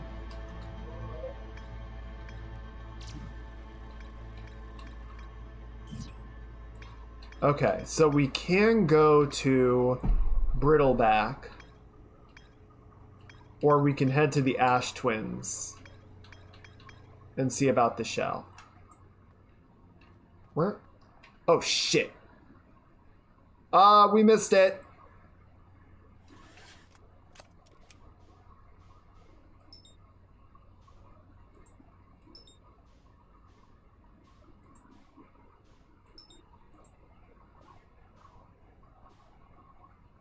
Well, I mean, we're like...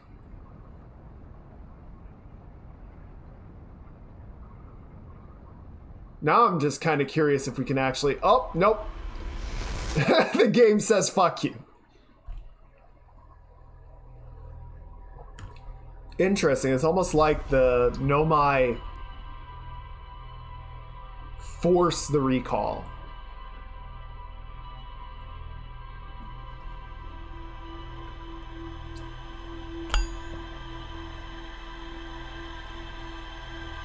If we don't get destroyed by the star itself. I mean, fair. I didn't expect that it was just gonna let us Fuck that shit. I'm out. I'm like that guy. I'm like, peace. Oh, I wonder, can I chase him?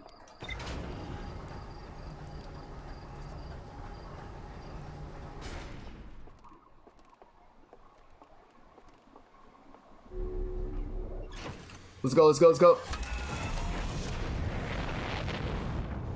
Come back here, you!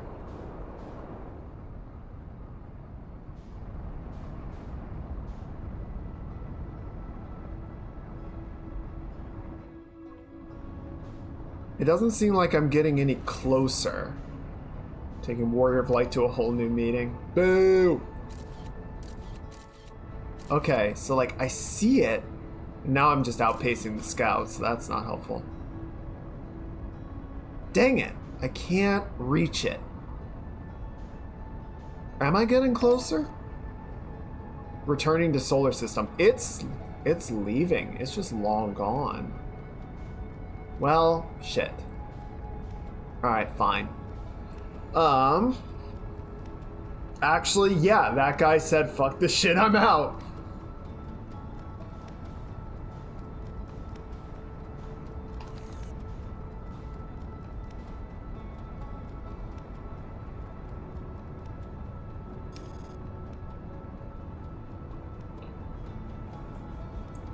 Alright, well, that's fair, I guess. Though it is interesting that someone decided it was time to go.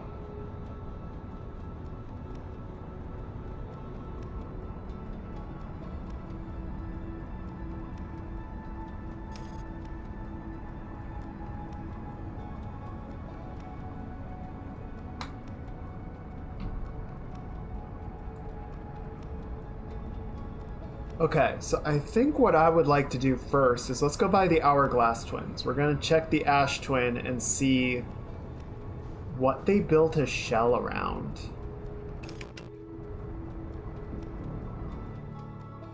Lock on. Oh, fine. You know what? Let's be experimental.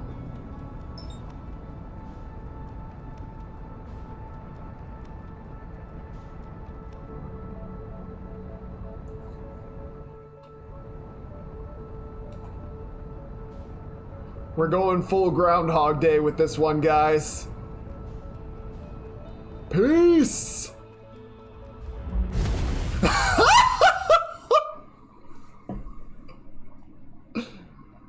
Nomai's just like, are you fucking stupid?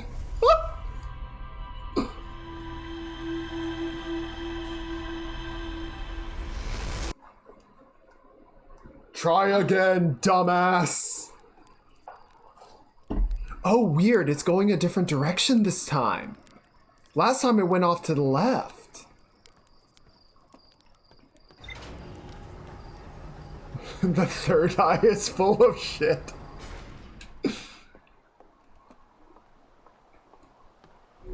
It's just watches you swan dive into the sun. It's like, might have made a mistake choosing this one.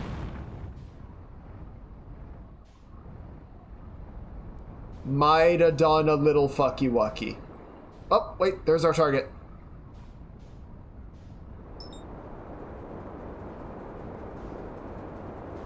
No, up, damn you.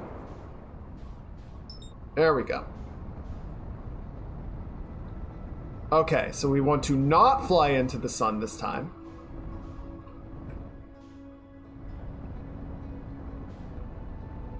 We're gonna match velocity. Match velocity.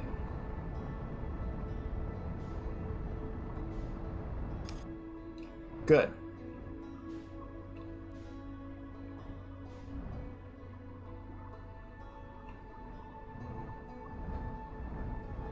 Oh, looks like there's a bit of an atmosphere here. Alright. Bring it in. Bring it in close. Nope, not that close.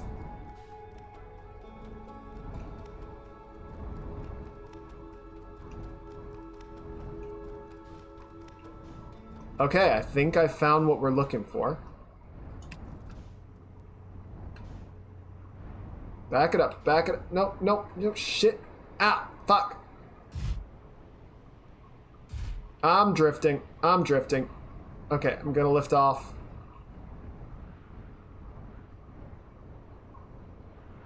Did you guys know landing on another planet is really hard?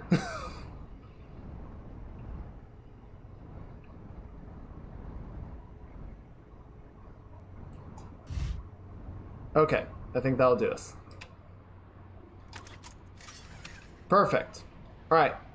Suit up.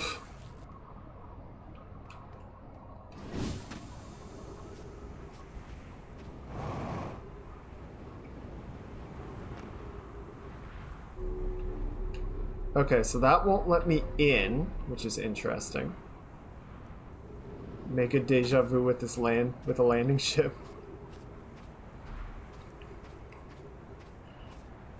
Oh, interesting. This one's broken.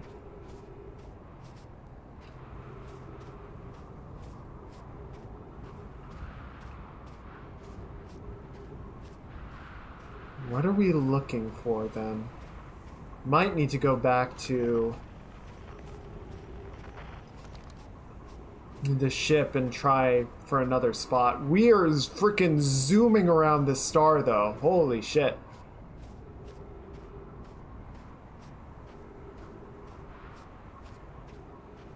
Okay, so if that, well, it stands to reason. If the exit point is at the South Pole, let's go check the North Pole. Right?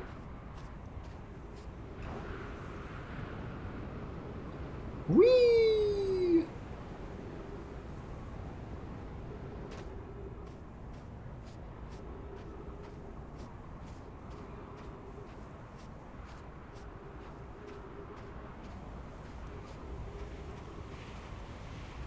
Oh my god, is that Santa?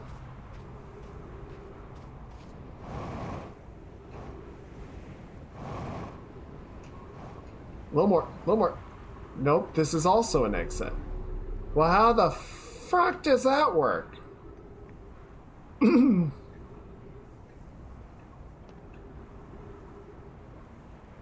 What the? Oh, hi, interloper.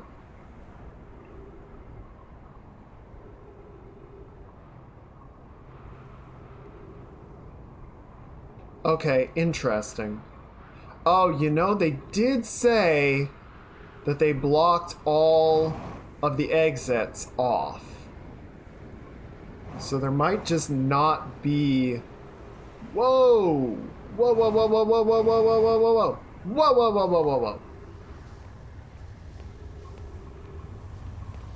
What the f... Uh-oh, uh-oh, uh-oh, uh-oh!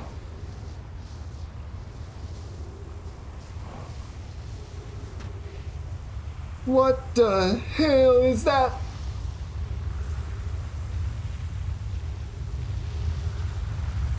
I don't know. Something on that twin is like pulling sand off of the surface of this twin. Interesting. So I think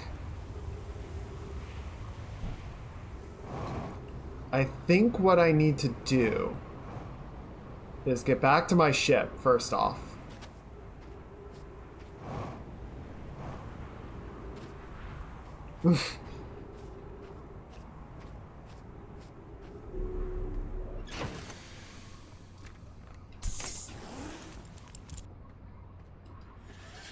Basically, we're gonna need something that will let us in to the shell that they've built here.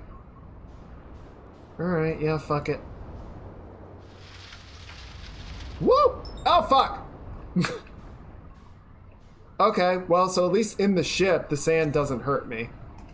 So that's cool.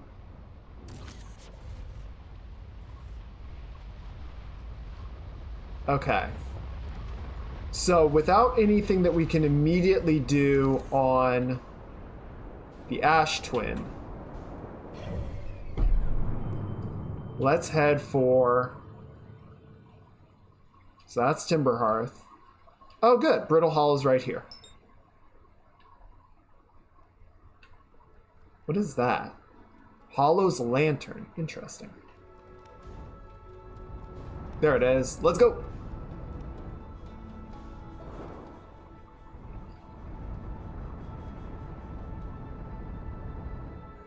Maybe we can... So we're looking for the South Pole.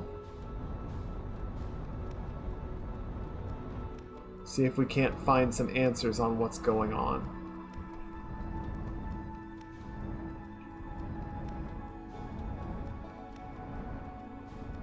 Why is Brittle Hollow... Is that a fucking black hole?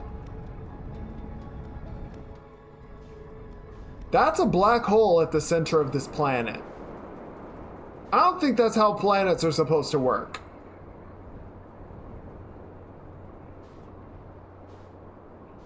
Bruh.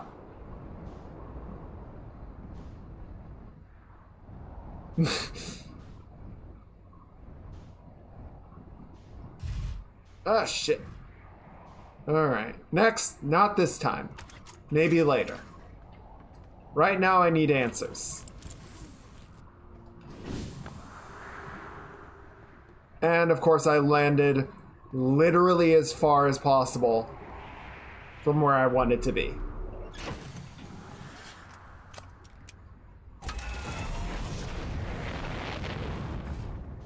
Head first into the hole. Shut up.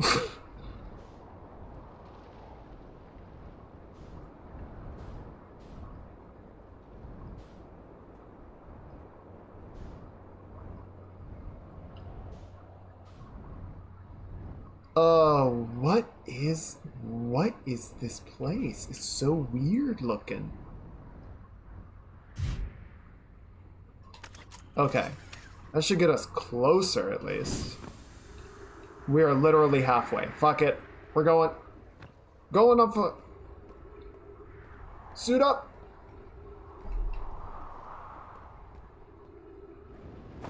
Shit. Oh, you might get your wish after all. Oh, shit. Oh, shit.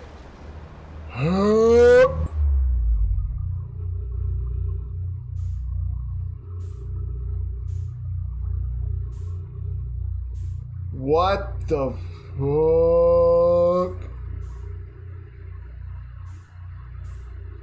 Well, I hope you packed your bags, kid, because you're about to go on a trip. Oh, I might actually be in... Oh, what? Oh, we're getting somewhere. We're actually going somewhere. Hang on.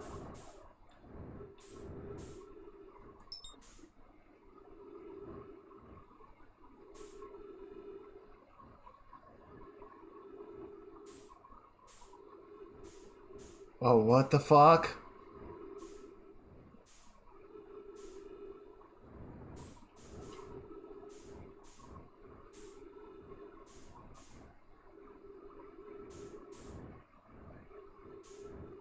Oh shit, there's a door. Door! Let me in! Let me in, let me in, let me in, let me in, please. Oh, that's a gravity crystal. Oh, okay, yeah. That, oh!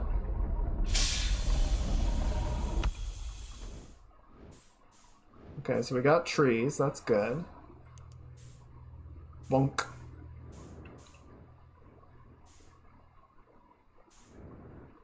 Up!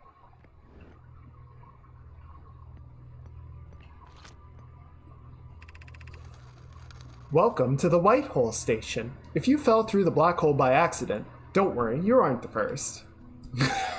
Shit. This warp tower can return you to Brittle Hollow. Every warp tower is tuned to a specific astral body. A tower's warp can only be used during the brief window when the tower is aligned with its corresponding astral body. In this case, Brittle Hollow. Yeah, shut up! You must be standing on the warp platform on the floor during this alignment to be warped. If you look up while the station is rotating, you can see the alignment. See, the alignment happens when the astral body is directly overhead. Okay, interesting. Ooh, someone... Oh wait, a projection stone. So where do I put this? I'm guessing I take this down? Okay. Oh, there's another puzzle thing.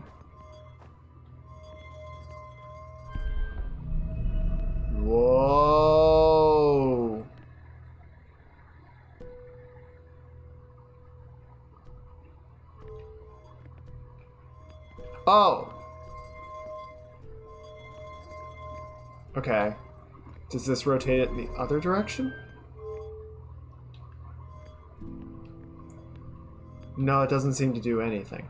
What do I do with this projection stone then?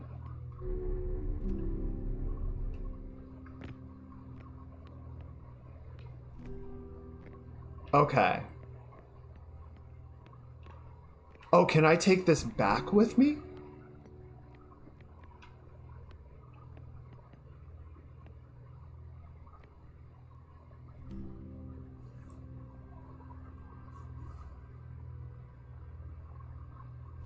Whoop!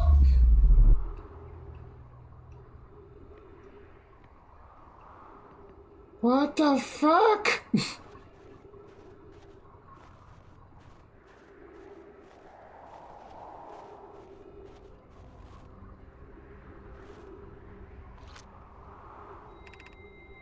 Return warp status charge. Step onto receiver platform to return warp.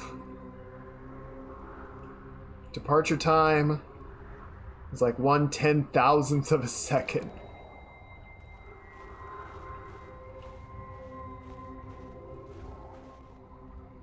Okay, well, I guess we found out what that mysterious thing on the edge of the system was.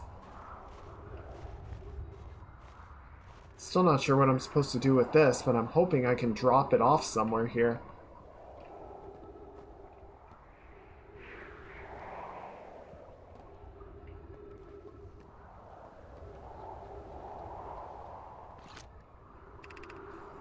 The Hanging City, below 50 meters. Yeah, I don't know if I'm going to be able to get down to that one, Chief. It doesn't look great.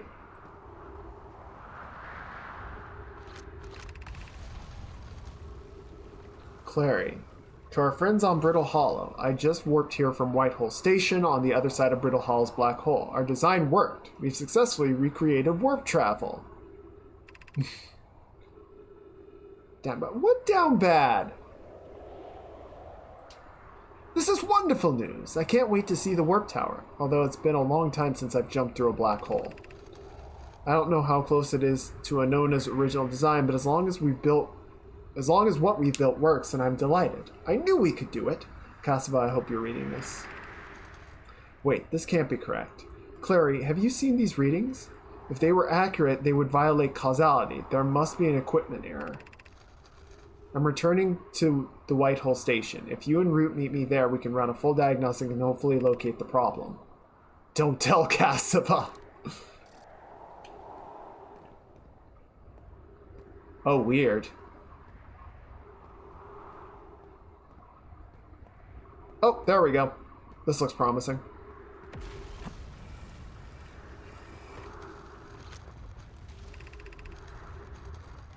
Rami and I reviewed the records you sent, and they appear to show Nomai are arriving at the warp receiver on Brittle Hollow slightly before departing the Whitehole Station. Well, that's not supposed to be a thing.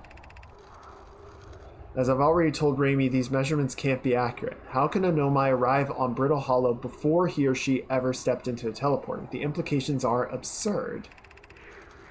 I understand it's exceedingly odd, but Clary and I have tested and retested the equipment, and the result is the same every time someone warps. The interval is incredibly minuscule, roughly 100,000th of a second. Do you suppose our instruments can't accurately measure time to such a small degree? Poke, as Pi is confident the reading is inaccurate, she's kindly helping me attempt to recreate this phenomenon at the High Energy Lab. We're discussing the experiment to take more data. An update. Poke, the High Energy Lab is in the canyon on Ember Twin's equator. Come here at once. You need to see this. I don't disagree. It would mean I've inadvertently broken several fundamental theories regarding this universe. We would have to reconsider all of our beliefs about the nature of time. Yes, I hope so too. Yeah, so they might have... What is making those noises? Hello? Hello? Very rude. Please don't do the weird face thing again. No, don't do the weird face thing again. What?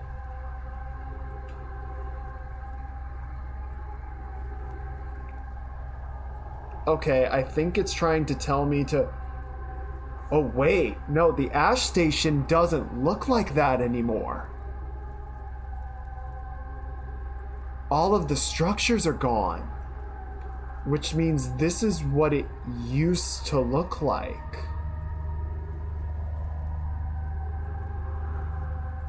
Yeah, and the Addle Rock has a bunch of stuff on it, maybe? So there's Brittle.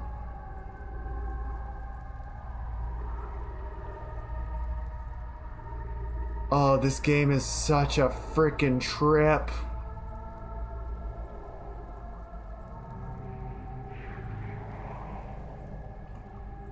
Oh, I'm confused.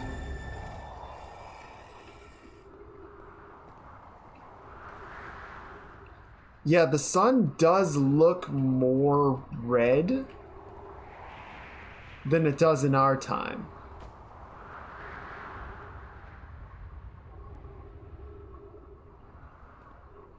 I'm not sure what that's about. What is doing that?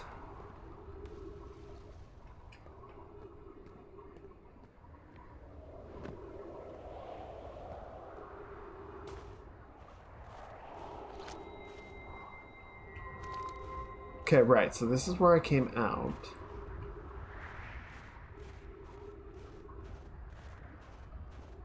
Maybe when the sun changes, the planet changes too? Maybe?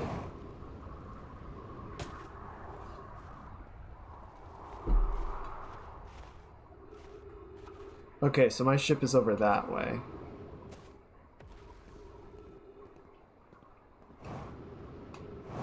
Ow! My leg!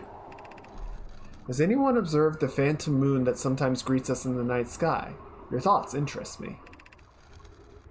I'm interested in your playful moon. Is it much like its violent friend, Hollow's lantern? Imagine if there are 2 volcanic moons.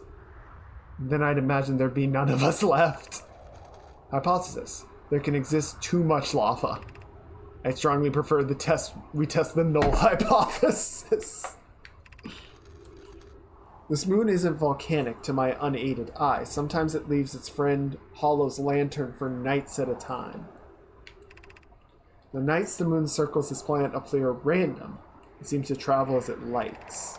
That's not how moons work.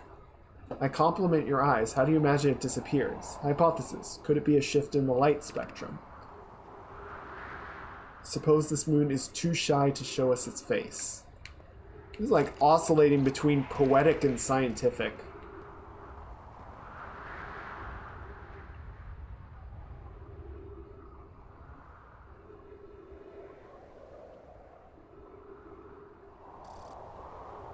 Oh shit, I'm running out of oxygen. What am I supposed to do about that? Ship? Alright, back to the ship.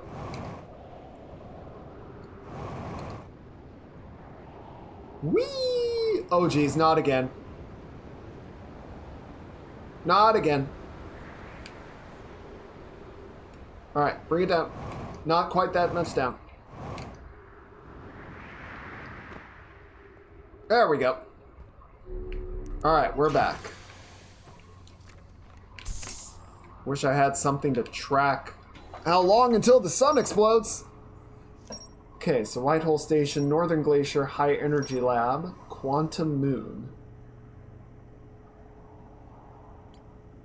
Okay, so we're on Brittle Hollow. We need to find... Right, so I think we're halfway south, right? So we need to keep heading forward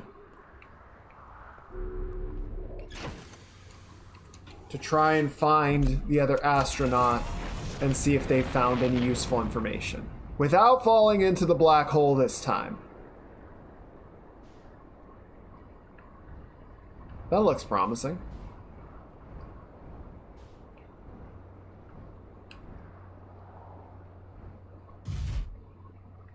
No, land, please. There.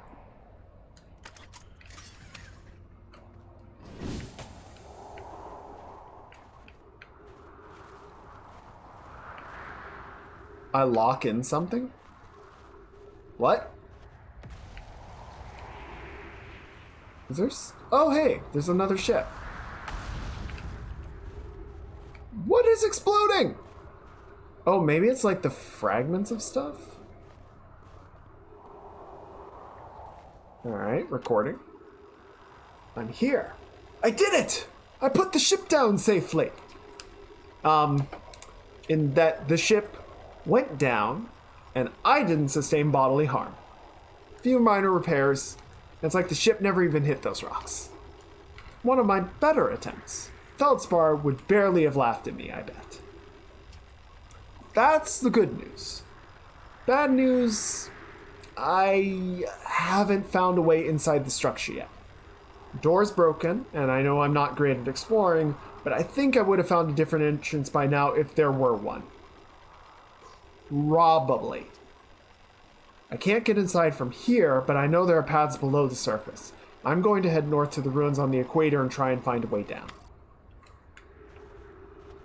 Okay, so we might need to head underneath the outer shell and find somewhere else to go.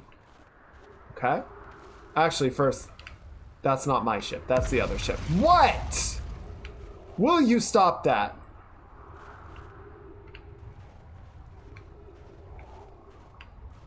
We might not have time on this particular go-round, but we have an idea of where we're trying to get to next time.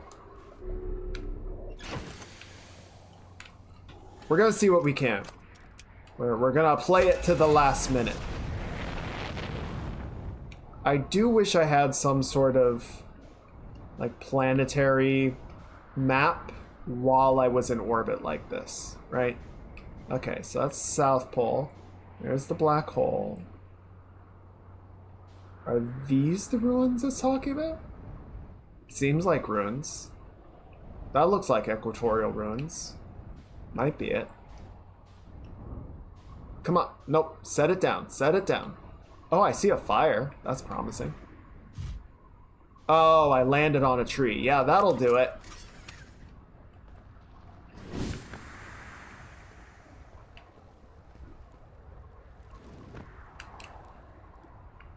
Well, that's terrifying.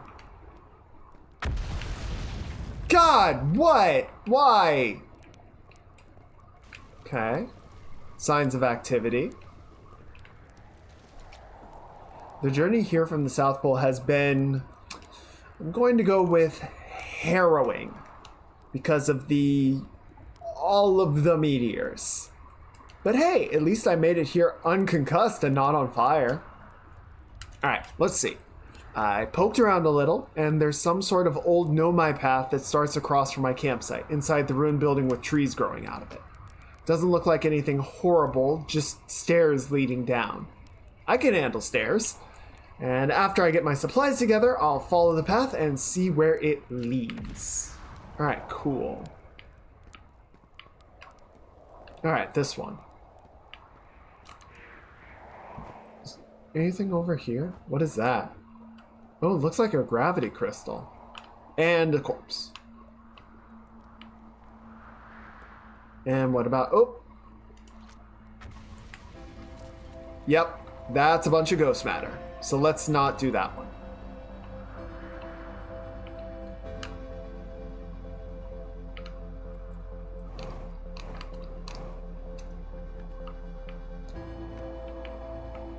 More gravity crystals. Interesting. What ghosts do to you? They make my feet cold at night. Whoa, shit. Alright, and then... Yep. Whoa! Alright, so we gotta be very careful and go from path to path. Because otherwise, I'm pretty sure we're just gonna fall uncontrolled into the black hole.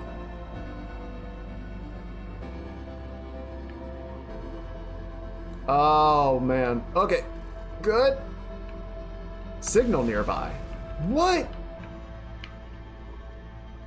This is what happens when you put a black hole at the center of a planet. It's just not good, man.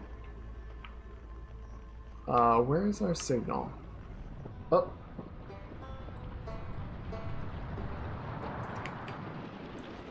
Oh shit.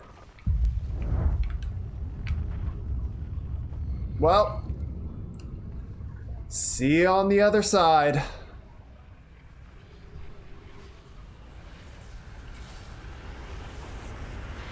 Lord, that's bright.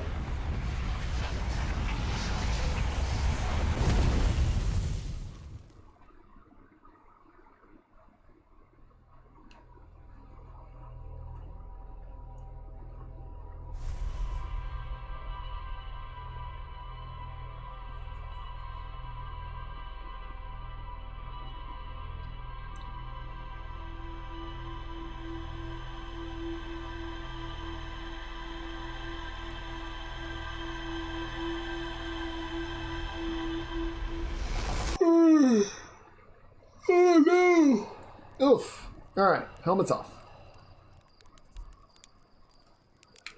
And now he's going that way again. What the hell? Do you say anything new?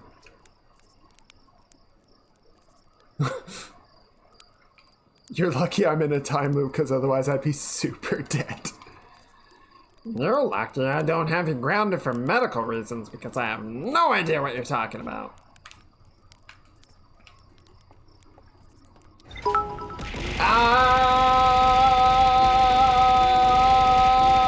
Oh, it's a bear.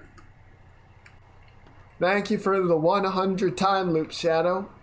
And welcome on in. I hope you are having a good weekend. Okay, so we have... Okay, so let's just head back to Brittle Hollow.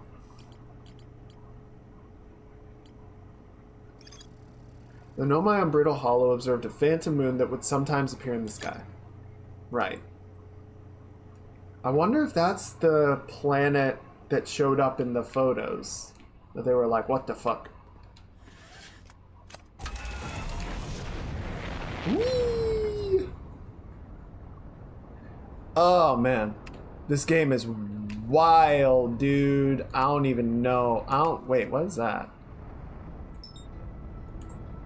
Oh, it's just the lock-on indicator. Okay. Rotate. That's our moon. So there's Brittle Hollow. Let's go.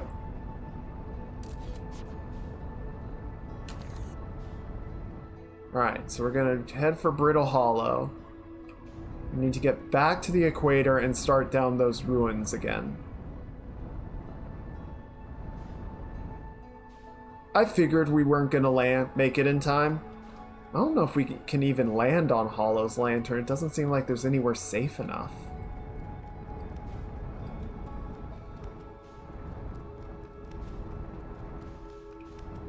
Okay, what is that? No, stop, back it up. I'm hitting all the wrong buttons because I'm stupid. Okay, so there's the South Pole. Okay, so Brittle Hollow like pulls chunks off of Hollow's lantern by being too close. That's interesting. Looks like an observatory of some kind. I'm gonna check that out later. Let's follow the lead that we've got.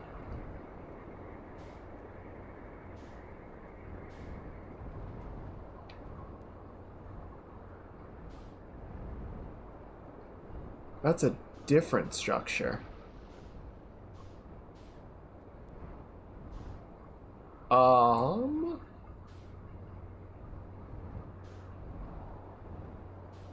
Shit, where are the ruins? Oh, there they are.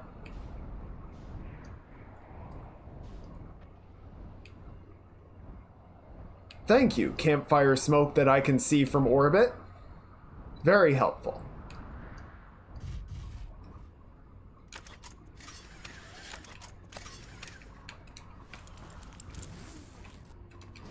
All right, let's get going.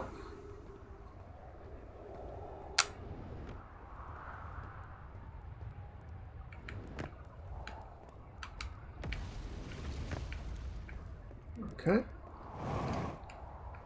Just gonna ignore the meteors. Apparently that's normal around these parts. Huh. Huh. Blech.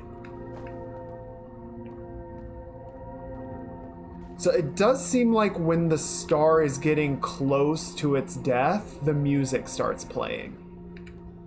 Because last time we were down here, there was music, and now there isn't. Ooh, I missed this. Gravity Crystal Workshop, above 140 meters. Okay, so that's the ruins that we were just in. So what are you talking about? Okay, so we got the dome on the South Pole. And 2 other structures on the equator. And then a structure on the North Pole. Well, that was deeply unpleasant. I made it this far, though. Guess that's the part to focus on, and not how I'll eventually have to go back up that path. But, wow, this place is something. Looks like the Hanging City is north from here, and east is a gravity cannon. I definitely want to see that. And another thing, I'm detecting oxygen from somewhere below, which is good, since I used up a lot of my supplies screaming during the trip down from the surface. As soon as I stop dry heaving, I'm going to head farther down below so I can refill my tank. Awesome.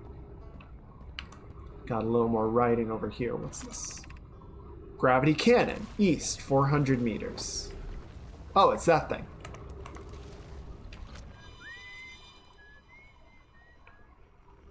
Wait, what? Oh, Esker's off in that direction. Got it. We got giant stalactites over there. So I'm guessing if we go this way and look out over the edge, we can probably see the Hanging City. Nice. Okay. Progress.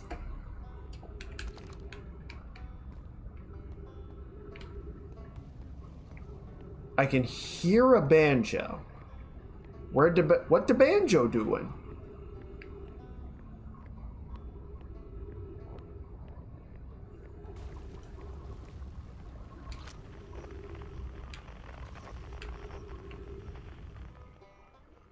Okay, it's down there. It's below me. Oh, okay. You know what? I want to see what's over here, though. Oh, shit. Oh, shit. Not again. Ah, fuck. Ow. Oh, fuck.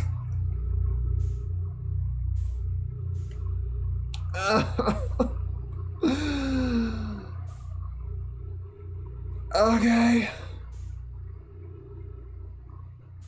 That's fine, I guess.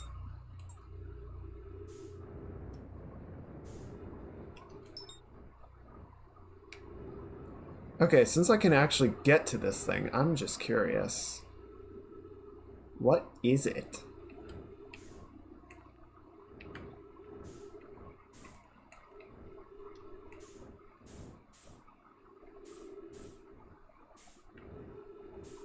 It appears to be a rock of no particular consequence.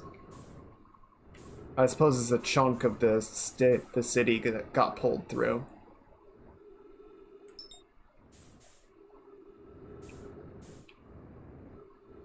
Searching for Kazooie? We're all searching for Kazooie. It's been many years. Welcome back, Shadow. Or not Shadow. Well, welcome back, Shadow, too, but welcome back, Sonic. Did a short video meme.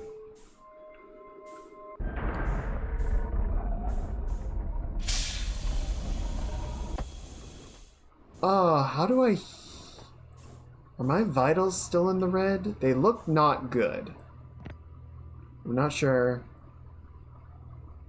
It's 3 a.m. and yet I'm still awake.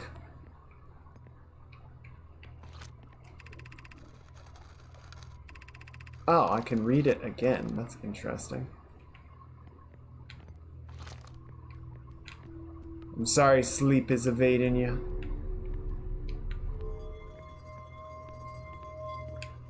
Alright, let's kick this thing into gear so we can get back there. Oh man, I'm gonna have to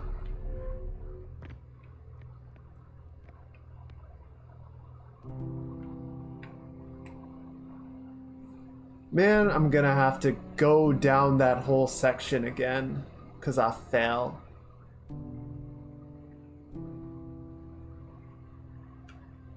Where's my ship? Oh shit, was that the Phantom Moon? There it goes. Oh, I don't like that.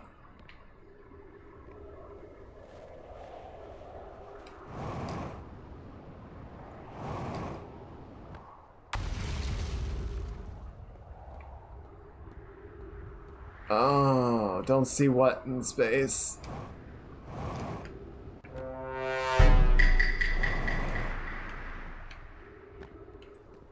Man, this whole system is sus. We got black holes inside of planets, planets linked together. I'm caught in a time loop.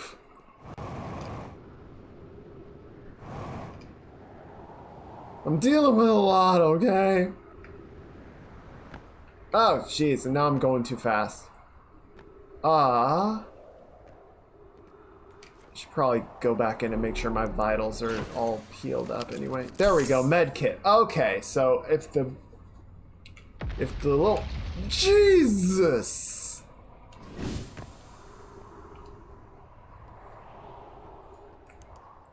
So if the little astronaut fills up with red, then I die. Understood. Not the only spaceman out here. Not the only starman waiting in the sky.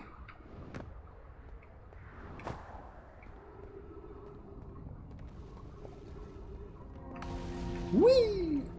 Whoop! Whoop!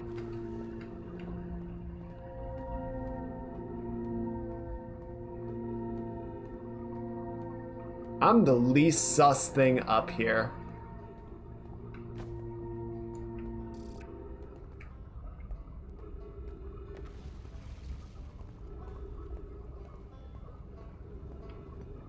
Okay. I know this got me in trouble last time, but I do want to see if I can make it over.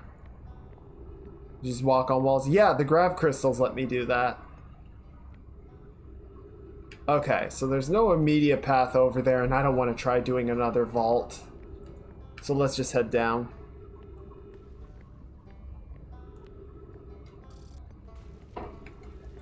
Was there writing on here? Oh yeah, just for the Hanging City. Huh. Oh. Huh. Shit. Okay, there we go. Huh. Oh god, that's so weird to look at, but really cool. I'd love to know how they did it.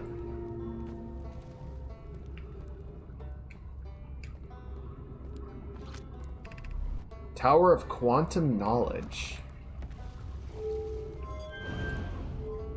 Okay, so that projects it out. And that makes it project in. Okay, so let's just leave it there for now. Might have had one too many beers. That sounds like just the right number of beers. Hey, buddy. It's Ryback. Partner. Oh, you launched. That's great. Great job, you. You don't remember who I am, do you? Wow, I guess that means I've been out here a while, huh? Well, it's Brittle Hollow, but you probably knew that. Lots of history here. It's great. I'm here to see the Hanging City. It's always been my dream to see it with my own 4 eyes, ever since I was a hatchling. An alien race lived in this solar system long before our species even existed. How could I not want to see what their civilization was like? Only, you've probably heard the others say it, right? I'm afraid of space. Seriously, I'm more surprised than anybody that I'm out here. You want to know how I even got this far? I fell. Tripped over a gravity crystal. It's dumb luck I landed somewhere my little scout says is halfway stable instead of being sucked into what's below.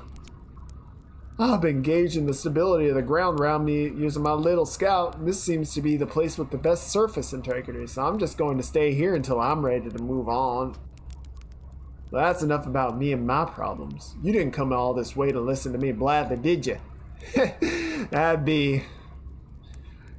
Yeah.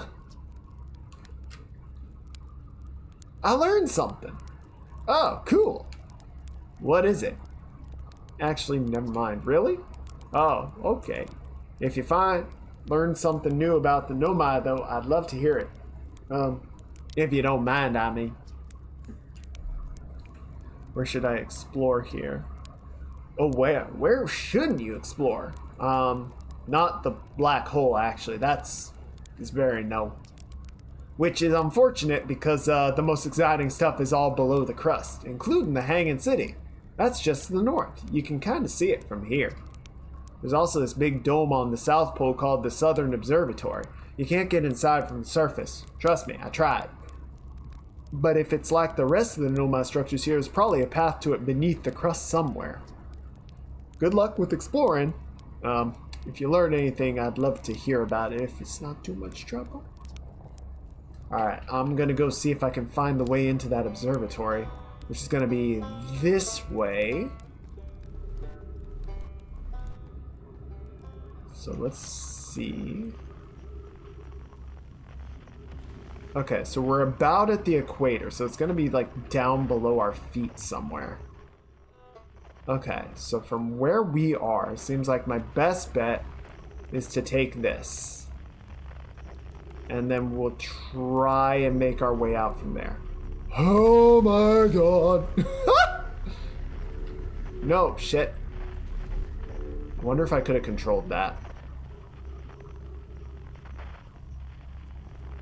I think the observatory is like right there. Oh my god, the lensing! That's wild. Okay. Well, let's keep going.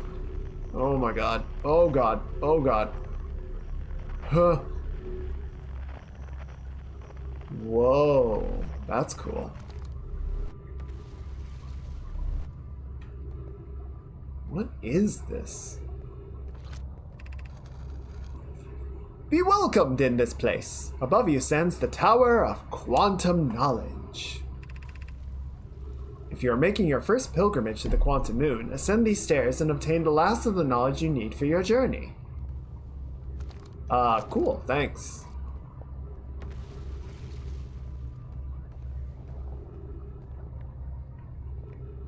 Oh. Oh, okay. Okay, hang on. Interesting. Okay, so I can jump on these platforms. I guess they've got like crushed gravity crystal in them, but I'm not going to be able to make it all the way to that, I don't think.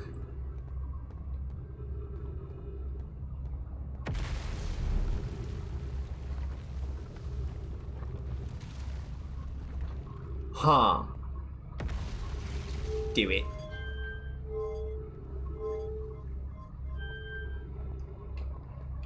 Alright, I'll try.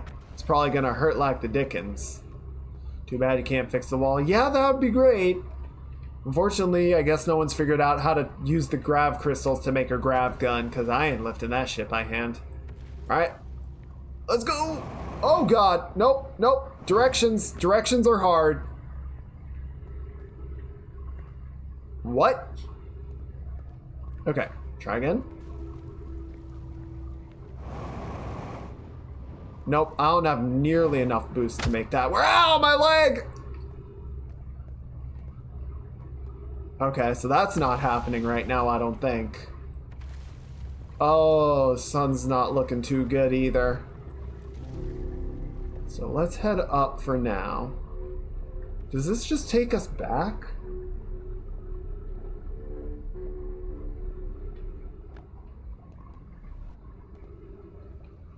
This looks new. This is new. Entrance to the Tower of Quantum Knowledge. Oh, Southern Observatory. There we go. That sounds promising.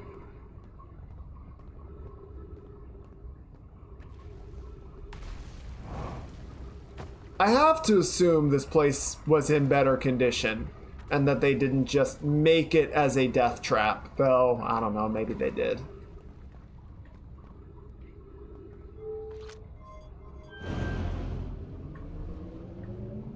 Okay, so that'll take me up.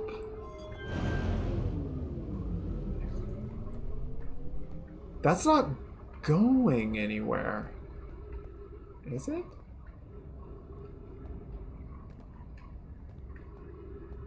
Fire finder is a death trap. True. It's very true. I'm running low on oxygen too. Shit. Okay. So this was the path to the Southern Observatory. I don't... Alright, I mean, this is probably just gonna jettison me into the black hole, I feel like. What the f... Hi!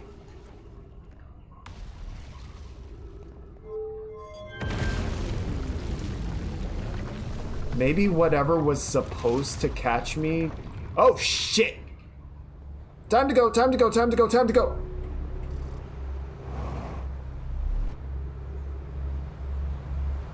Interesting.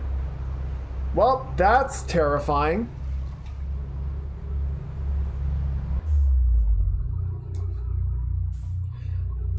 Near the top of the stair room, so maybe there's a door up there. Possibly? It's also possible that whatever was supposed to catch me in that whole system literally fell into the black hole. Because what happened at the end there was the section I was on collapsed. Also, what is this? What is this giant structure that wasn't here before?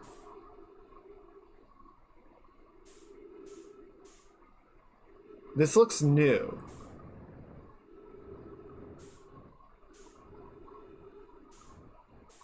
Shit, is this Bramble?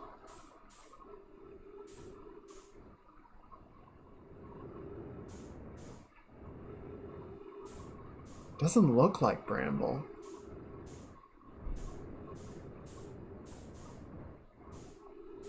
I don't remember this being here before. So this is the... Oh shit, wrong button. This is the teleportation tower. It's the white hole tower that will get me back to Brittle Rock. Unfortunately... Okay, so now I've got oxygen again, which is always, you know, a net positive.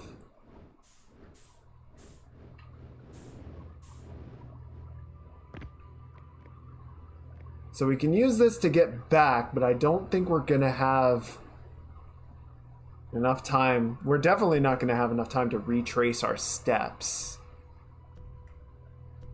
All right, 5, 4, 3, 2, 1. Ugh. Hate that thing. I mean, it works, but damn. Yeah, now we're at the North Pole. A long-ass way away. Shit. We're 300 meters away from our ship, and most of the planet has collapsed at this point, so I don't think we can even get there. Chooms, I think this run is a wash. I think we're out of time.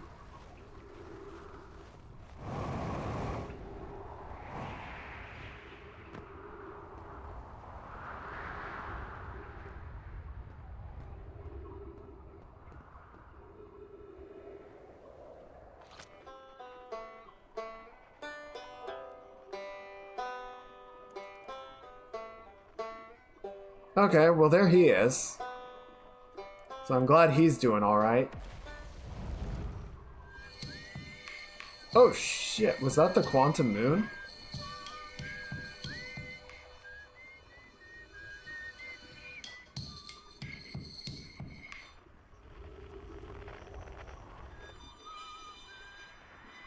Huh.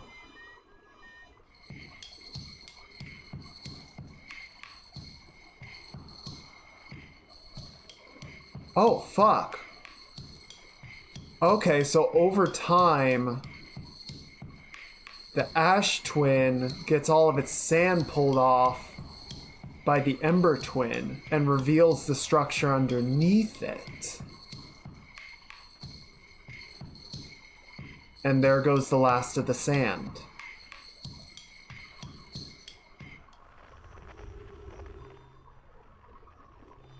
Right as the sun is about to hit criticality. Fairly okay. Welcome on in. Thank you for coming by. I hope your weekend is better than fairly okay. I hope you're doing well. We're playing the Outer Wilds and trying to figure out where the hiffle we're supposed to go. Unfortunately, we're right about at the end of this loop. And I don't think we're... Yeah, here's the play out music. Wait, why is my ship 30... Oh, my ship got pulled through the black hole. Well, that sucks. Yeah, so we are... Unfortunately, we got pulled through, and it kind of messed up our sequencing, and now we can't recover it. So we're just gonna wait for the reset. We're gonna watch the sunset, and then we're gonna go again. I wonder. I don't think I can fly my ship inside the planet. That seems like it would be a bad idea. I don't think there's anywhere to land it. Is the problem.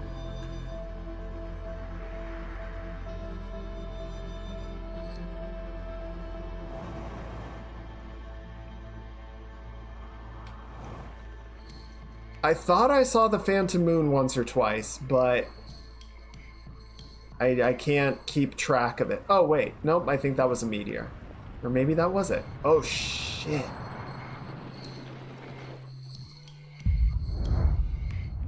It was above me. Interesting.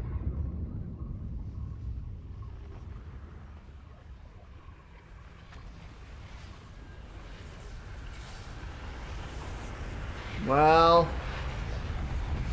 we try again.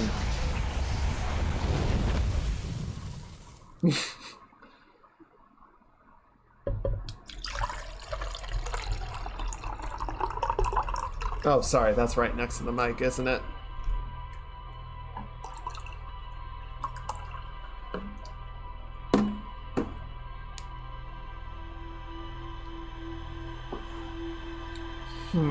Interesting.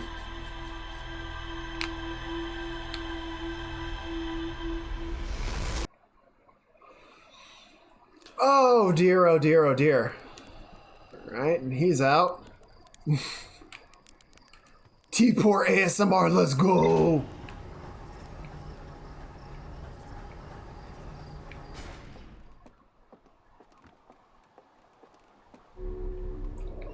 Okay, I feel like we're getting close, and just based on how this is going, I think we're gonna try and get through the Southern Observatory, and that's probably gonna be about where we call it a night. We'll see. I don't want to promise that. We might go a little bit longer, but it just kind of depends on how long that takes us to finally crack this puzzle.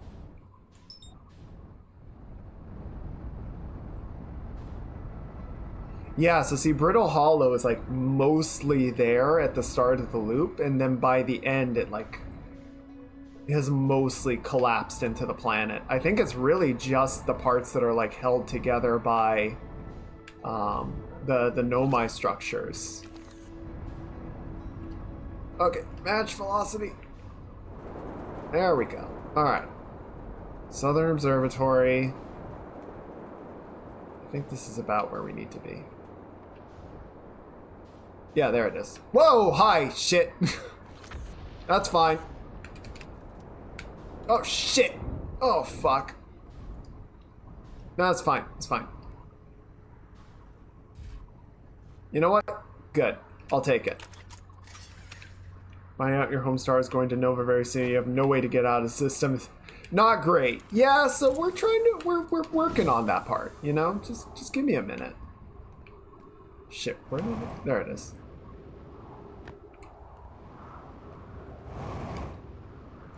We're trying to figure out how to get the system to not explode terribly. But it's proving to be a little challenging, you know?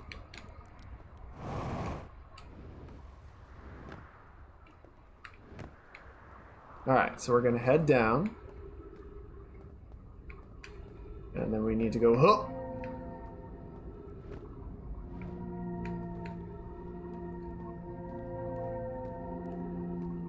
Is not today Baldur's Gate. Oh, on Jin stream? I want to say Jin... I don't know if she's going to be streaming Baldur's Gate. Yeah, I think it was tomorrow. Okay. So we did that, and then we used this to get down to... I'm so terrible with names. Our astronaut buddy. Right?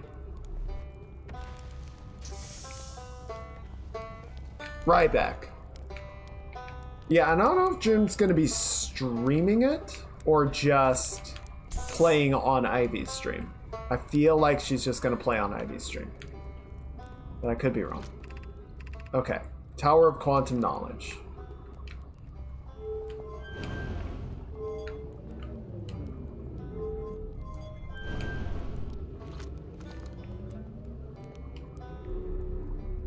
Yeah, I was thinking about streaming it.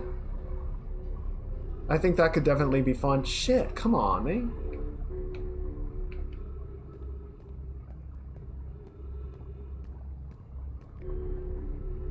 I feel like if we did, that would end up being a very long, like potentially a just...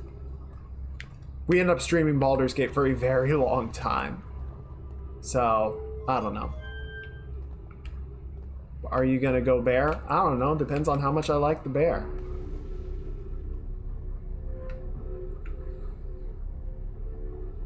It's so beautiful. Yeah, I never got any of the Divinity series. I wonder if these stairs are where we're trying to get to.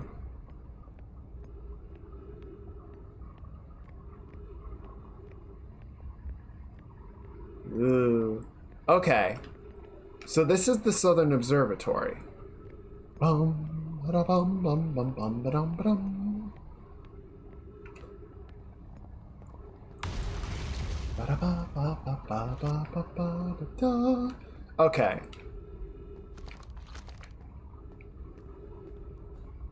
No, no wing.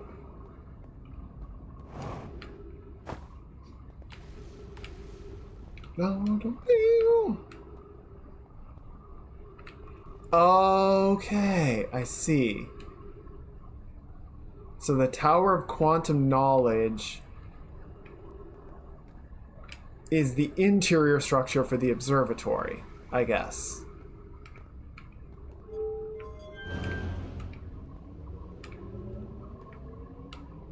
Yeah, I'm still not sure where that's trying to send me.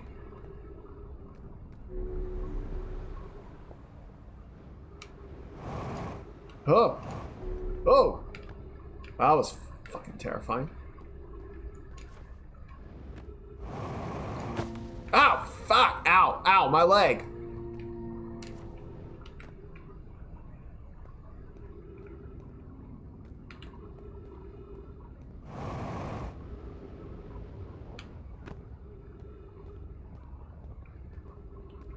Where are you sending me with this? Jesus.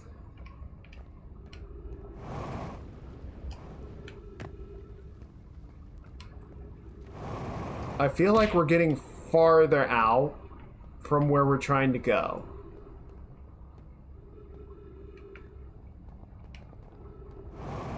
But maybe not. Maybe this is the observatory?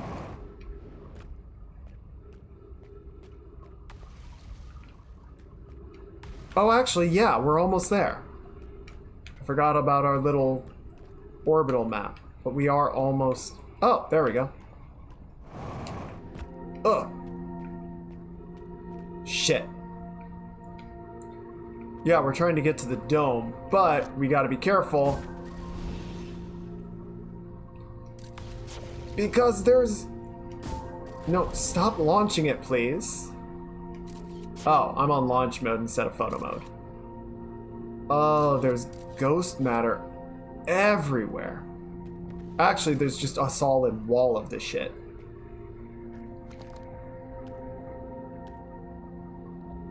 I do not love the ghost shit, thank you. Oh, shit! Oh, God! Ow! Ah. Nailed it! I meant to do that. Oh, I think I actually was supposed to jump there. I just vaulted the whole thing, because I ain't got time for that. Hell yeah! Space trees.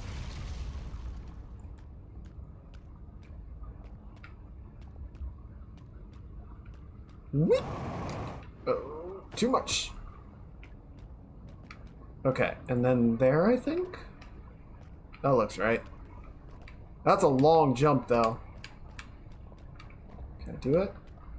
If I can't, I might not get another shot at this time. Alright, well. Yep, okay. Bonk.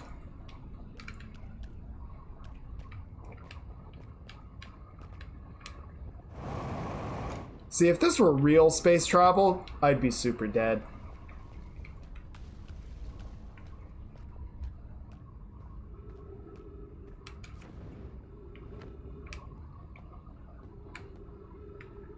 Oh, there we go. Okay. Can I boost that? I guess I can. Yep. Nailed it. Looks like we made it, baby! Woo! We're in.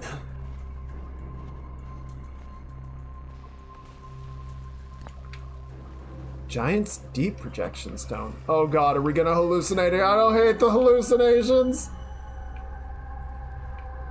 Okay, so this looks like Giant's Deep.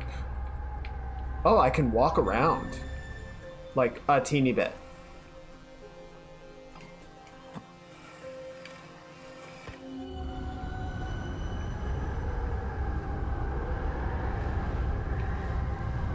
Okay, so I can walk as far as this square. Oh! Blech. Giant's Deep.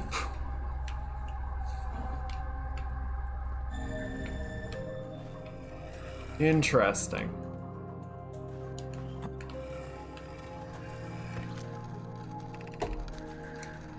Cassava.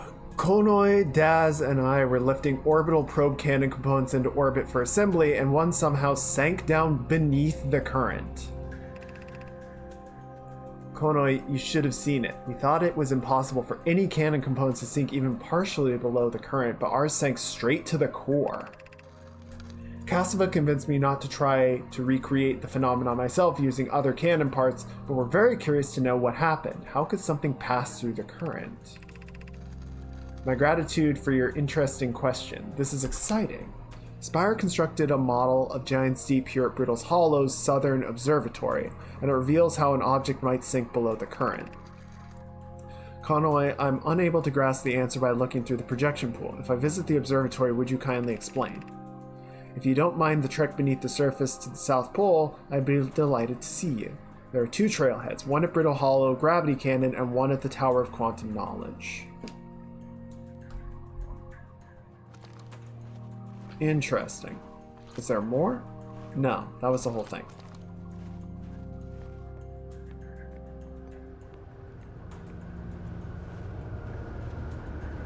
So these are simulations of the deep currents.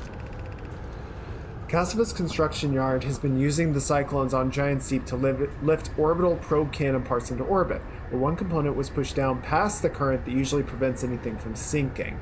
Oh, interesting. Spire and I are crafting a model to determine why this happened. An update. It's now clear there are two different types of cyclone. While most cyclones on Giant's Deep rotate clockwise, these are the cyclones Cassava typically uses to send components into orbit.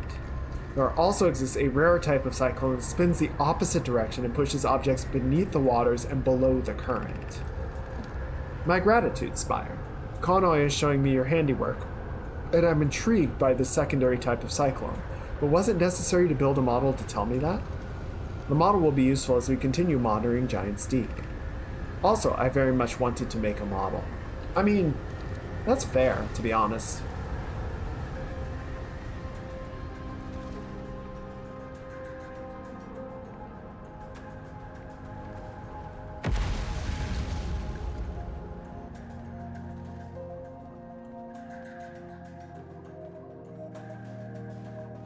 And then what are these? Oh, what the heck? Oh, so this aligns the observatory with all the different planets. That's kind of amazing. So they can just move the planet to whichever orientation they wish.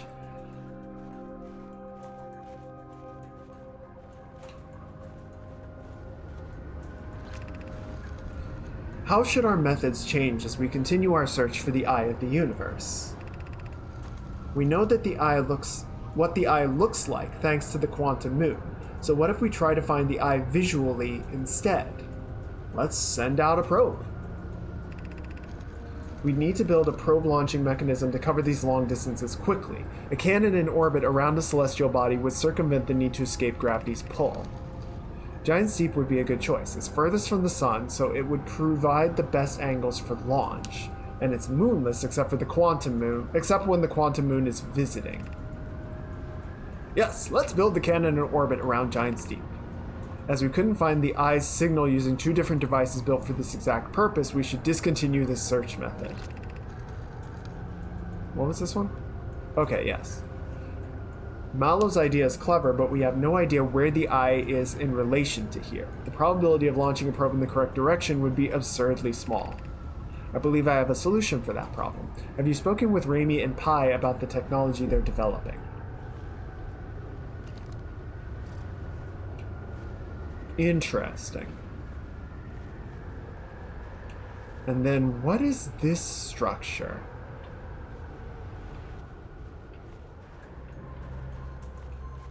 So we have the cyclones, we have the trees. Oh, there's one more log wall that I have not yet looked at.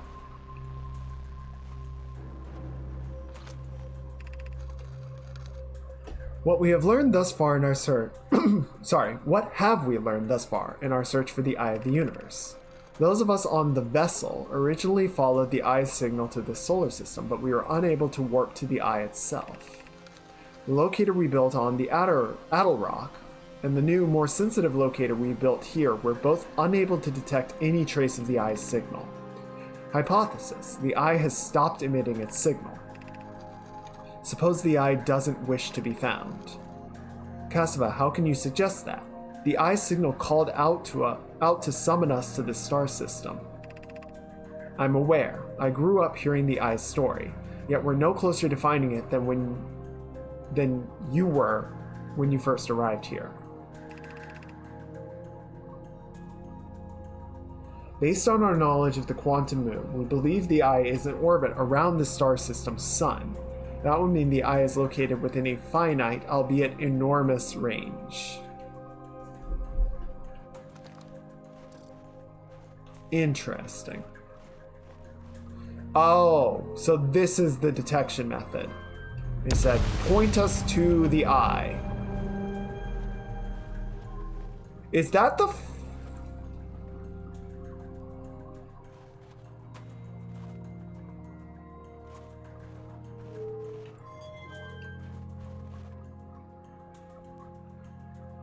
Yeah, it can't find it.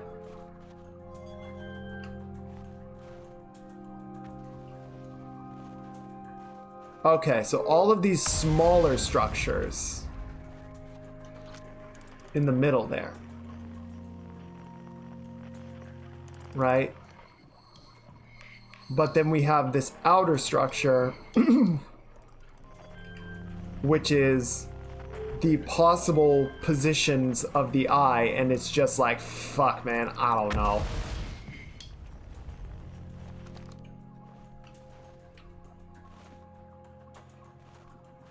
What if I jump in that?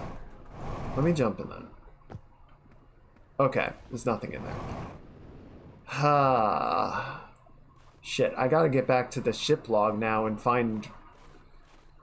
try and put all of this together. Oh, can I get out this way now? Huzzah! I don't have to frickin' backtrack that whole thing.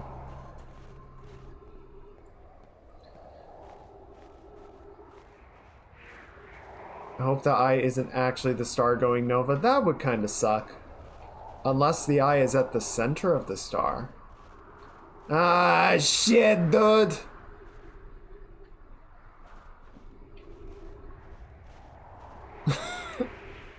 My fucking ship!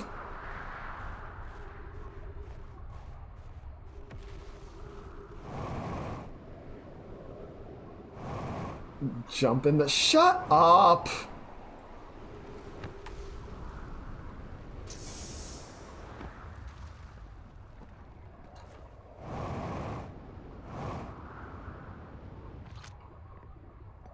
What is this? Oh, this is the Tower of Quantum Knowledge.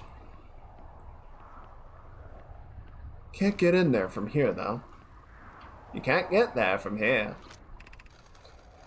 Beneath your feet lies the Tower of Quantum Knowledge. If you are preparing to make your first pilgrimage to the Quantum Moon, descend the steps to the entrance below. The knowledge held within will help you on your journey. Oh, cool. So I can actually just enter this one as opposed to doing some kind of weird, crazy thing through the core of the planet. Well, that's good, because I'm probably not going to get back to my ship. At least not before the star explodes. So there's that. No, wait. Oh, no, I can't get in there. Or can I? Or can I?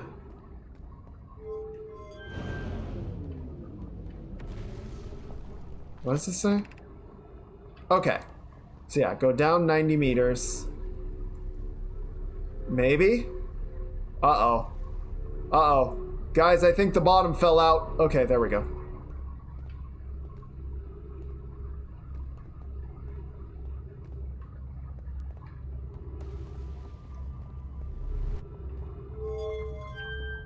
What, the stair on the outside? That's what I came up with. That's what I came down here with. Unless there's another entrance that sort of, you have to like try and step off early.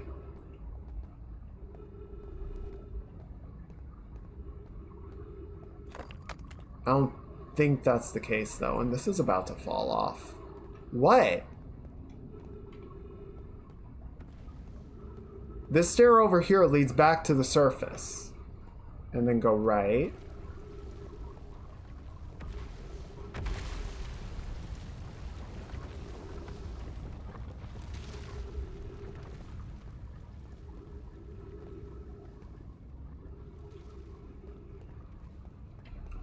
From the lift, go to the right. Yeah, this stair just goes back up to the surface of the planet.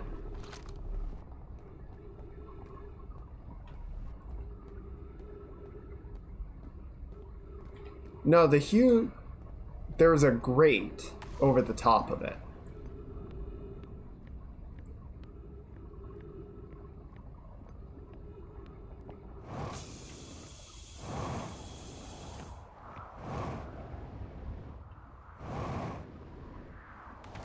I can't just walk in from the top of the tower. And it doesn't look like any holes have gotten punched out in the meantime. Though there is this wall. The trees are moving. The trees in this grove wander about freely, the entire planet, roots and all. This is not normal even for this alien planet. I've never seen them move. Is that even possible? If anyone else witnesses this disturbing behavior, I implore you, record your observations here. Either these trees are aberrant or my brain must be. Plume is right. The trees do move. I confess I didn't notice until I read his notes. Alarmingly, it isn't only the trees. There's another matter in this area, such as that unusual shard of rock moving in the same way. Our rock is unusual for another reason, too. It possesses color and texture I've never seen elsewhere on this planet. Hypothesis. This rock shard's presence is significant. We should study it. Could it be what is causing other nearby objects to also move about this area? I don't think there's a save option. I think it just autosaves.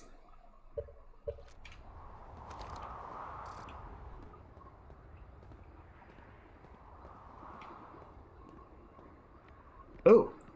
Oh shit! It's the frickin' the Schrodinger's rock.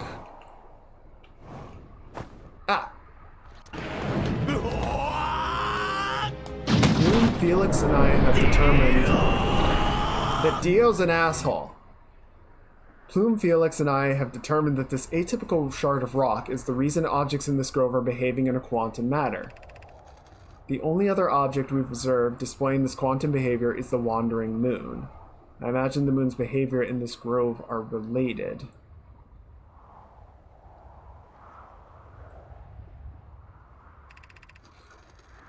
Oh, in her note from earlier, Felix mentions this strange type of rock isn't found anywhere else on Brittle Hollow. What if it isn't originally from this planet? Hypothesis. This quantum shard is from the quantum moon. Perhaps it is even a small part of the moon itself. Of note, a unique signal is coming from the shard. Curiously, our friend the Wandering Moon sounds the same. I've also heard the same signal this shard produces calling out from Giant's Deep, Timber Hearth, and the Hourglass Twins. Interesting. So the quantum moon is all quantum obsidian. Oh, shit. Well, we're going in, guys!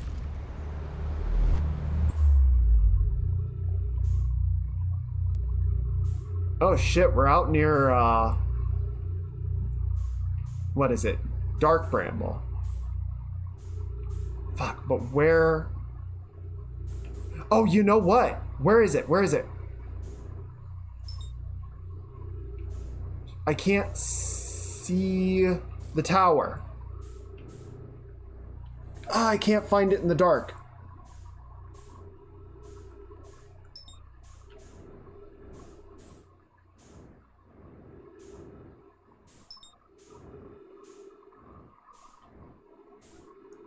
If I could just locate it, then we can just float in. We don't need to fight the gravity.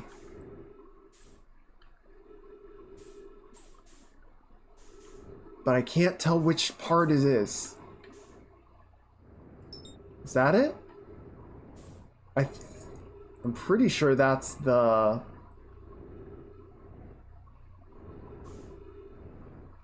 I'm pretty sure that's the cannon.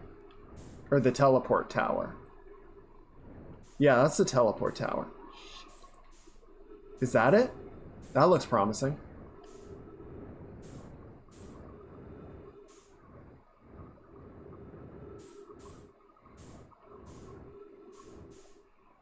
No. Damn it. Oh, there it is. We got it. We got it. Ladies and gentlemen, we got him. Oh, and my ship is here.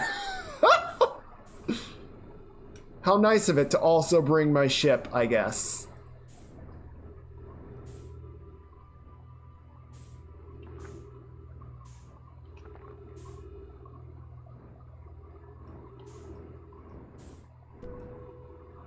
Oh, crap, I think the music's playing.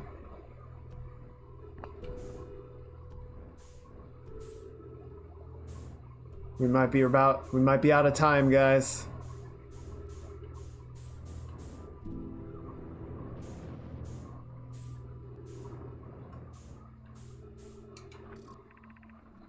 Welcome, Solanum. Your arrival here means you've completed your preparations on Giant's Deep and are ready to depart for the Quantum Moon. On your pilgrimage, the Quantum Moon will carry you, just as it carried me and many in our clan before me to the Moon's sixth and most secret location. You'll be aided in your pilgrimage by the shrine your clan built on the Quantum Moon, but remember the final rule. To explore the sixth location, the shrine must be on the Moon's north pole. Be curious on your journey. Okay, how can I put it down? No, I need to... Shit. Shit! Fuel levels are critical. Okay, I just need a little bit more. Come on.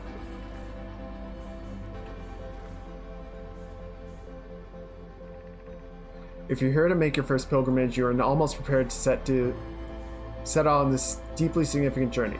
Before you do, please pause, remember your history. We make this journey not only for ourselves, but also to honor the members of our clan who came before us.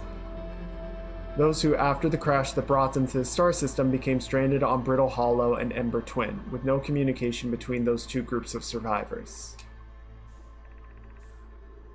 These Nomai looked upward from two different planets and saw the same wandering moon visiting their skies.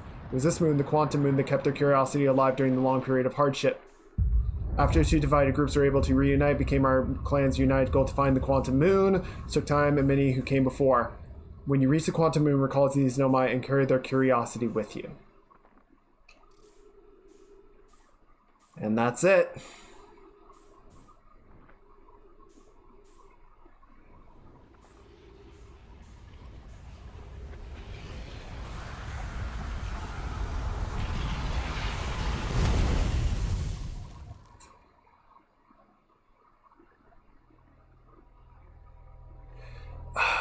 Okay, I mean, that's all very interesting, but it didn't explain how to find the quantum moon, unless it's there at the end.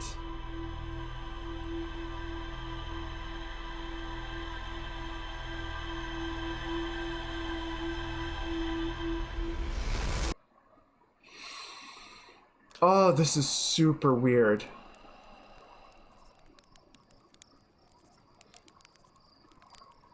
That's it right there. Giant's Deep doesn't have a moon. It's just it's right there at the start.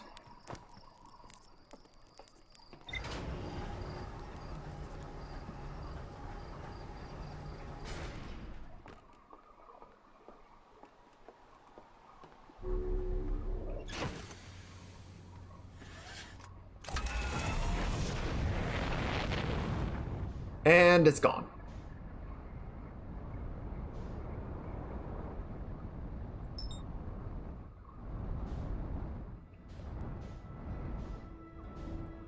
Okay. Let's match velocity. We need to review the board because we've got a lot of little bits and pieces. Hanging City, Southern Observatory, Tower of Quantum Knowledge, Tornado Simulator, Orbital Probe Cannon, Quantum Shard, Quantum Signals, the sixth location, and the Shrine. My. What a load of crock! Nomai built a shrine at the Quantum Moon to aid in the pilgrimage to the sixth location. Many Nomai went on a pilgrimage, during which the Quantum Moon carried them to its sixth and most secret location. To explore the sixth location, the shrine must be on the moon's north pole.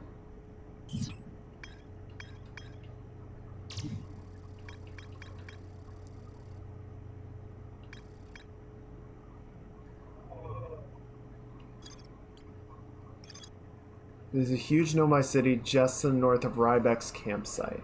Okay.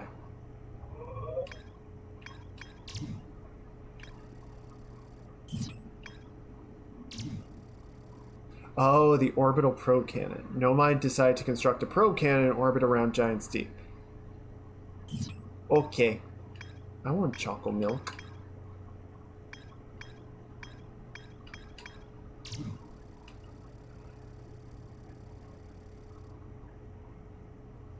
Every Nomai warp tower is tuned to a specific astral body. To use a tower, you must be standing in the warp location. Okay, so there are multiple towers?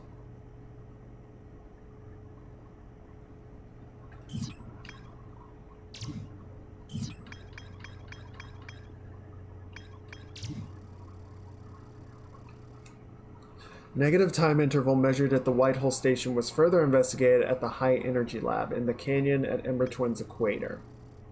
Nomai detected a quantum signal coming from somewhere on the Hourglass Twins. And then, yeah, we've got... Oh, wait. Quantum signal coming from somewhere on Timber Hearth. Not... Probably not the one...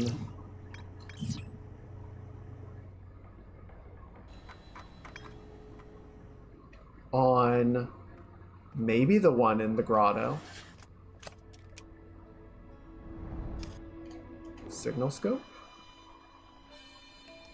No. Port autopilot. It would be nice if I could change the frequency on the signal scope.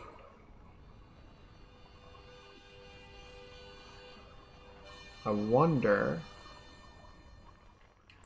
because I don't think I've been here.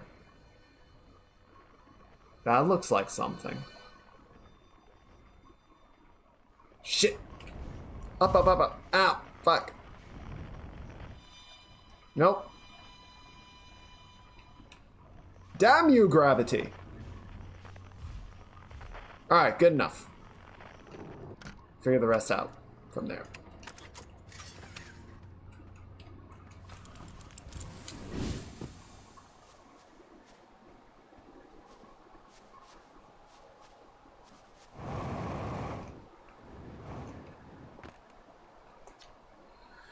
Research notes. Property of chert.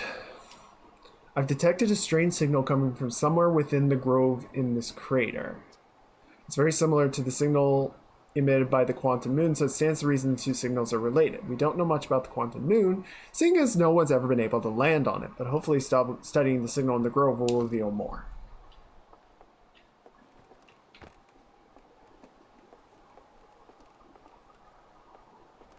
Okay. So it's either in this grove or it's in the adjacent one. So let's find out.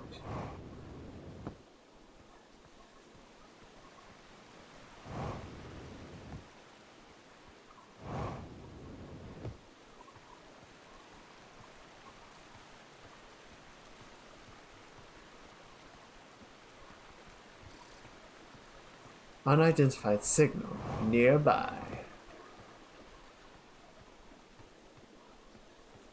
Now the real question is, where?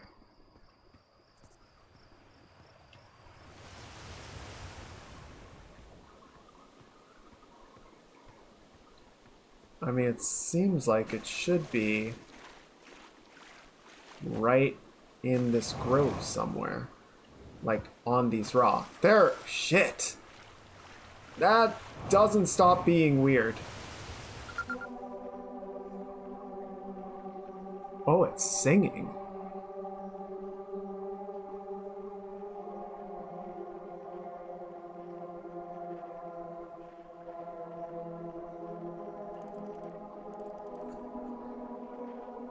Well, that's weird. And if I look away, it moves. Damn it. Stop being so weird.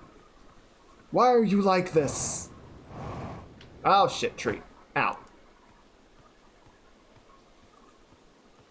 It's always dark, the quiet shade in the ancient glade across old bark. Quiet shade in the ancient glade across old bark.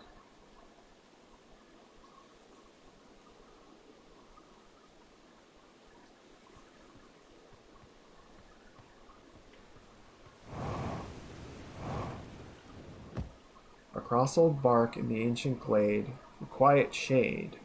It's always dark.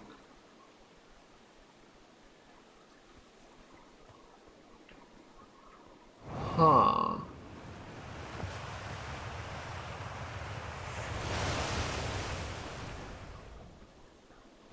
Is this a... This feels like a puzzle, but I don't know what the puzzle is even... Wait. This... Oh god, the sign is moving. Why is the sign superpositioning?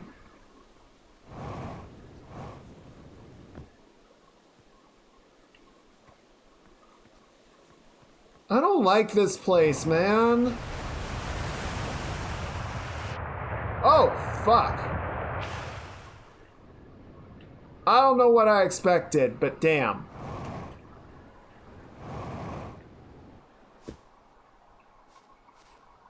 Okay. Okay. Yeah, that's fine. That's okay.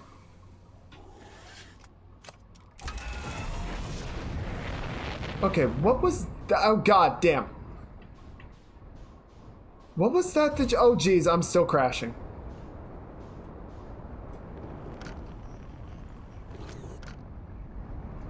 Something exploded out there. Things are exploding. Why? Oh. Oh, were those other stars?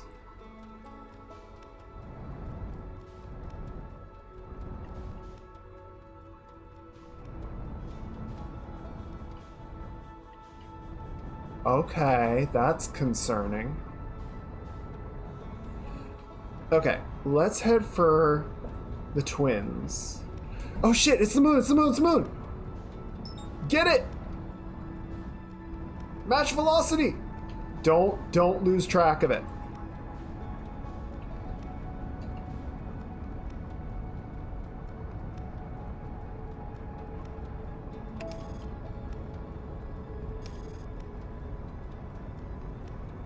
I've got you now.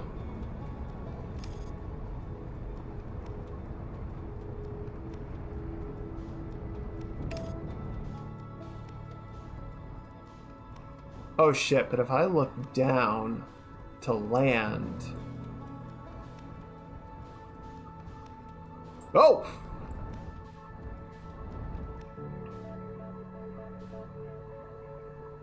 Well, that's just not fair.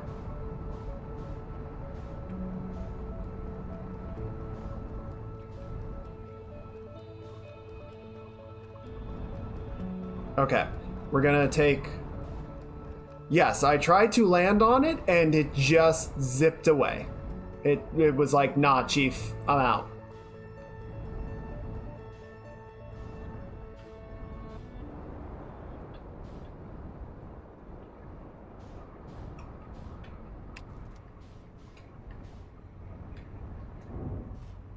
Close enough.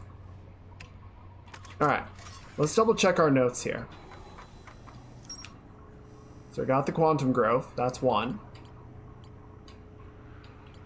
Okay, so what did we need? So we have the Ash Twin Project, which is on the other twin planet, yes. And then, what was the other thing? Oh, right, we can do map mode. High Energy Lab. The negative time interval measured at the White Hole Station was further investigated at the High Energy Lab at the Ember Twins equator. There's also a quantum signal coming somewhere from the Hourglass Twins. Okay.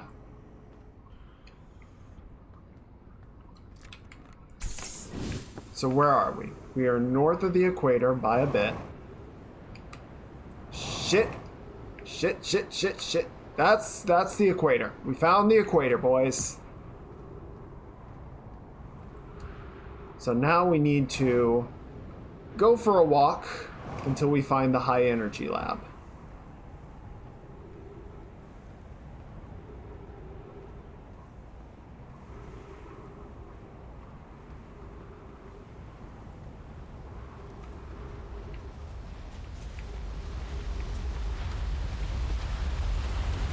That's a lot of sand.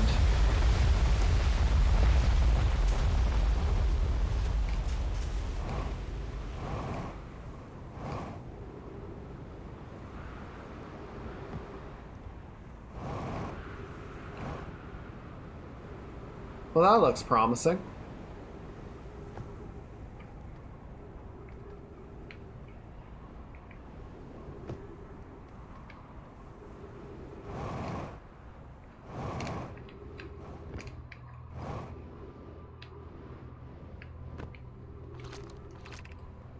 Shuttle is currently resting at the comet. Okay.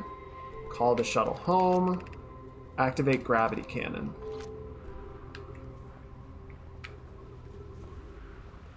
Interesting.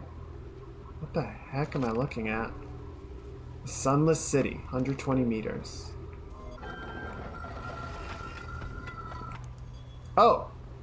Gross. I'm gonna guess those will puncture my suit, so I'm gonna not touch them. No touchy.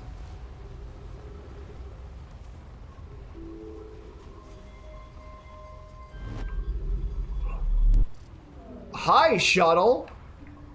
Did you just fucking white hole teleport the shuttle here? That's kind of cool. That's neat. How do I get on it? I guess I can just go up here. Yeah, there we go.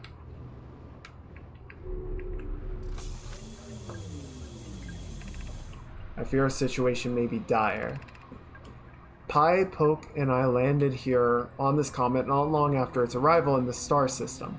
Our shuttle's equipment heard strange energy readings coming from somewhere beneath the surface. Pi and Poke were able to locate a fissure in the ice on the comet's sunward side, and they descend inside to investigate the source of the readings. But Pi and my sister have been gone for a long time now. They haven't contacted me since descending below the surface either. Should I leave the shuttle to look for them? I want to follow protocol, but I don't know what I'll do if they aren't well. Poke, Pi, come back to me safely, my friends. Oh, it's a Nomai spacesuit. Admittedly, I probably can't wear that. Okay, so I've got a control mechanism here. Middle. What does middle do? Nothing. What does left do? Whoa! Uh-oh, uh-oh. No, stop. Go back, go back, go back. I don't want to fly into the sun, man. I did that once. It wasn't very cool. Huh? What? Where am I? Okay, I think we're back on the planet. I think that was the recall. Okay, so I think I need to wait for something to shoot at that isn't the sun.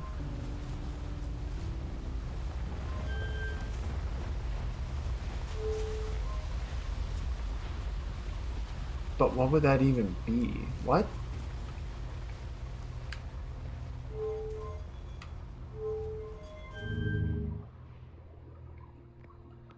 Okay. Oh, so that lets me sort of correct the course, I guess? Hey, welcome back. You got choco milk? That's pretty cool. I want choco milk. What are we doing here? Okay, so we are leaving the planet. But we're not going anywhere.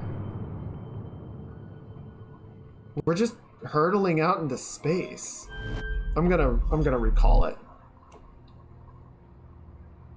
Ooh, coffee milk. Also good. Yeah, I'm not sure what this shuttle is about, like what it's trying to do.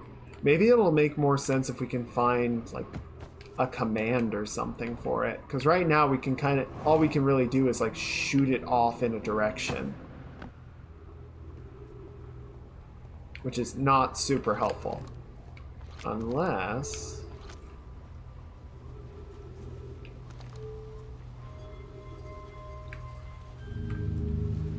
Whee! Oh, I think I just jettisoned it into the sun. So... that's a bit of an oopsie on my part.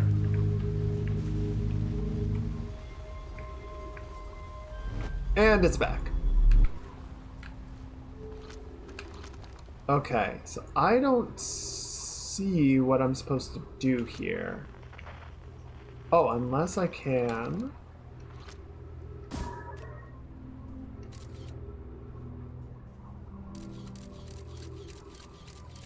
oh dear. That's a lot of spikies.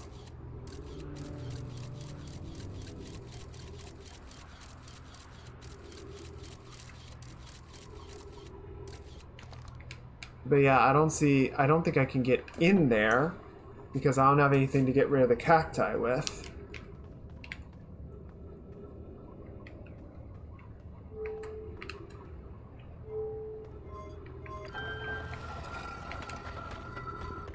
I'm stuck.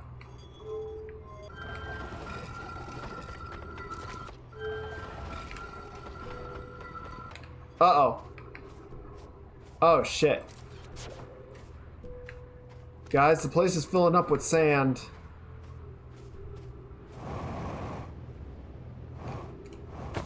Oh, ow. I think the phase shift on the Ember Twin is reaching its conclusion, it looks like. So we're about out of time for this loop, I reckon. Oh, is that the high energy lab right there? Oh, ow! Oh, I banged my fucking knee. Oh, god damn it. Ow, fuck.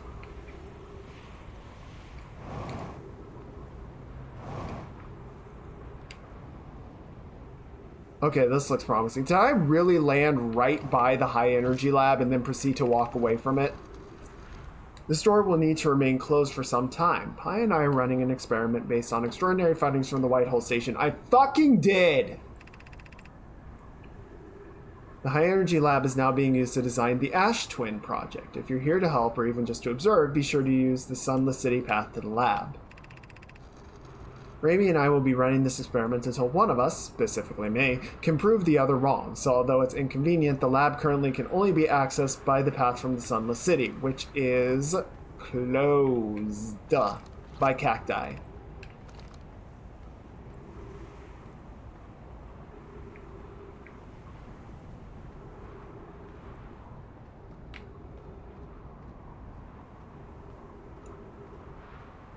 Okay, well, since it's relatively safe, I'm just going to do a little experiment. Yep.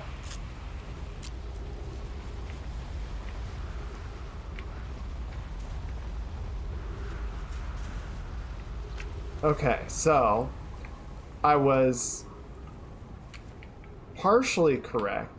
Oh, is there another thing? Inviting sand inside would disrupt our setup and could have enormous consequences. We realize this is an intriguing prospect, but the door must remain closed. Sunless City, 300 meters.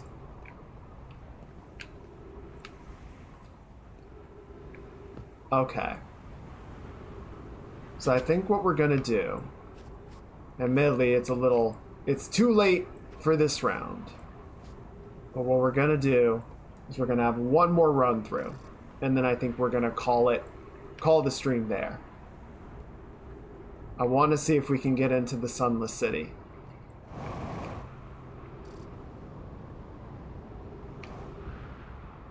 Oh shit, there's one more thing. I see a fire. I see a campfire.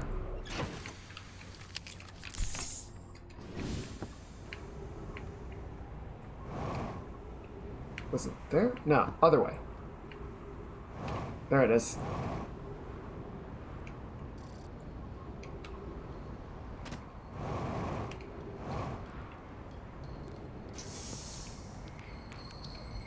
Hey, Chert. The stars, they're all dying. There have been too many supernovae for it to be anything else. We're next, do you understand? Our sun! By Hearth's name, we're next! Yeah, I kind of got that. Why are the stars dying? I don't know. They're old.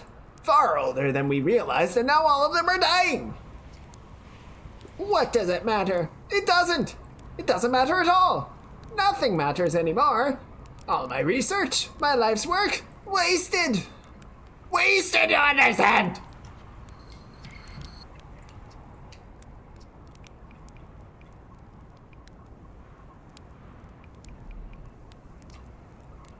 Why isn't that great? Do you know what? I found a few things myself. Most of them have to do with the sun exploding. Oh, who cares? What does it matter? Nothing matters anymore.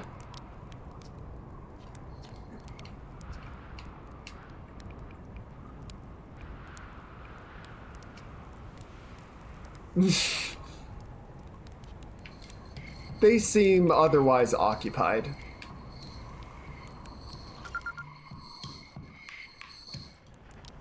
Which is understandable. I'm gonna have a marshmallow.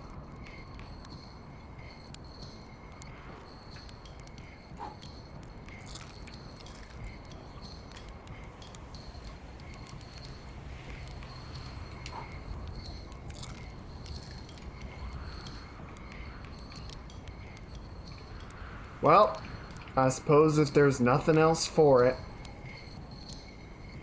I'm gonna have myself a little nap.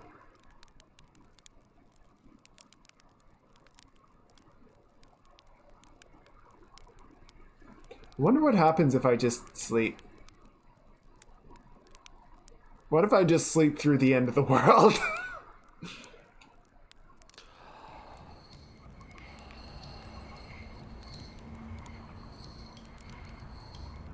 Oh, it won't let me. It's like, no.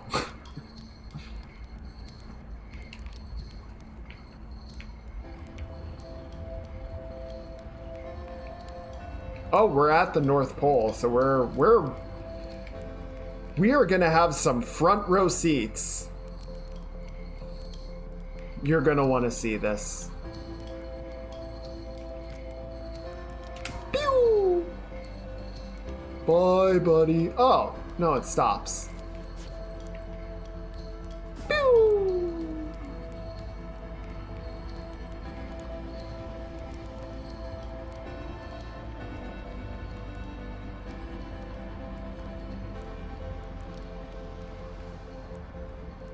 I don't think it's gonna reach the sun.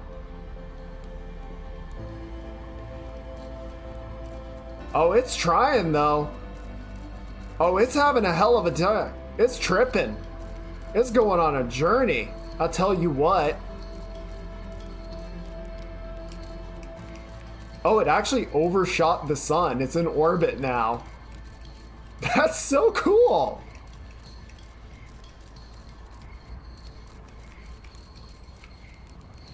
Oh, it's... Yeah, it's just... Uh-oh. Ah!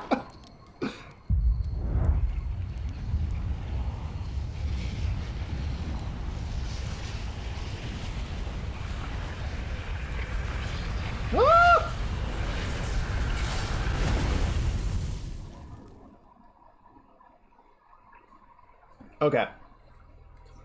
So yeah, let's do one more run.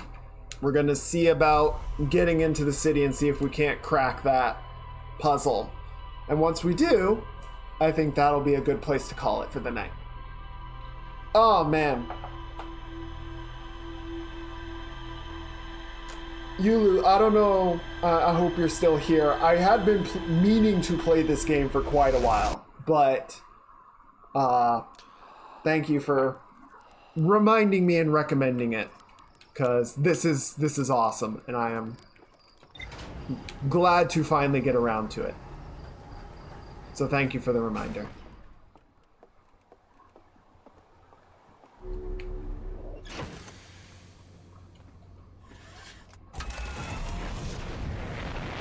Oh man, this... I don't know what I was expecting. I was intentionally like trying to avoid finding out anything about this game before I played it, but this is not it. This is not what I expected.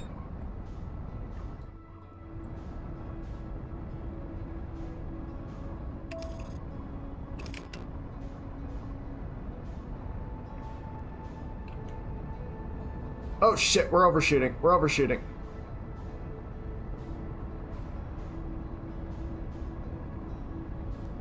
Yeah, it's Kerbal Space Program, but like light on the physics, and very big on like the what. Man, there's some really wild shit going on. I kind of want to try and get down to the core while it's exposed like this. What does that look like? Oh shit, slow it down. Easy, easy, easy. Okay, so there's not really anything down here. That's fine. I was just curious what it looked like. Alright, let's back it up. Let's back it up. Nice and easy. There we go. Alright. Bring it up. Alright, so we gotta find the high energy lab. Right? So we're just gonna go around until we get that. There it is. Because I think trying to enter through the cannon is not gonna work for us, right? I'm gonna park off to the side just because I don't want my ship to get, you know, frickin' showered in sand the whole time. I feel like that wouldn't be much fun. Okay. So yeah, let's try. Okay, there's the tower.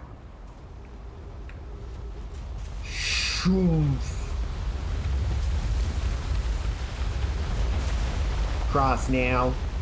Cross now.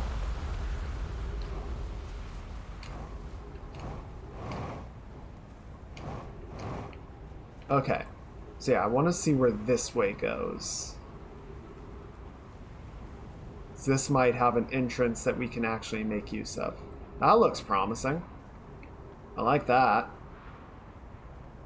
Oh, oh, oh. Fuck. Yeah, I know the Sunless City is down there and I can't do shit about it. Crash site caves. Well, that sounds maybe. But we should probably go before the sand comes back around, cause I don't want none of that. I don't want none of that. Are the trees also spiky? That's just rude. Okay, no, it's just an oxygen refresher. That is actually quite polite. I'm sorry, trees. I'm sorry I doubted you.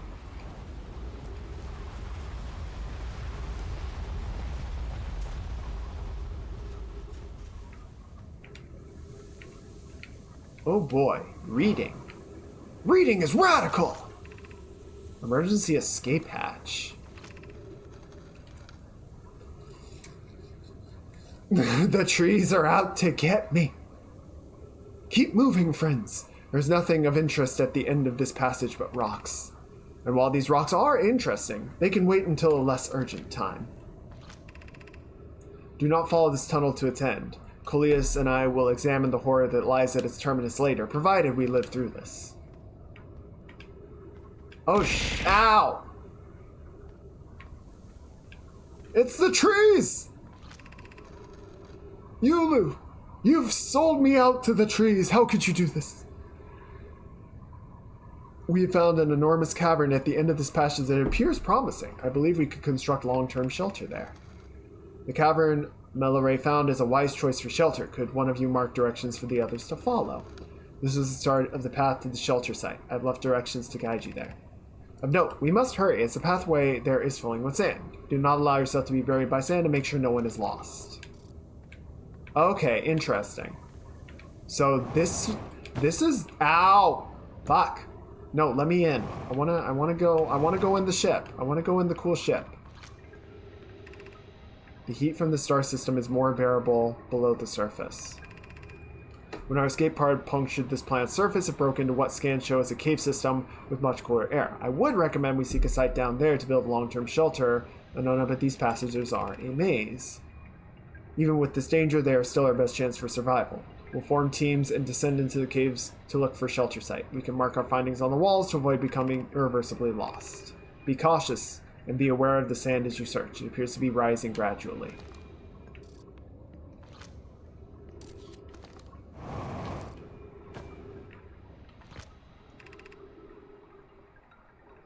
Scanning external environment. Scan complete. External temperatures is prohibitively high. Verdict: inhospitable. Do not seek shelter on surface. Alert: collision imminent. Preparing for impact. Launching escape pod 3. Now launching escape pod 2.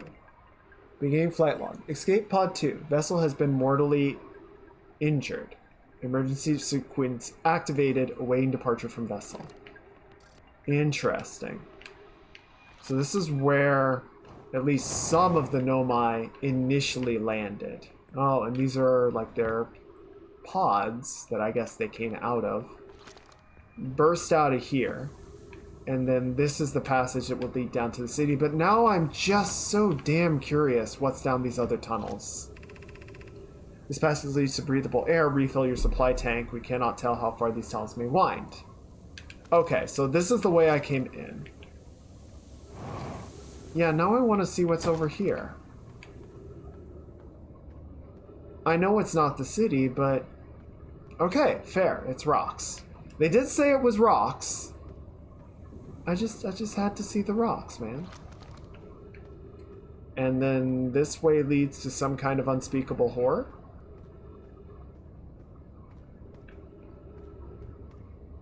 Oh shit, it's an anglerfish.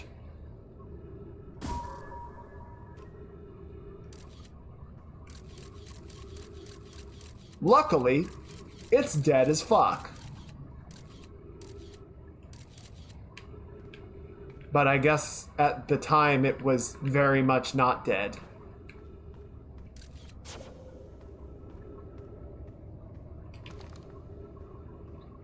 What are these anglerfish doing? Because there's also one at the center of Brittle Hall, or not Brittle Hollow, Dark.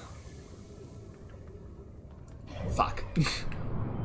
The names are too similar. I keep thinking of Brittle Hollow when I mean... Where is it? Dark Bramble. Yes, that one. There's another anglerfish at the center of that. Okay, the things I'm seeing are other stars going out, going supernova. Like Czech was talking about. Or Chell. I don't remember. I'm terrible with names, shut up. Wow, a lot of them are going out. It is... I don't know what would be causing all of these stars to be going out at the same time, though. I mean, realistically, nothing, but... Coleus. The path to the shelter site is somewhat convoluted, so follow the instructions ahead closely. Okay, that looks like sand and cacti, so screw that. Alright, so I think we just go down here. There we go. To reach the shelter site, walk forward until you meet the sandfall at the pit. Then turn left. Continue to the room filled with rock column formations and climb upward through the opening above them. The sand here is rising, so you must be cautious but swift. Alright, write that down, chat. Forward, and then left.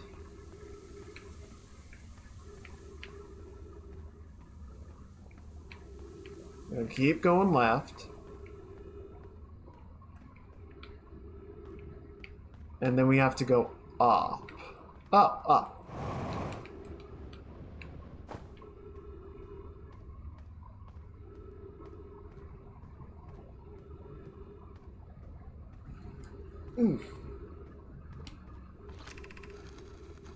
Be cautious crossing the chasm ahead. The bridge Melloray and I crafted will do its job, but it isn't strong. Once on the far side, look for the tunnel hidden behind the falling sand. Follow it and you'll reach the shelter. Alright, cool.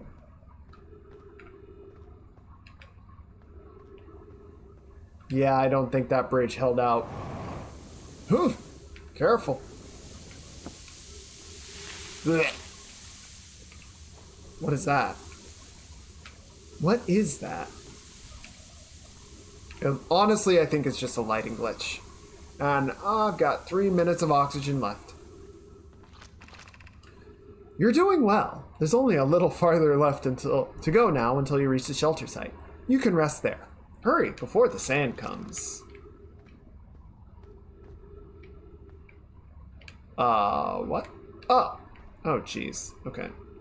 Huh. Oh no. Oh shit. Oh fuck. Ow. Ah. Ah.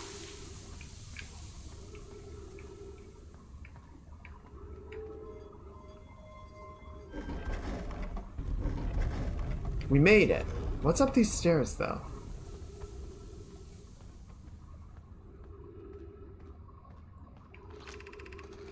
This is amazing! Look inside the cave! How did this come to rest here? We haven't encountered others in these caves. I think this is a rare find. From what I can see, Coleus and I believe the specimen must be very old indeed. Imagine what we might learn if we could examine it. We both agree it's unlikely this dry planet is this horror's place of origin, especially considering what we observed during the vessel's evacuation. Clearly, this hole is too small for it to have fit through. Hypothesis: there is another entrance to this cave. If there is, Coleus and I will find it. We can't leave valuable information undiscovered. An update. We need to find a way inside quickly, Melore, because when I returned here to search for an entrance to the cave, there were children playing on the specimen. Freaking kids, man. Okay, so I think this is the same, yeah. Same guy that we ran into before.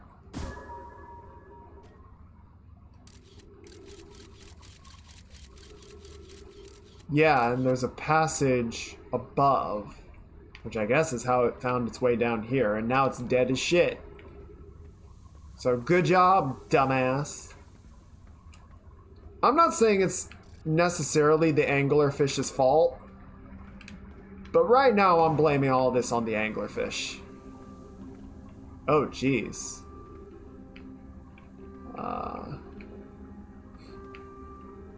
Poor ugly fish. Interesting. I'm running out of oxygen. I need to get over to that safe area.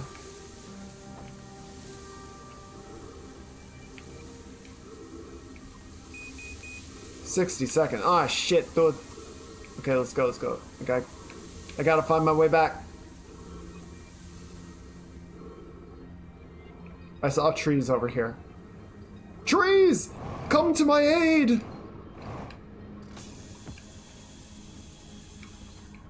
Thank you, my friends. You have saved my life. I am eternally grateful. Should we build the sun station to power the Ash Twin project? Are there other ways to generate this level of power? Theoretically, yes. Practically, no. I can't imagine discovering them in our lifetimes. I understand this proposal is unsettling, but the sun station must be built if we hope to complete the Ash Twin project. I almost can't comprehend this is being suggested seriously. The purpose of the sun station goes against every standard we hold ourselves to, and everything we believe in as a species. Unsurprisingly, Idea, I disagree. We're pushing a possible new technology further than ever before. That, in my experience, is a defining characteristic of our species.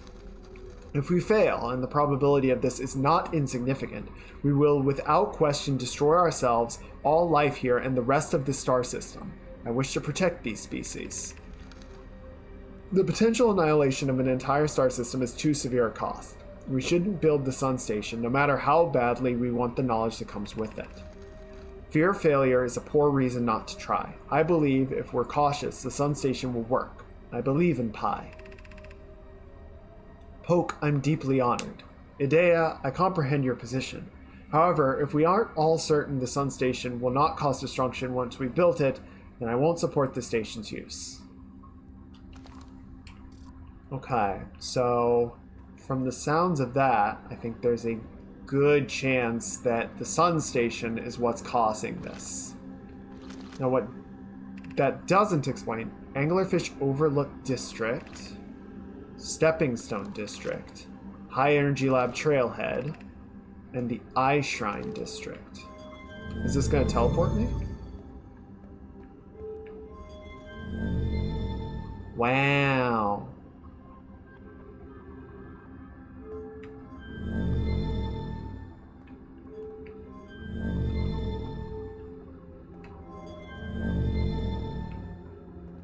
Wow. Uh-oh. Okay, shit. Am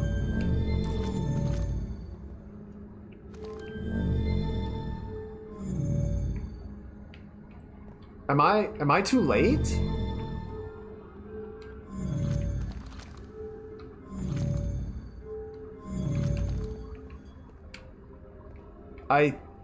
Is the high energy lab already buried?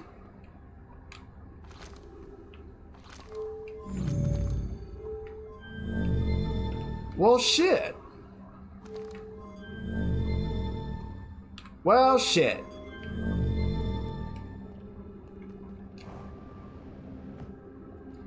I think I missed it.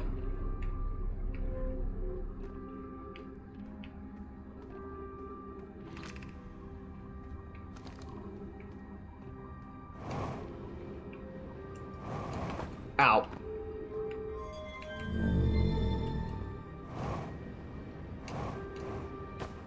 Shit. Shit.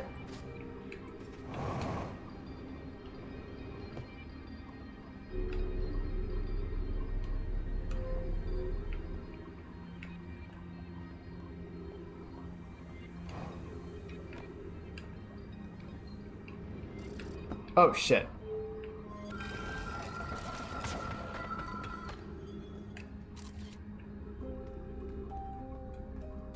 Oh, this hall is filled with ghost matter.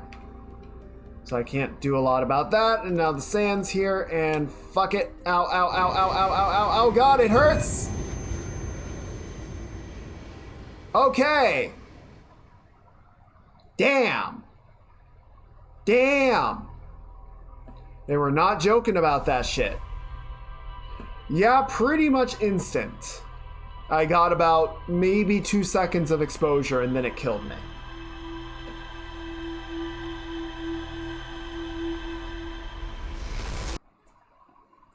Okay, let's do one.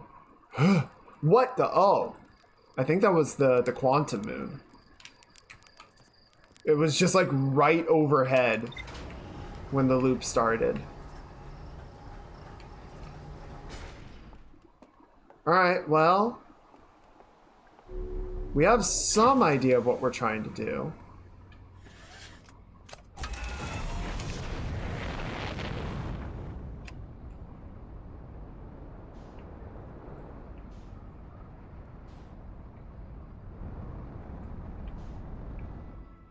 What did it lock onto just now?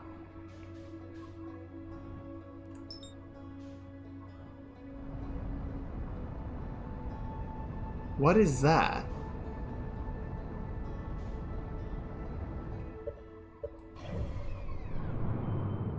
Oh, it's our probe. Okay, I don't care about that right now.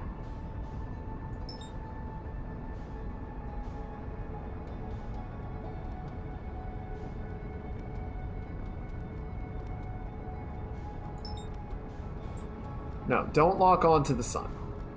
Please don't lock onto the sun. Okay, so... shit, where's roll? There's roll. Shit! Ah! Just gotta slow it down a bit. Just gotta slow it down a bit. Just gotta slow it down a bit. So what's really interesting to me, I'm trying to sort of reconcile these, is a lot of the events that the Nomai are describing. Oh, that's interesting. What the fuck is that thing? Also line up... What the fuck is that? I'm gonna have a lot of other stuff to figure out, but right now, I want to focus on getting to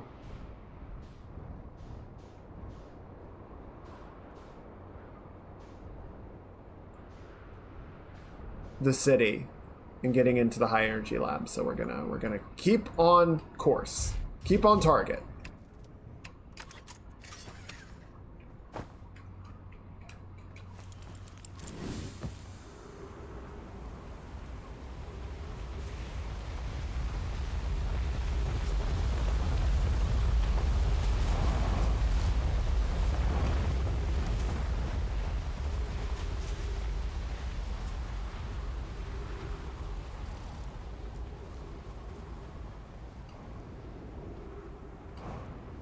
Okay, so what was I saying? I don't remember. I'm getting tired and zoomfy.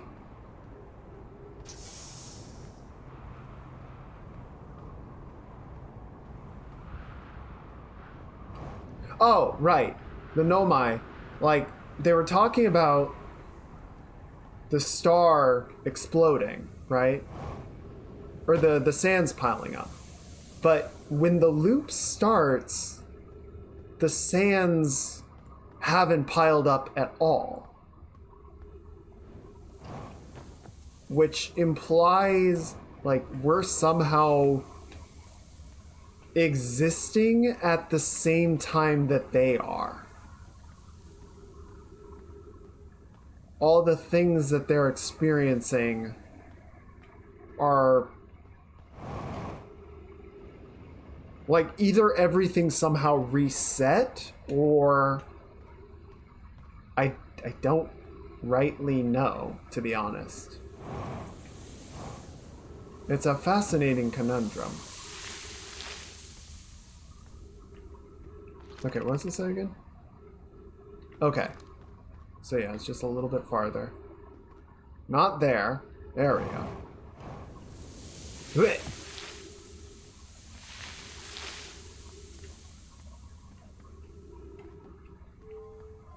Huh. Welcome on in, TF guy. I hope you're having a lovely weekend.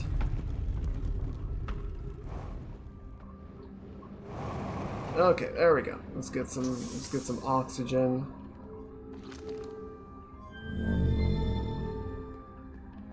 Shit.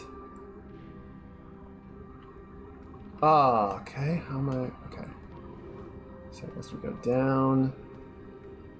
Yeah, so this is why I couldn't get to it before, because it almost instantly filled up. What is this? Stepping Stone Cave. Okay, well, I don't really care about that right now. What's in here? A bunch of stuff.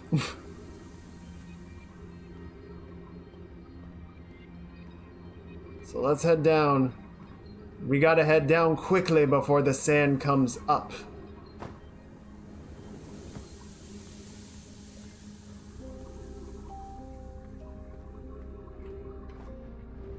Okay, cool.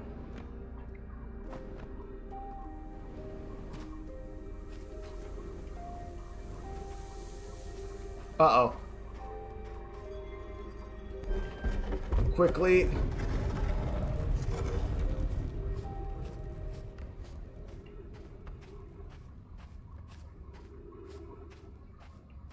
Oh, am I in trouble?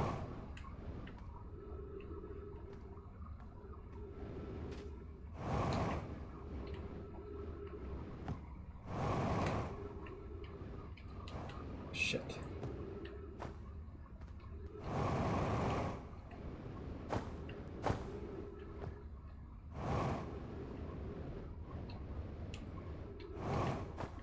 Shit. Oh yeah, I'm drowning in the sand. No! Okay, that looks promising. Up we go then. Ow. Just bonk everything all the way up. That's fine.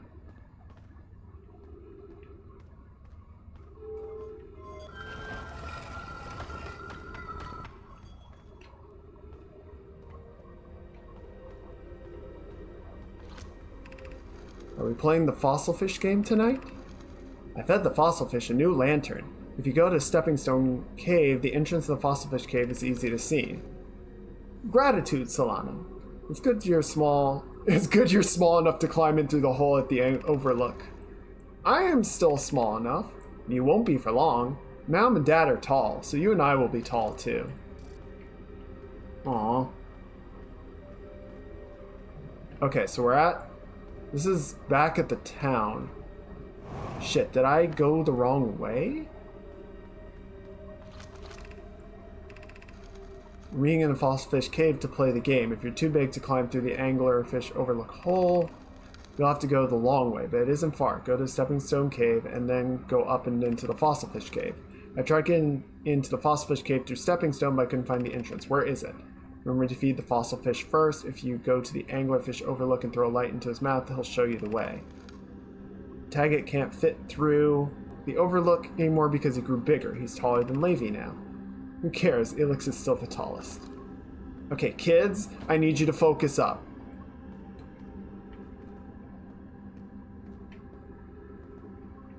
Okay, so this was that path that I was like, what's over here? I don't care. Ow! Ow!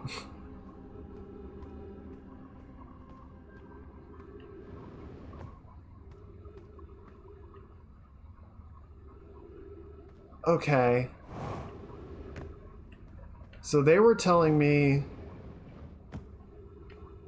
But I don't have... Is it that, maybe?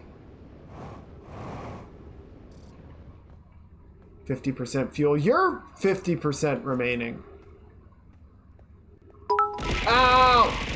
Oh! Oh no! Oh shit, we're back at the entrance now. Ow! Thank you for the 100 logs. The 100 written logs, Shadow. Oh man, I'm panicking a little bit. Alright, well that refilled our stepping stones. That way.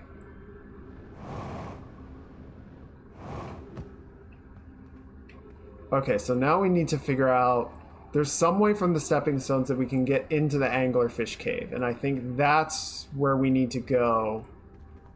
Shit. Okay, we're back here.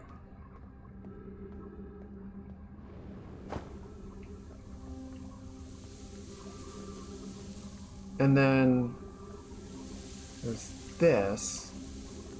But this is the path.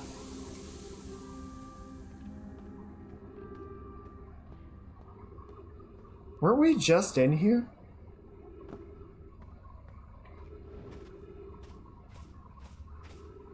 Shit, and the sand is still rising.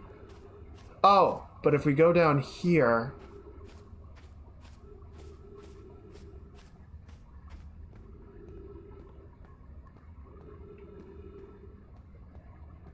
No, but we were just here.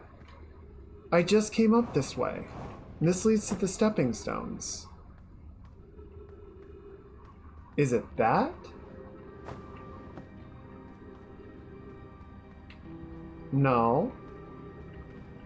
Okay.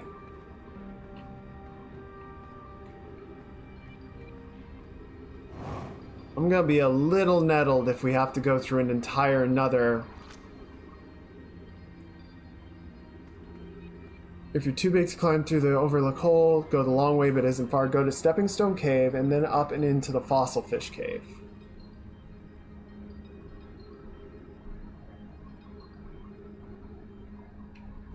Oh, shit. Okay.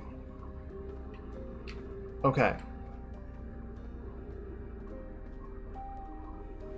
I hope I have the time for this.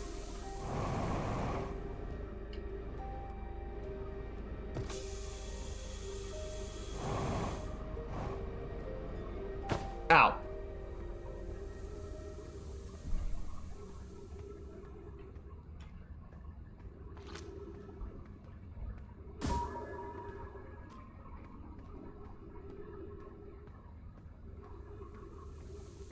Okay, so I think the idea there is like...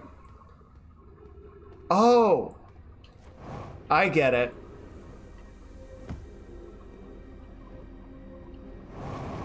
Shit, I don't think I can fit anymore.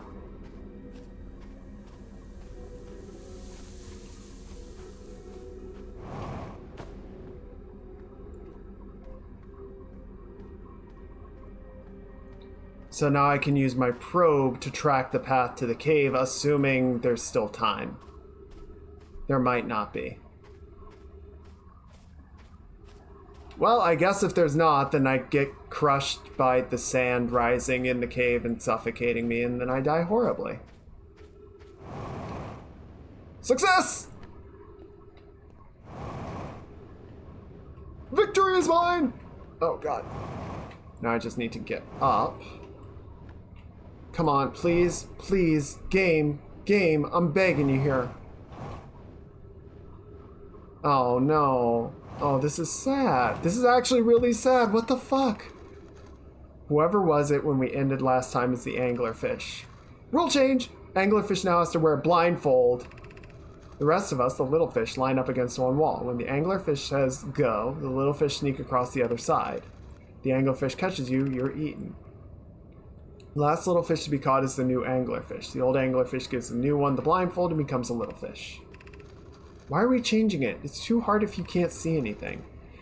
Aunt Pie says real anglerfish are blind, so you have to wear a blindfold. Rule stands. Rule update. It's okay if younger kids don't wear the blindfold when they're it. The rest of us will still wear it for scientific accuracy and to make the game more fun. Oh shit. Okay, maybe I don't need to stand on the antenna to make this work. I just need to stand on the head. And get a pretty good amount of velocity from that. Come on! Line it up. Yeah, I know fuel levels are low. Shut up. Anglerfish study. Melloray, while I was making sketches of the anglerfish, I observed the children I saw earlier playing here again. They've added a rule to their game that incorporates our research. I'm entirely delighted. It's never too early to appreciate biology. The long growth protruding from its head is bioluminescent. Perhaps it used the growth to attract prey. Visually, the specimen appears to be more the same species as the anglerfish and dark bramble. We don't believe it originated from this planet. The anglerfish digestive tract suggests death by starvation. Well, that just sucks. Alright. I don't know how much time we have left in this loop. Oh, what the fuck? Why am I back here? This was supposed to let me into the high energy lab.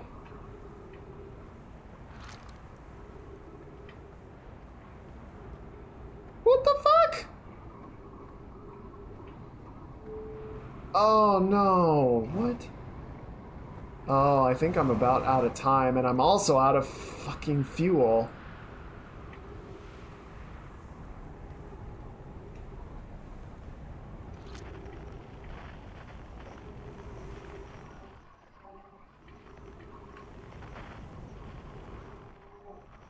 Yeah, probably dead.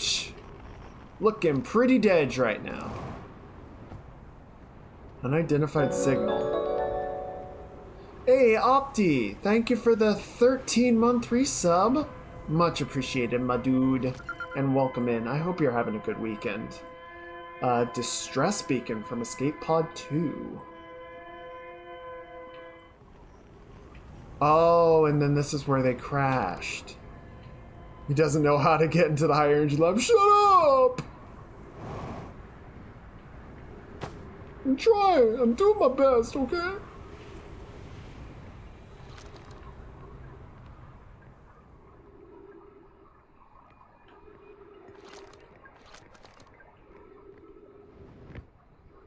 Yeah, I don't think they have any fuel in here for me. And now it's full of sand. 3 minutes oxygen, 0 fuel.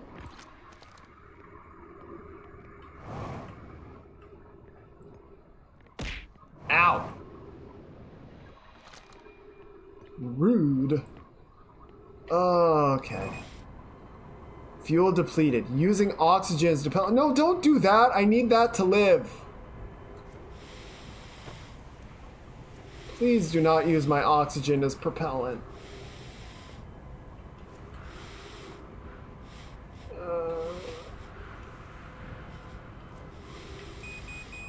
60 seconds oxygen. I'm starting to see things. Well, I guess.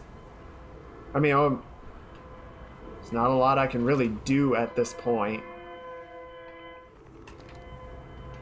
I'm kind of just shit out of luck.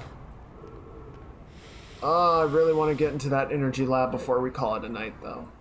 Oh, there goes my oxygen. Whee! Fuck. Hey, no my.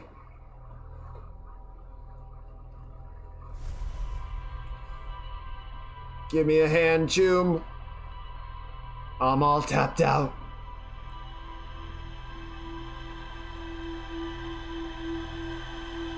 Yeah, once it runs out of O2, you kind of just keel over. So yeah, ghost matter is instant kill. Oh, that's interesting. The little death response was actually like gasping for air.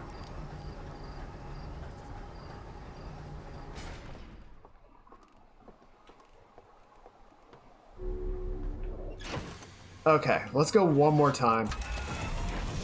I want to try one more time just to see if we can't figure out how to do that. Cause, damn, that sucked. We gotta get right there as fast as we can without crashing into the planet, if you'd be so kind.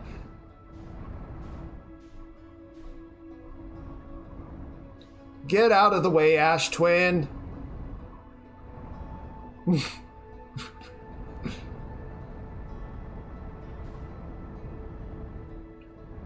One, two. Alright, let's go. Wait, what's all this stuff on top? What is all this? Look at all this shit.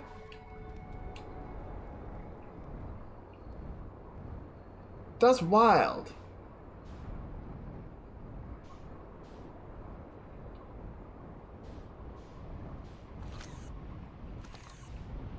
Okay. So we just gotta find that. That's what I'm looking for. Bonk. Good enough.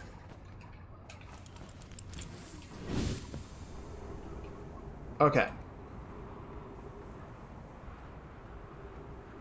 Now we gotta find the bridge. There it is. Oh shit, not the ghost matter.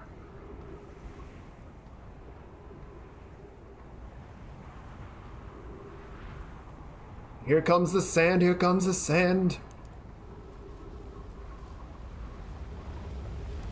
Oh, is this sand? Looks like it just barely misses me. Cool. I'll take that. Okay, so...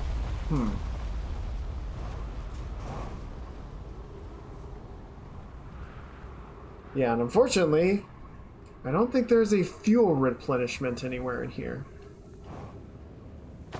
Ow.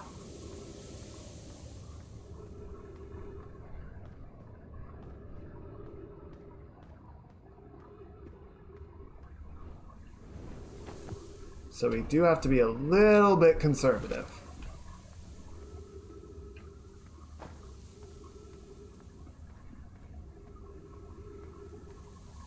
The joys of space travel.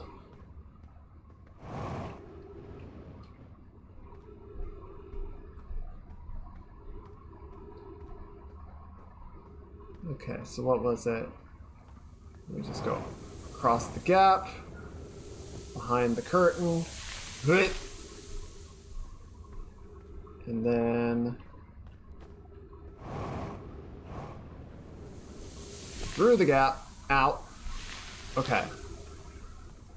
So I'm gonna go ahead and launch the probe just in case we do need the anglerfish, but I mean, we went up the anglerfish path and it didn't help, right?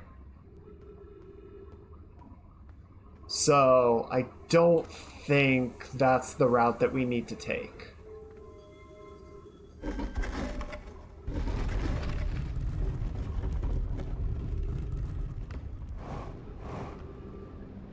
Ah, fuck. Ah, I skinned my knee. They said show the light in his mouth so he can show you the way. Yeah, so I dropped my probe in so that I could find the route to it easily.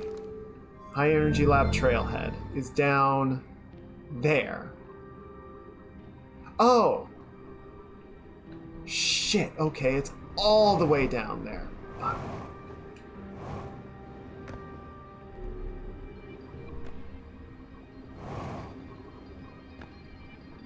Yeah, I think the anglerfish is just another thing. High Energy Lab. Here we go. Yeah, I think I didn't even make it down to this door last time. Come on. Up and over.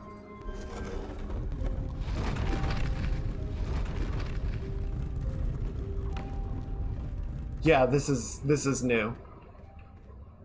So I think we just need to follow this trail. We are so close to the core that the planet is bending under our feet. Uh-oh. Hi, sand. Let's go. Let's go. Let's go. Oh, no. Oh, fuck. Oh, okay. Sand is burying me. Ah, fuck. Okay, I gotta wait for it to clear the cacti.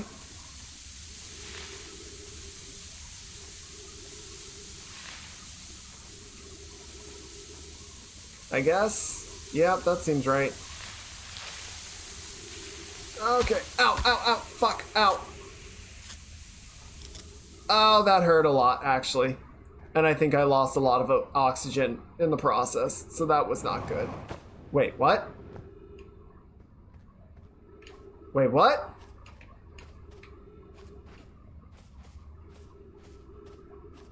Oh, shit. Ah, fuck you. Help. I'm so scared. I don't want to die. I don't want to die. I don't want to die. I don't want to die like this. This is really scary. Ah! No, please. Why are you doing this to me, game? Oh, that was honestly really anxiety-inducing.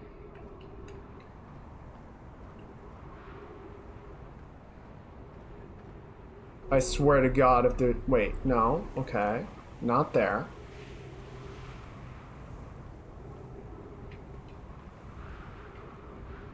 Okay, so now we're in this bridge.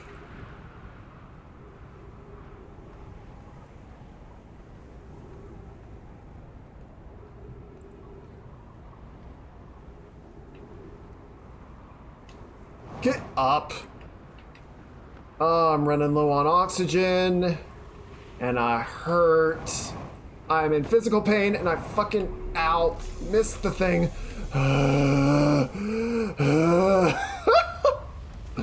I hate this planet. This planet is the worst. This planet sucks and it can blow up for all I care. Thank you, trees. You have saved my life.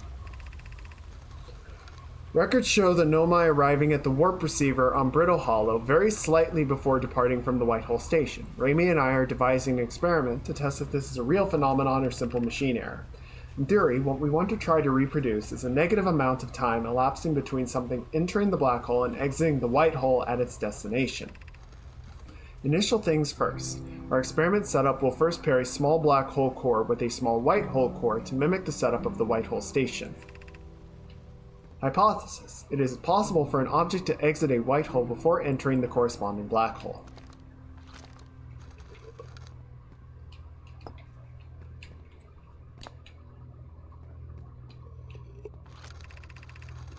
Update. Our experiments have reproduced the anomaly in arrival and departure times, but Pi is unconvinced it's more than an equipment error. I hope to strengthen the effect to render it visible to the unaided eye. To that end, we've decided to try adding more energy. I imagine the Sunless City's energy supply should prove sufficient. Of note, Raimi. Yarrow requests that we let him know before we reroute energy to the experiment. All available energy has been rerouted from the city to our experiment. Raimi and I are about to run a new test. Hypothesis confirmed. Hypothesis confirmed. I saw it. Pi saw it. Hypothesis confirmed. This is beyond extraordinary. This changes everything. What a beautiful day for the intersection of abstract theory and practical application. I'd hate to leave him in the dark. Ew. These guys are such nerds. Just such big old nerds. What does this do? Wow. Oh, and now it's driving power down, but where to? Practical. Oh, what is all? There's so much reading. The Saran Observatory is asking if creating a 22-minute interval is possible. You sons of bitches! That is to have something arrive 22 minutes before it is actually sent through the warp. We've learned the negative interval of time between departure and arrival can be increased by adding more energy to the warp core. Problematically, the energy required to extend the interval increases at an exponential rate. Hypothesis: creating a 22-minute long interval is possible, but we are currently unable to generate the necessary energy. Rami and I believe it would be necessary to invent a new method of producing energy, a thrilling but enormous undertaking. We would also require advanced warp technology able to handle said energy. We would also likely need an enormous space to fit these proposed new energy and warp technologies together. The only location large enough would be the Ash Twin. The energy is currently unavailable, you see. You're a gas pie. My pun was unintended, so I believe it is you who are aeriform. Okay. Okay. Well, so I guess now we know how long we have between star explosions. 22 minutes per round.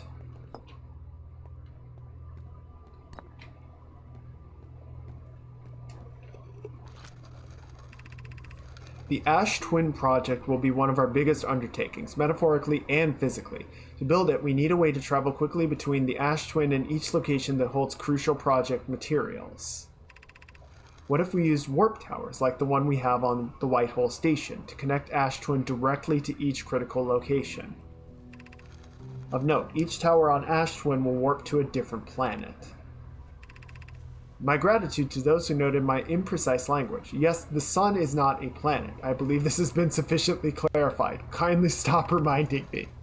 We can design each tower to visually reflect its warp destination. The Giant's Deep Tower, for instance, could resemble a cyclone, and we could model the Timber Hearth Tower after a geyser mountain. Poke, Root, and I can begin work on this immediately in the Black Hole Forge. This will keep us busy. I hear sand coming, and I don't like it.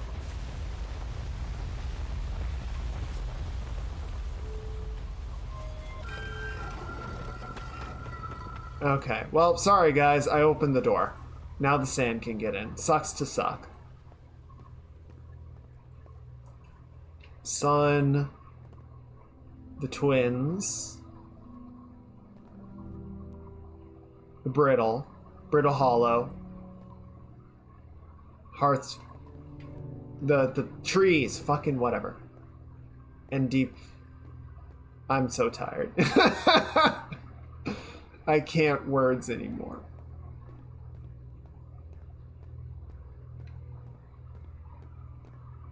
Remove warp core, remove warp core. What the okay.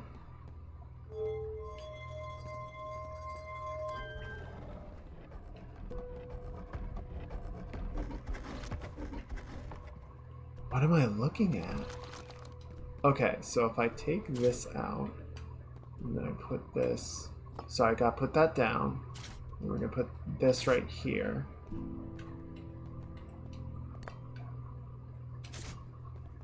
And then that goes right there. Okay, so what? Okay, so that's driving power down. What? Fuck, arc, what? Yeah, we're honestly going a little past when I would normally call it. I just wanted to see if I could, like, figure out what it is we're trying to do here. Okay. I can't plug anything into here, can I? Oh, I can. What the hiffle?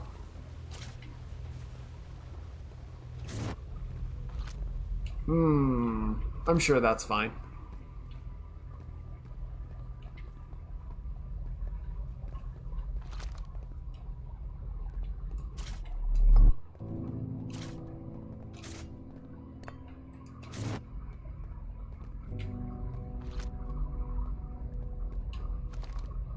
Let's see. Yeah, so what happens if I put two...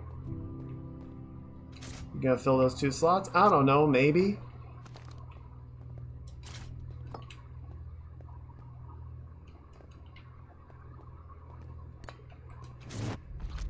Okay, so that does that. Interesting.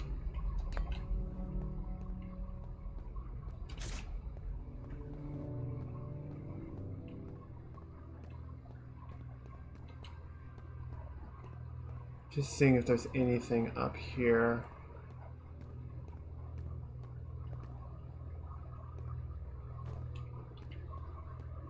Oh.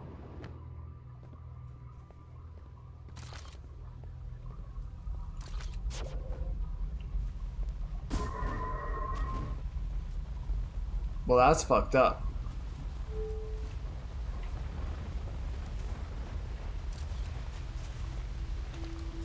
TF guy, I am gonna ask that there's no backseating.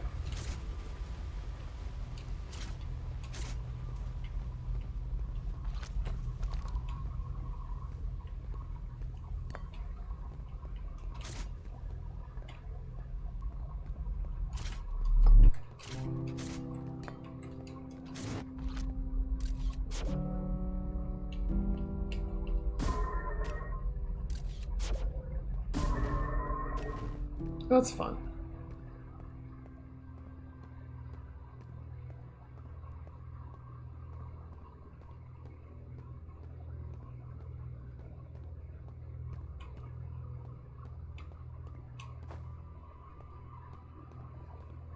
Okay, so I think what this has ultimately told me,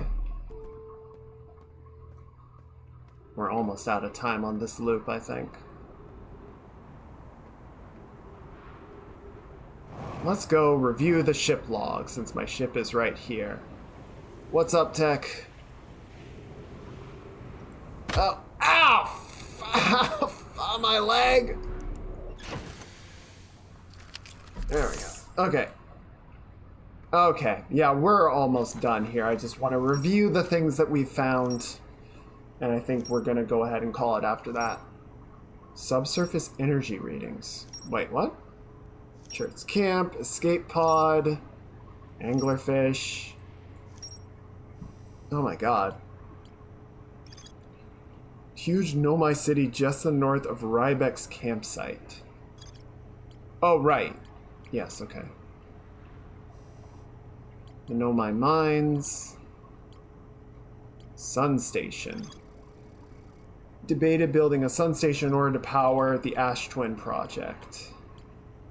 But yeah, get some good rest, Tech. I hope you enjoy the rest of your weekend, and I'll see you next time. Designs for each of the towers on Ash Twin's equator. Each tower warps to a different planet, although many Nomai were quick to note that the sun is not actually a planet. Each tower was designed to visually reflect its warp destination. Towers allowed the Nomai to quickly travel between Ash Twin and all other locations crucial to the project.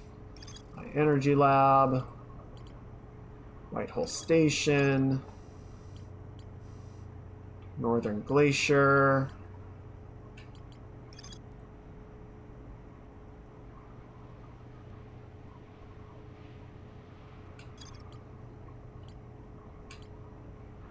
Subsurface energy readings. There it is.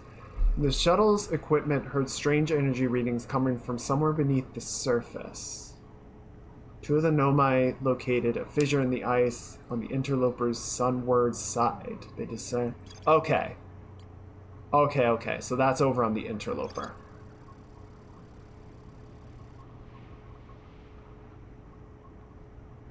Which I have not been to yet. I don't know why it even told me that. I guess it was in a record somewhere. One of the written records. Oh my god. Okay. Okay, so I think what we're probably going to do next time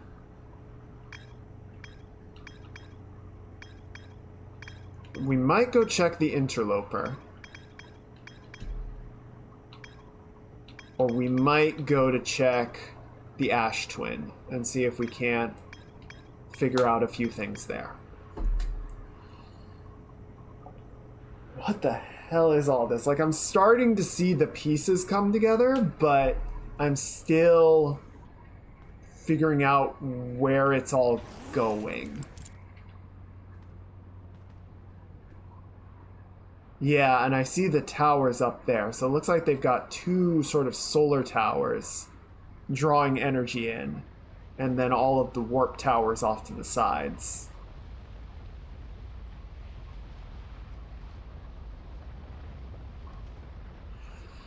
Okay, 22-minute intervals to figure out and do as much as we can, and then it all resets.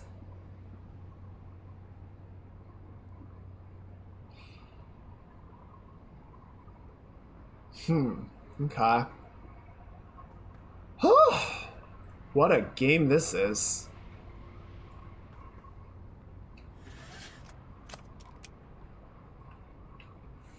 Okay, well, with that, I think we're gonna go ahead and call it a night. I'm just gonna get up into orbit so I can have some nice lighting while we call it a stream.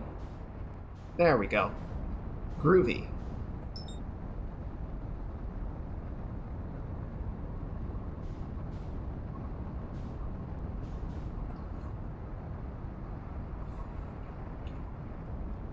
And matching speed. There we go. Lovely. Lovely, that. Down. Alright. Why am I getting closer to it? Back the fuck up. Ah! Why was that happening? Oh, because gravity. Yeah, fair. Fine, game. Fine with your freaking orbital mechanics.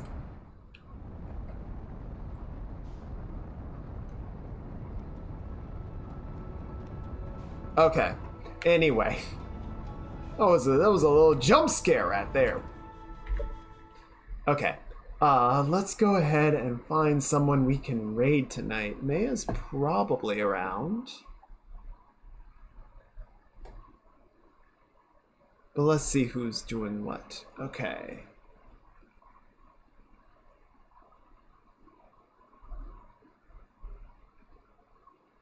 Where is Maya? Might have actually missed her stream. We might have outrun Maya. That would be a first. Let me put on a little something in the background while we wrap this up because I can't tab into the game. Yeah, no worries, Tech. I appreciate you sticking around a little bit longer to catch the end. But please feel free to go on and get some good rest. Okay, let's go hang out with Palm. She's playing some Mass Effect Andromeda. Yes, everyone, let's get on the raid bus. What shall our raid message be tonight? I don't want it to be anything that'll be spoilery for the Outer Wilds. I feel like this is a game that you really have to go into as blind as possible. So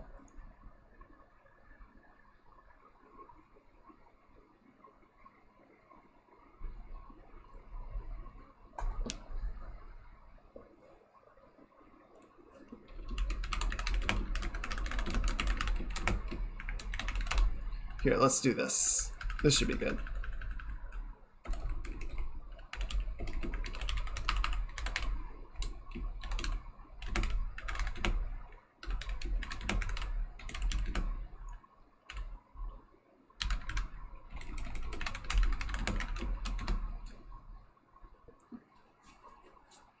Yeah, good night, Tech. There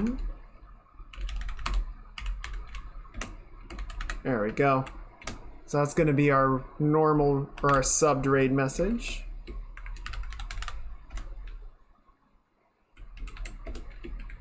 And if you are not subbed, there's a non-sub version. All right, let's go say hi to Palm and wrap it up for the evening. Thank you guys for hanging out. Thank you for coming by. I hope you all enjoyed the raid, or enjoyed the stream rather. I know we were talking about, starting this later, but I'm glad we've gone ahead and got it going, because this is a heck of a game, and I'm looking forward to playing more of it. We'll probably play it on Tuesday, because I don't have an art project to sort of focus in on. So I think we'll do more Outer Wilds on Tuesday, and then probably try and do a mix on Saturday. We'll see what I come up with for Saturday. But yeah, I appreciate all of you guys being here. I hope you have a wonderful rest of your weekend and a very good start to your week. Take care. Tag, go to sleep, damn it. But yeah, remember to take care of yourselves. Fine. I'll accept it as long as you get some sleep. Jeez. But yeah, remember, be kind to others, and be kind to yourself. You guys are doing a great job, and I'm really proud of all of you. Get some good rest, get something good to eat, stay hydrated, and I will see you guys next time. All right. Good night, lovelies. Bye-bye. Bye. Bye-bye.